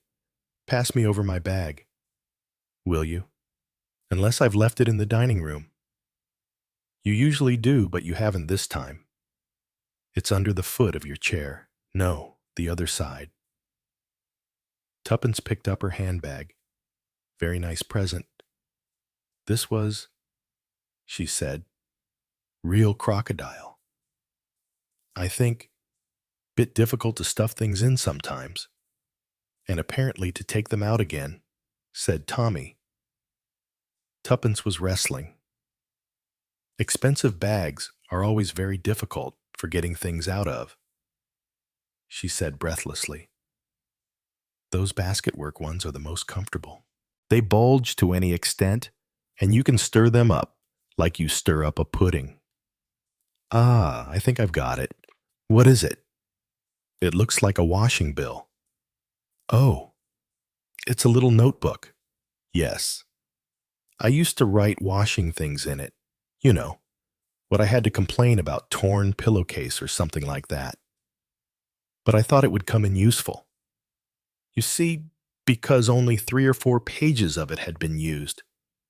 I put down here, you see, things we've heard. A great many of them don't seem to have any point, but there it is. I added census. By the way, when you first mentioned it, I didn't know what it meant at that time or what you meant by it. But anyway, I did add it. Fine, said Tommy. And I put down Mrs. Henderson and someone called Dodo. Who was Mrs. Henderson? Well, I don't suppose you'll remember, and I needn't go back to it now. But those were 2 of the names I put down that Mrs. What's her name? You know, the old one. Mrs. Griffin mentioned. And then there was a message or a notice. Something about Oxford and Cambridge. And I've come across another thing in one of the old books. What about Oxford and Cambridge? Do you mean an undergraduate? I'm not sure whether there was an undergraduate or not. I think really it was a bet on the boat race. Much more likely, said Tommy. Not awfully apt to be useful to us. Well, one never knows. So there's Mrs. Henderson, and there's somebody who lives in a house called Apple Tree Lodge, and there's something I found on a dirty bit of paper shoved into one of the books upstairs. I don't know if it was Katrina or whether it was in a book called Shadow of the Throne. That's about the French Revolution. I read it when I was a boy. Said Tommy, well, I don't see how that comes in. At any rate, I put it down. Well, what is it? It seems to be 3 pencil words. Grin. Grin. Then hen. Hen. And then low. Capital Lo.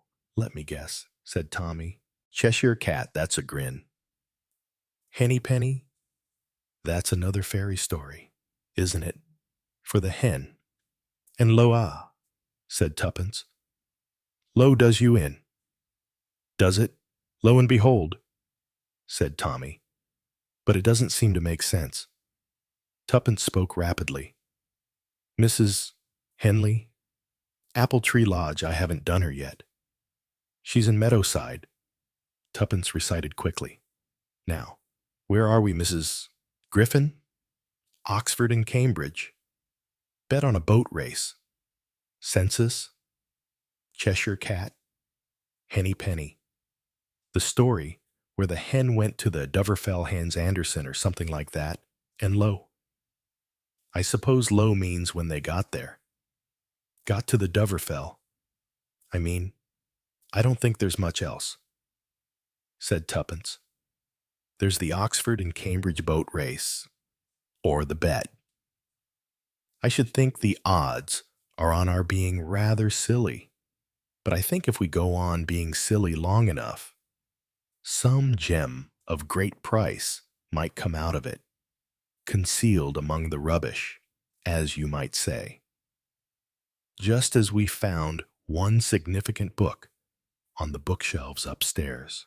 Oxford and Cambridge, said Tuppence thoughtfully.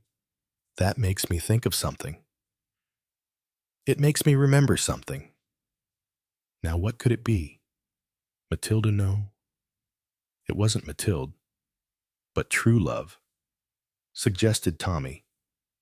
He grinned from ear to ear. True love. Where can I my true love find? Stop grinning. You ape, said Tuppence. You've got that last thing on your brain. Grin Henlow doesn't make sense. And yet I have a kind of feeling. Oh, what's the Who about Tommy? I've got an idea. Of course. What's of course low? Said Tuppence. Low.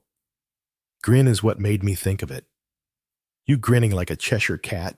Grin, hen, and then low. Of course. That must be it somehow. What on earth are you talking about? Oxford and Cambridge boat race. Why does Grin Hen Low make you think of Oxford and Cambridge boat race? I'll give you 3 guesses, said Tuppence. Well, I give up at once because I don't think it could possibly make sense. It does really. What? The boat race? No, nothing to do with the boat race. The colors, what do you mean? Tuppence. Grin Henlow. We've been reading it the wrong way round. It's meant to be read the other way round. What do you mean, ol? Then N-E-H. It doesn't make sense. You couldn't go on N-R-G, nerg, or some word like that. No. Just take the 3 words, a little bit, like what Alexander did in the book, the first book that we looked at. Read those 3 words the other way round. Low hen grin. Tommy scowled. Still haven't got it said. Tuppence. Lohengrin. Of course. The Swan, the opera. Lohengrin, Wagner. Well, there's nothing to do with the Swan. Yes, there is. Those 2 pieces of china we found. Stools for the garden. You remember, one was a dark blue, and one was a light blue, and old Isaac said to us, at least I think it was Isaac, he said, that's Oxford, you see, and that's Cambridge. Well, we smashed the Oxford one, didn't we? Yes, but the Cambridge one is still there. The light blue one. Don't you see, Lohengrin? Something was hidden in one of those 2 swans. Tommy, the next thing we have to do is to go and look at the Cambridge one, the light blue one. Still in KK? Shall we go now? What, at 11 o'clock at night? No. We'll go tomorrow. You haven't got to go to London tomorrow. No. Well, we'll go tomorrow, and we'll see. I don't know what you're doing about the garden, said Albert. I did a spell once in a garden for a short time, but I'm not up in vegetables very much. There's a boy here that wants to see you. By the way, Madame. Oh, a boy, said Tuppence. Do you mean the red-haired one? No. I mean the other one. The one with a lot of messy yellow hair half down his back. Got rather a silly name. Like a hotel. You know, the Royal Clarence? That's his name. Clarence? Clarence, but not Royal Clarence. Not likely, said Albert. He's waiting in the front door. He says, Madam, as he might be able to assist you in some way. I see. I gather he used to assist old Isaac occasionally. She found Clarence sitting on a decayed basket chair on the veranda or loggia, whichever you like to call it. He appeared to be making a late breakfast off potato crisps and held a bar of chocolate in his left hand. Morning, Mrs., said Clarence. Come to see if I could be any help. Well, said Tuppence, of course we do want help in the garden. I believe you used to help Isaac at one time. Ah, well, now and again I did. Not that I know very much. Don't say that Isaac knew much neither. Lot of talk with him. Lot of talking, saying what a wonderful time he used to have.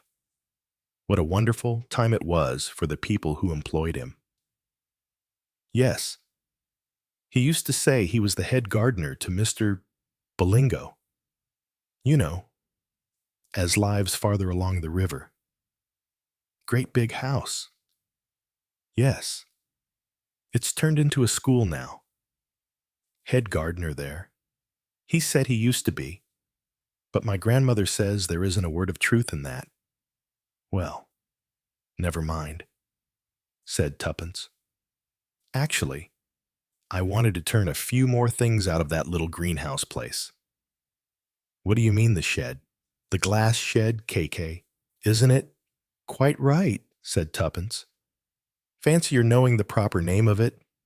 Oh well, it was always used to be called that. Everybody says so. They say it's Japanese. I don't know if that's true. Come on, said Tuppence. Let's go there. A procession formed consisting of Tommy, Tuppence, Hannibal, the dog, with Albert abandoning the washing up of breakfast for something more interesting bringing up the rear. Hannibal displayed a great deal of pleasure after attending to all the useful smells in the neighborhood. He rejoined them at the door of KK and sniffed in an interested manner. Hello. Hannibal, said Tuppence.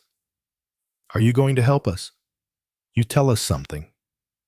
What kind of a dog is he? Asked Clarence.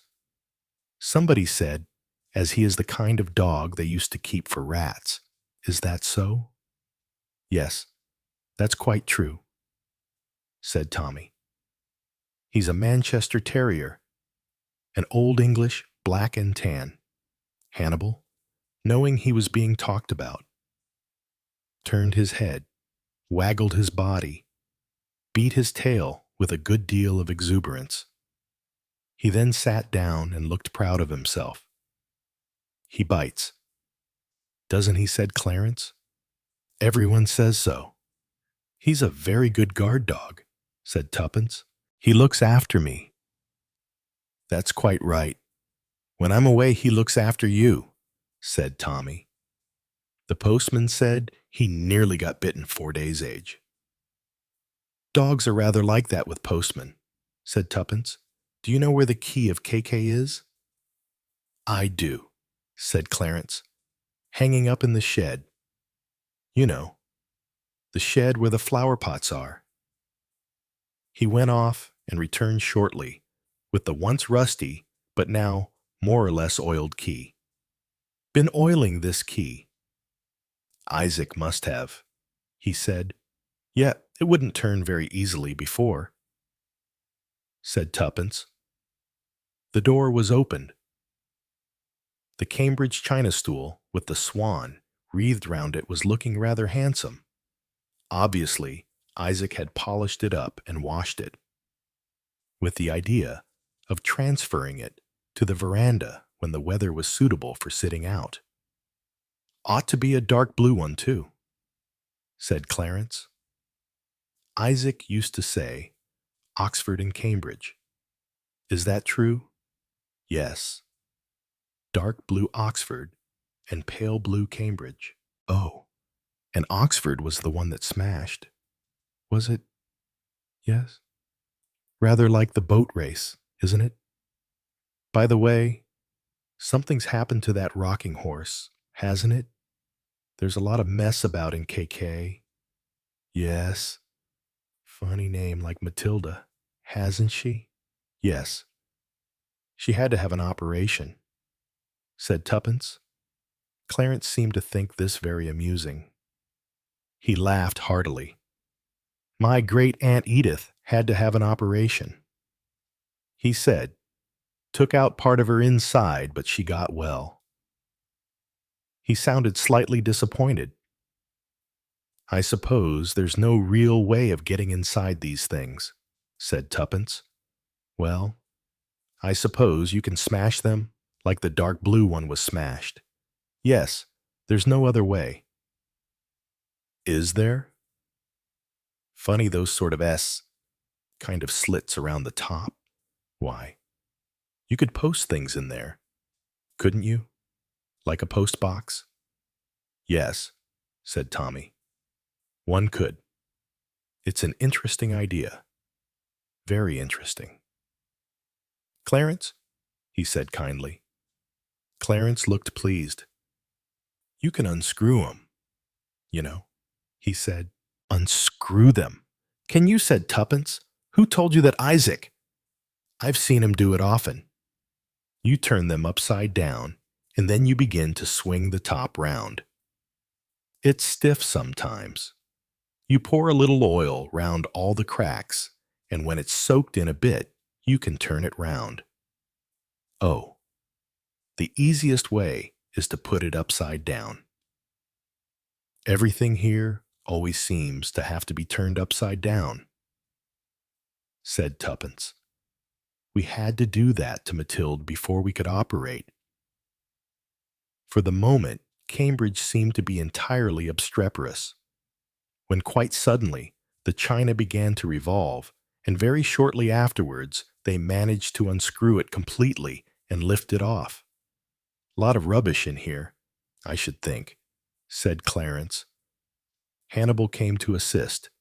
He was a dog who liked helping in anything that was going on.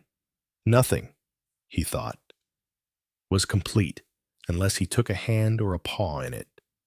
But with him, it was usually a nose in the investigation. He stuck his nose down, growled gently, retired an inch or two, and sat down. Doesn't like it much. Does he, said Tuppence, and looked acutely down into the somewhat unpleasant mass inside. Ow, said Clarence. What's the matter? Scratched myself. There's something hanging down from a nail on the side here. I don't know if it's a nail or what it is. It's something. Ow! Woof! Woof, said Hannibal, joining in. There's something hung on a nail just inside. Yes, I've got it. No, it's slipping. Yes, here I am. I've got it. Clarence lifted out a dark tarpaulin package. Hannibal came and sat at Tuppence's feet. He growled, What's the matter? Hannibal said, Tuppence. Hannibal growled again. Tuppence bent down and smoothed the top of his head and ears. What's the matter? Hannibal said, Tuppence. Did you want Oxford to win, and now Cambridge have won? You see. Do you remember? Said Tuppence to Tommy. How we let him watch the boat race once on television. Yes, said Tommy. He got very angry towards the end and started barking so that we couldn't hear anything at all. Well, we could still see things, said Tuppence. That was something. But if you remember, he didn't like Cambridge winning. Obviously, said Tommy. He studied at the Oxford Dogs University. Hannibal left Tuppence and came to Tommy and wagged his tail appreciatively. He likes your saying that, said Tuppence. It must be true. I myself, she added, think he has been educated at the Dogs Open University. What were his principal studies there? Asked Tommy, laughing. Bone disposal. You know what he's like. Yes, I know, said Tuppence, very unwisely. You know, Albert gave him the whole bone of a leg of mutton once. First of all, I found him in the drawing room putting it under a cushion. Then I forced him out through the garden door and shut it, and I looked out of the window, and he went into the flower bed where I'd got gladioli, and buried it very carefully there. He's very tidy with his bones, you know. He never tries to eat them. He always puts them away for a rainy day. Does he ever dig them up again? Asked Clarence, assisting on this point of dog lore. I think so, said Tuppence. Sometimes when they're very, very old, and would have been better if they had been left buried. Our dog doesn't like dog biscuits, said Clarence. He leaves them on the plate. I suppose, said Tuppence, and eats the meat first. He likes sponge cake, though. Our dog does, said Clarence. Hannibal sniffed at the trophy just disinterred from the inside of Cambridge. He wheeled round suddenly, then, and barked. "See if there's anyone outside," said Tuppence. "It might be a gardener. Somebody told me the other day, Mrs. Herring, I think it was, that she knew of an elderly man who'd been a very good gardener in his time and who did jobbing." Tommy opened the door and went outside. Hannibal accompanied him. "Nobody here," said Tommy. Hannibal barked. First he growled again. Then he barked and barked more loudly. "He thinks there's someone or something in that great clump of pampas grass," said Tommy. "Perhaps someone is unburying one of his bones there. Perhaps there's a rabbit there. Hannibal's very stupid about rabbits. He needs an awful lot of encouragement before he'll chase a rabbit. He seems to have a kindly feeling about them. He goes after pigeons and large birds. Fortunately, he never catches them." Hannibal was now sniffing round the pampas grass, first growling, after which he began to bark loudly. At intervals, he turned his head towards Tommy. "I expect there's a cat in there," said Tommy. "You know what he's like when he thinks a cat is around. There's the big black cat that comes round here, and the little one. The one that we call the kitty cat. That's the one that's always getting into the house," said Tuppence. "It seems to get through the smallest chinks. Oh, do stop. Hannibal, come back." Hannibal heard and turned his head. He was expressing a very high degree of fierceness.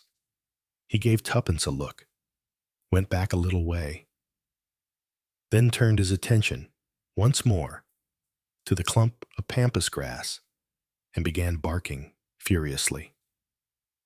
"There's something worries him," said Tommy. "Come on, Hannibal."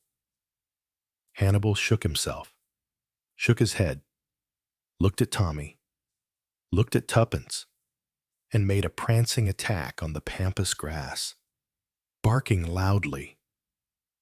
There was a sudden sound. 2 sharp explosions. "Good Lord! Somebody must be shooting rabbits!" exclaimed Tuppence. Get back inside, KK." "Tuppence," said Tommy. Something flew past his ear.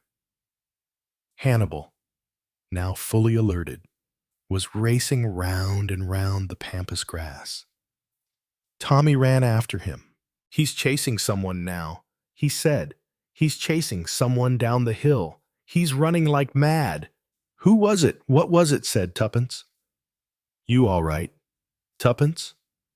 "No, I'm not quite all right," said Tuppence. "Something, something. I think, hit me here, just below the shoulder. What was it?"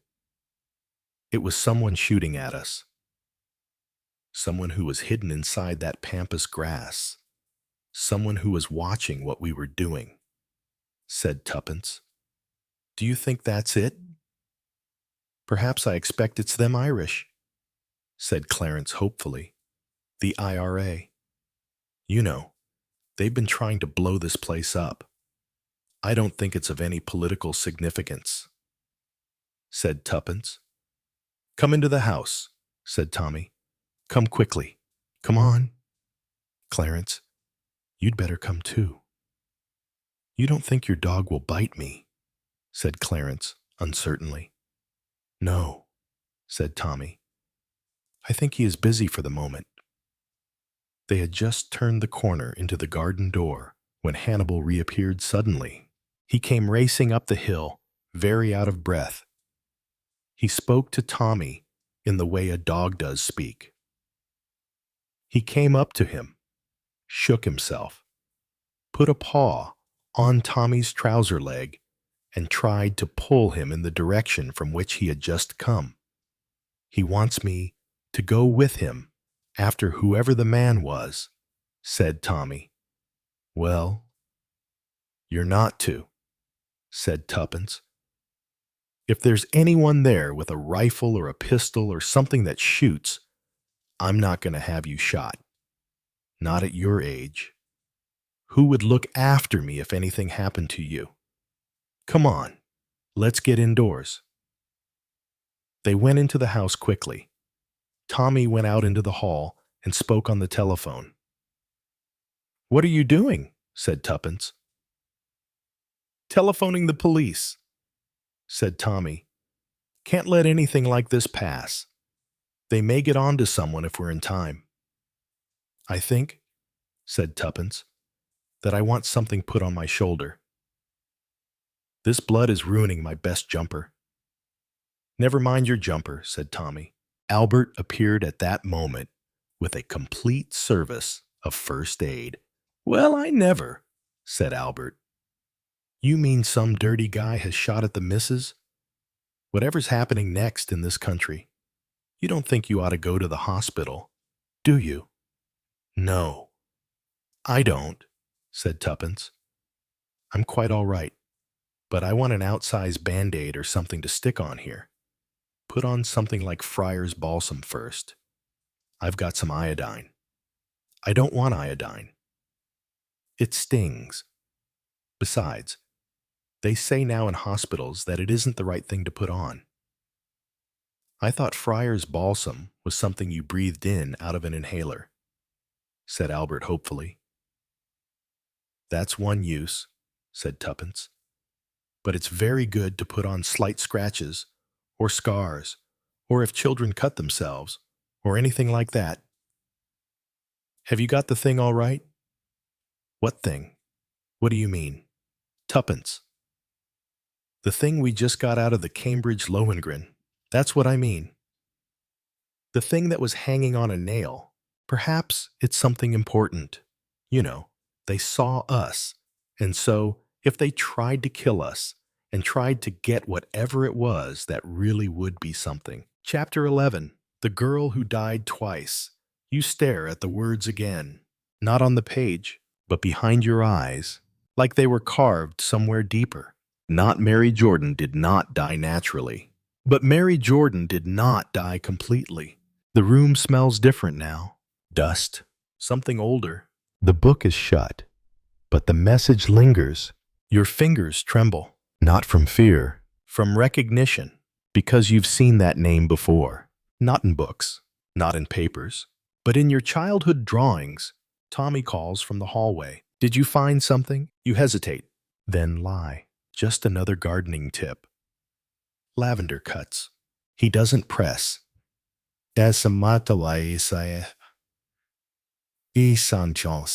He never does. Maybe he forgot how. Maybe they made him forget. Later that night, the dreams come. Not dreams. Fragments. A girl with braids. Hands tied. A bottle of blue ink smashed on the floor. She says, "You weren't supposed to wake up. You were supposed to replace me." You wake up in the attic. Standing, fully clothed, dust in your throat. You don't remember walking here, but in your hand is a slip of paper, faded. Words in pencil. Tell the book it lied. And below that, your own handwriting, but decades older. You stumble down the stairs. Tommy's gone. The front door's ajar. And the lights all turned off except for the basement. That's where the fireplace used to be. Before it was bricked up. Before they told you never to look. You descend one step at a time. The deeper you go, the clearer the name becomes. Mary Jordan, not a stranger, not a victim, not a ghost, but a memory they tried to give you, or maybe one you stole. Chapter 12. Memory doesn't belong to just one person. You don't remember opening the basement door, but it's open. Light pours from below, like a wound that never scabbed over. You descend barefoot. Every step creaks, like a whisper from something that never learned to die. At the bottom, a bricked fireplace. New bricks. Smooth mortar. Too smooth. You touch them. They're cold, but humming, Like they're not just wall, but seal. You look down. There's no dust here, only scraped floorboards, faint scratches, circles, marks like fingernails, and a hinge almost invisible. You pull. It groans. A panel opens. Not to firewood, but to documents. Dozens, wrapped in oilskin. Smelling of salt and vinegar. You spread them on the table. They're not organized, but they're meant to be found. Aki. A page marked Project Jordan catches your eye. Typed, faded. Only one sentence is readable. Subjects will carry memory-laced identities across generational transfer, initiated through coded nursery media and controlled disruption. You whisper, Mary Jordan was never just a girl. She was a delivery system. Another folder labeled Jordan. Red variant 1953-1956. Inside school reports. Notes in red ink. All stamped with your maiden name. Not once, but 3 times. Teresa Mary Cowley. Known aliases Mary Jordan. M. J. Lang. Subject R7. Status fragmented. Reassigned. You blink. You've never been Teresa. Not legally. Not emotionally. But that handwriting. It's yours. Then a photo slips out. Black and white. A girl in front of a school. Her eyes scratched out. But the shoes. You remember them. You wore them in the winter of '56. You're shaking now. Not from cold, but from continuity collapse. Because if memory is portable, if it can be assigned, then who the hell have you been for the last 40 years? A creak upstairs. You freeze. Not Tommy. He doesn't make that sound. You gather the files, hide them beneath the hearth, seal it again. But keep one photo in your pocket, just in case, just so someone remembers, even if that someone is a lie. Chapter 13, The Replacement Protocol. You return upstairs. The house is silent, too silent. No clock ticking, no pipes creaking, not even the wind. Like the whole building is holding its breath. There's a man in your armchair. Not Tommy, but close. His posture, his haircut, even the way he stirs the sugar in your teacup. You took your time, he says. You stare. You're not supposed to be here. He smiles. Neither are you. He places something on the table, a small device. Looks like a hearing aid, but older, wired, heavy, military gray. You've seen one like it before in a dream. No, not a dream. A procedure? We're giving you a choice, he says. Voluntary reintegration, a clean wipe, reassignment. You'll wake up at a train station in Cornwall. No pain, no files, no memory of Jordan, of Lang, of yourself. You almost laugh. You expect me to say yes. He sips your tea. No, but we hoped you might. He stands, walks toward the bookshelf. Setibimasic Chukul. Finds a red volume, The Secret Garden. He opens it. A slot inside. Empty now. We left this house as a sleeper site. Didn't expect it to wake up so quickly. You move toward the fire poker. He sees it. Smiles. Fight all you want. But the protocol already started. We're not here to erase you. We're here to overwrite you. You stop. Something flickers in your mind. A song. London Bridge is falling down, falling down. You stare at him, and suddenly, you remember the nursery, not yours, hers, Mary's. She fought it. You say aloud, didn't she? She refused to forget. And so you had to split her and plant her elsewhere. He nods, not with pride, but with resignation. And now the fragments are waking. You raise the poker. He doesn't flinch. You'll swing. And you'll see something else behind my eyes. Because we're all built on someone else's pieces. Then he's gone.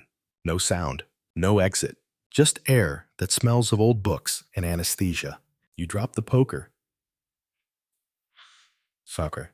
Look at your reflection in the dark window. It doesn't look like you, but it moves when you move. And maybe, for now, that's enough.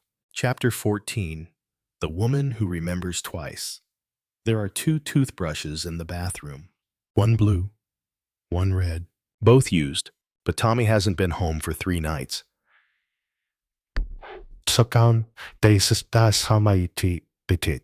You stare at them like they might blink first. Like maybe they belong to 2 different women. And maybe they do. The dreams grow louder, not dreams. Memories. One night, you're in a hospital ward in 1952, labeled Child E. The next, you're back in your wedding gown. But the mirror reflects someone else. She smiles. Same dimples. Same eyes. But she says, I died for this face. You owe me more than a name. You wake up in the kitchen, hands covered in ink, writing names you don't recognize. Lang, Jordan, Cowley, Teresa. They don't feel foreign.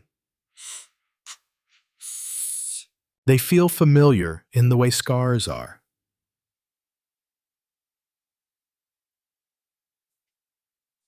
Then Tommy walks in, carrying groceries, like none of this is happening. Like the world hasn't split you in 2. He says, You've been busy. You nod. He places the milk down. Watches you too long. You wrote on the wallpaper. You turn. Faint graphite marks curve along the archway. I remember for her. He reads it aloud, then asks the question you've been dreading. Who is her? You want to say me, but which version? You want to say Mary, but maybe she was just the first one to scream. You settle on the only truth that's left. She's the one they replaced, and I'm what they built from the pieces. Tommy doesn't move, doesn't blink, but you can see the fear. Not fear of you, fear of losing the person he thought he knew. He whispers, Are you still my tuppence? You smile, soft, sad. Do you want the real one or the one that loved you better? Silence stretches between you. Not anger, not heartbreak, just space. Like a bridge that doesn't quite reach both ends anymore. That night, you sleep on the floor. One eye open, because you're not sure who you'll be when you wake. And worse, you're not sure who else remembers being you. Chapter 15. Split Frequency. At 4:13 a.m., you wake up speaking Russian. You don't know Russian, but the phonetics flow with ease. You hear yourself whisper, Распад личности завершен. Активировать память. Personality split complete. Activate memory. Your mouth goes still. But something inside keeps translating. Tommy is gone. No note. Just the red toothbrush missing. You check your pockets. There's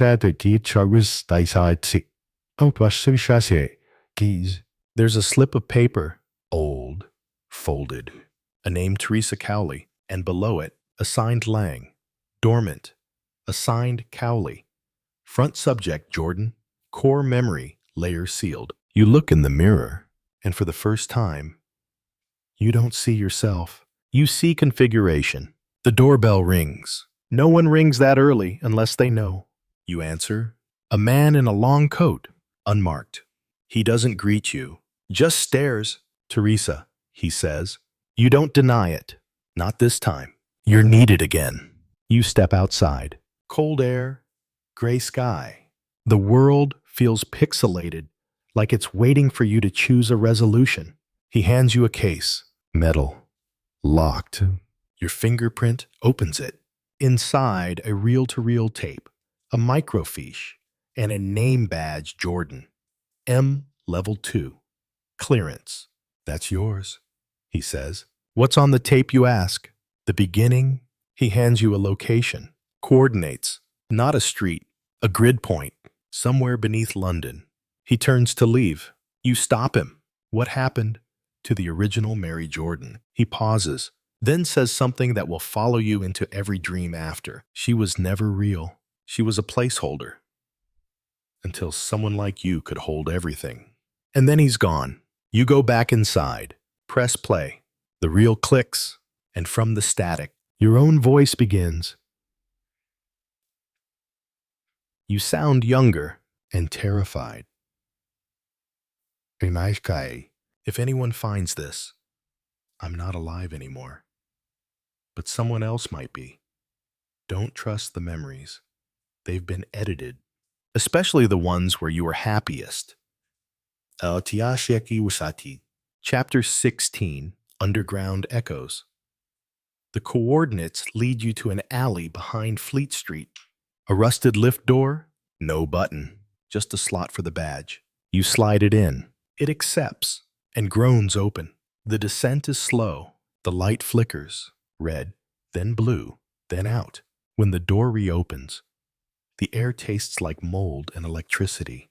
There's a hum, like a machine that's been waiting for decades. And you walk, hallways lined with lead, bulletproof glass, shattered from the inside. Everything smells of halted time. Then you see it, a projection room, reel to reel, and an old camera still running. Like it never needed permission to begin. The screen flickers on, and you see her, you, 30 years ago, younger, sharper, angrier. If you're watching this, your younger self says, it means you breached the seal, and that you're unstable, just like me. She looks directly into the lens. You've been split. You've been rewritten. And you've survived, which means they're coming. You stare at her, at yourself. The younger you holds up a diagram. Project Jordan, recollection engine. Each subject a mosaic, one memory, 5 hosts. Hope. One truth always contested. She goes on, your love for Tommy. That was implanted. Your fear of fire. A memory borrowed, but your instinct to come back here. That's real. The screen flickers. Oh, garbled sound. Then her last words. You're not a person anymore. You're an archive. And if you die, they lose everything. Silence. The projector slows to a stop, and for a moment, the whole base feels like it exhales, as if it, too, remembered something. You turn and hear it. Footsteps in the hall. 2 sets. Fast, coming toward you. You grab the reel, the diagram, the badge, and run back into the elevator, back into the alley, back into a world built on unstable truths.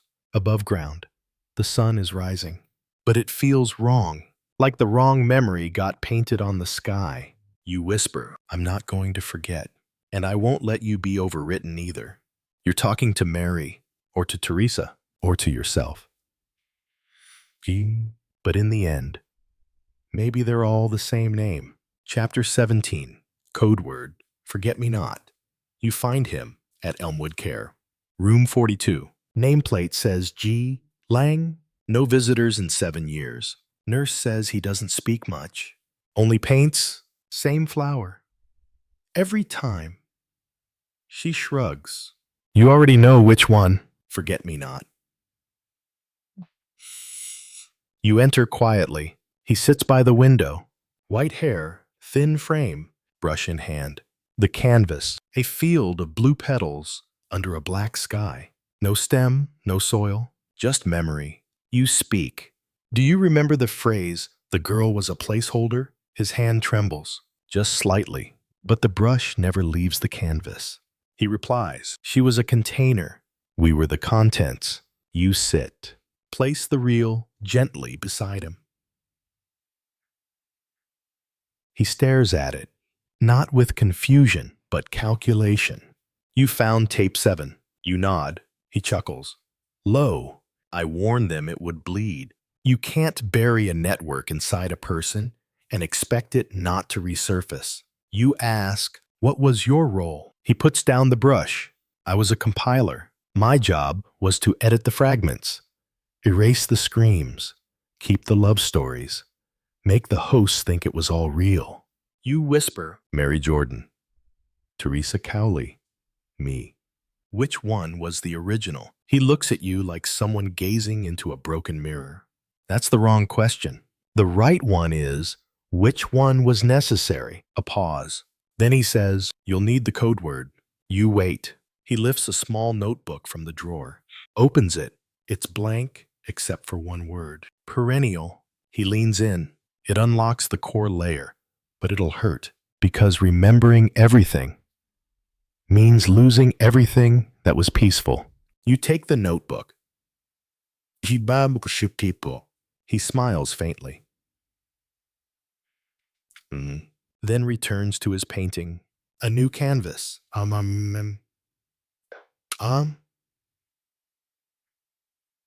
Same flower, but this time the petals are falling. Chapter 18. The core layer hurts you. Whisper the code word. Perennial. The tape clicks once, then hums, then begins. At first, static. Then, Tommy's voice. You freeze. If you're hearing this, it means I failed. It means they got to me. Or worse, I let them. Your throat tightens. He sounds younger, clearer, but there's weight in every word. You were never meant to wake up fully. You were the containment vessel, the last fail-safe. If all else failed, you'd carry everything. And I was your handler. Silence. A long one. Then. But I fell in love with the container. Not the mission. Not the protocol. Just you. Whoever you were, you made the ghosts quiet. You're shaking now, but not with grief. With fury, because the man who claimed to stand beside you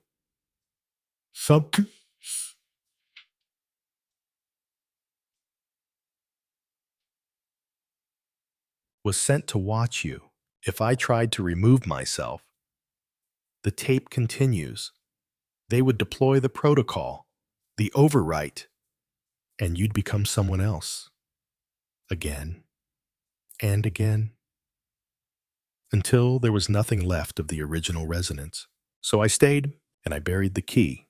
The tape whirs. Then another voice joins. Yours, but not yours. Tommy, is it really you? I can't feel the edge anymore.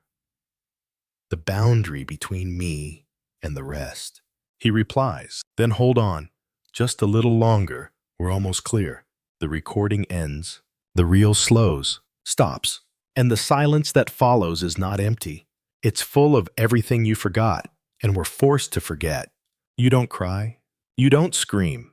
You just sit there and whisper. Then I'll remember for both of us, because someone has to, and the time for forgetting is over. Chapter 19. Operation Black Garden. The directions are vague. No GPS, just hand-drawn lines on faded parchment.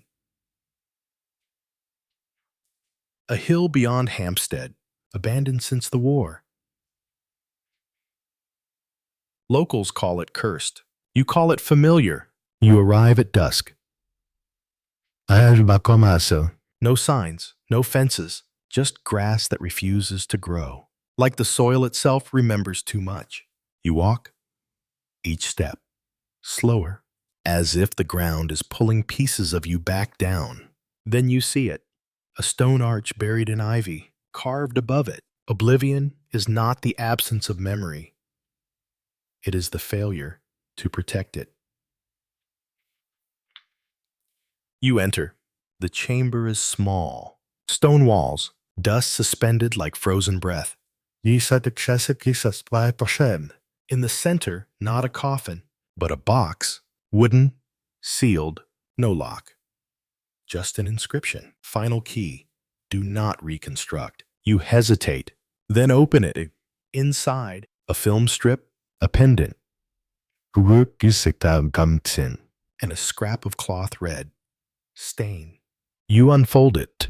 There's a single word written in ink. Mother.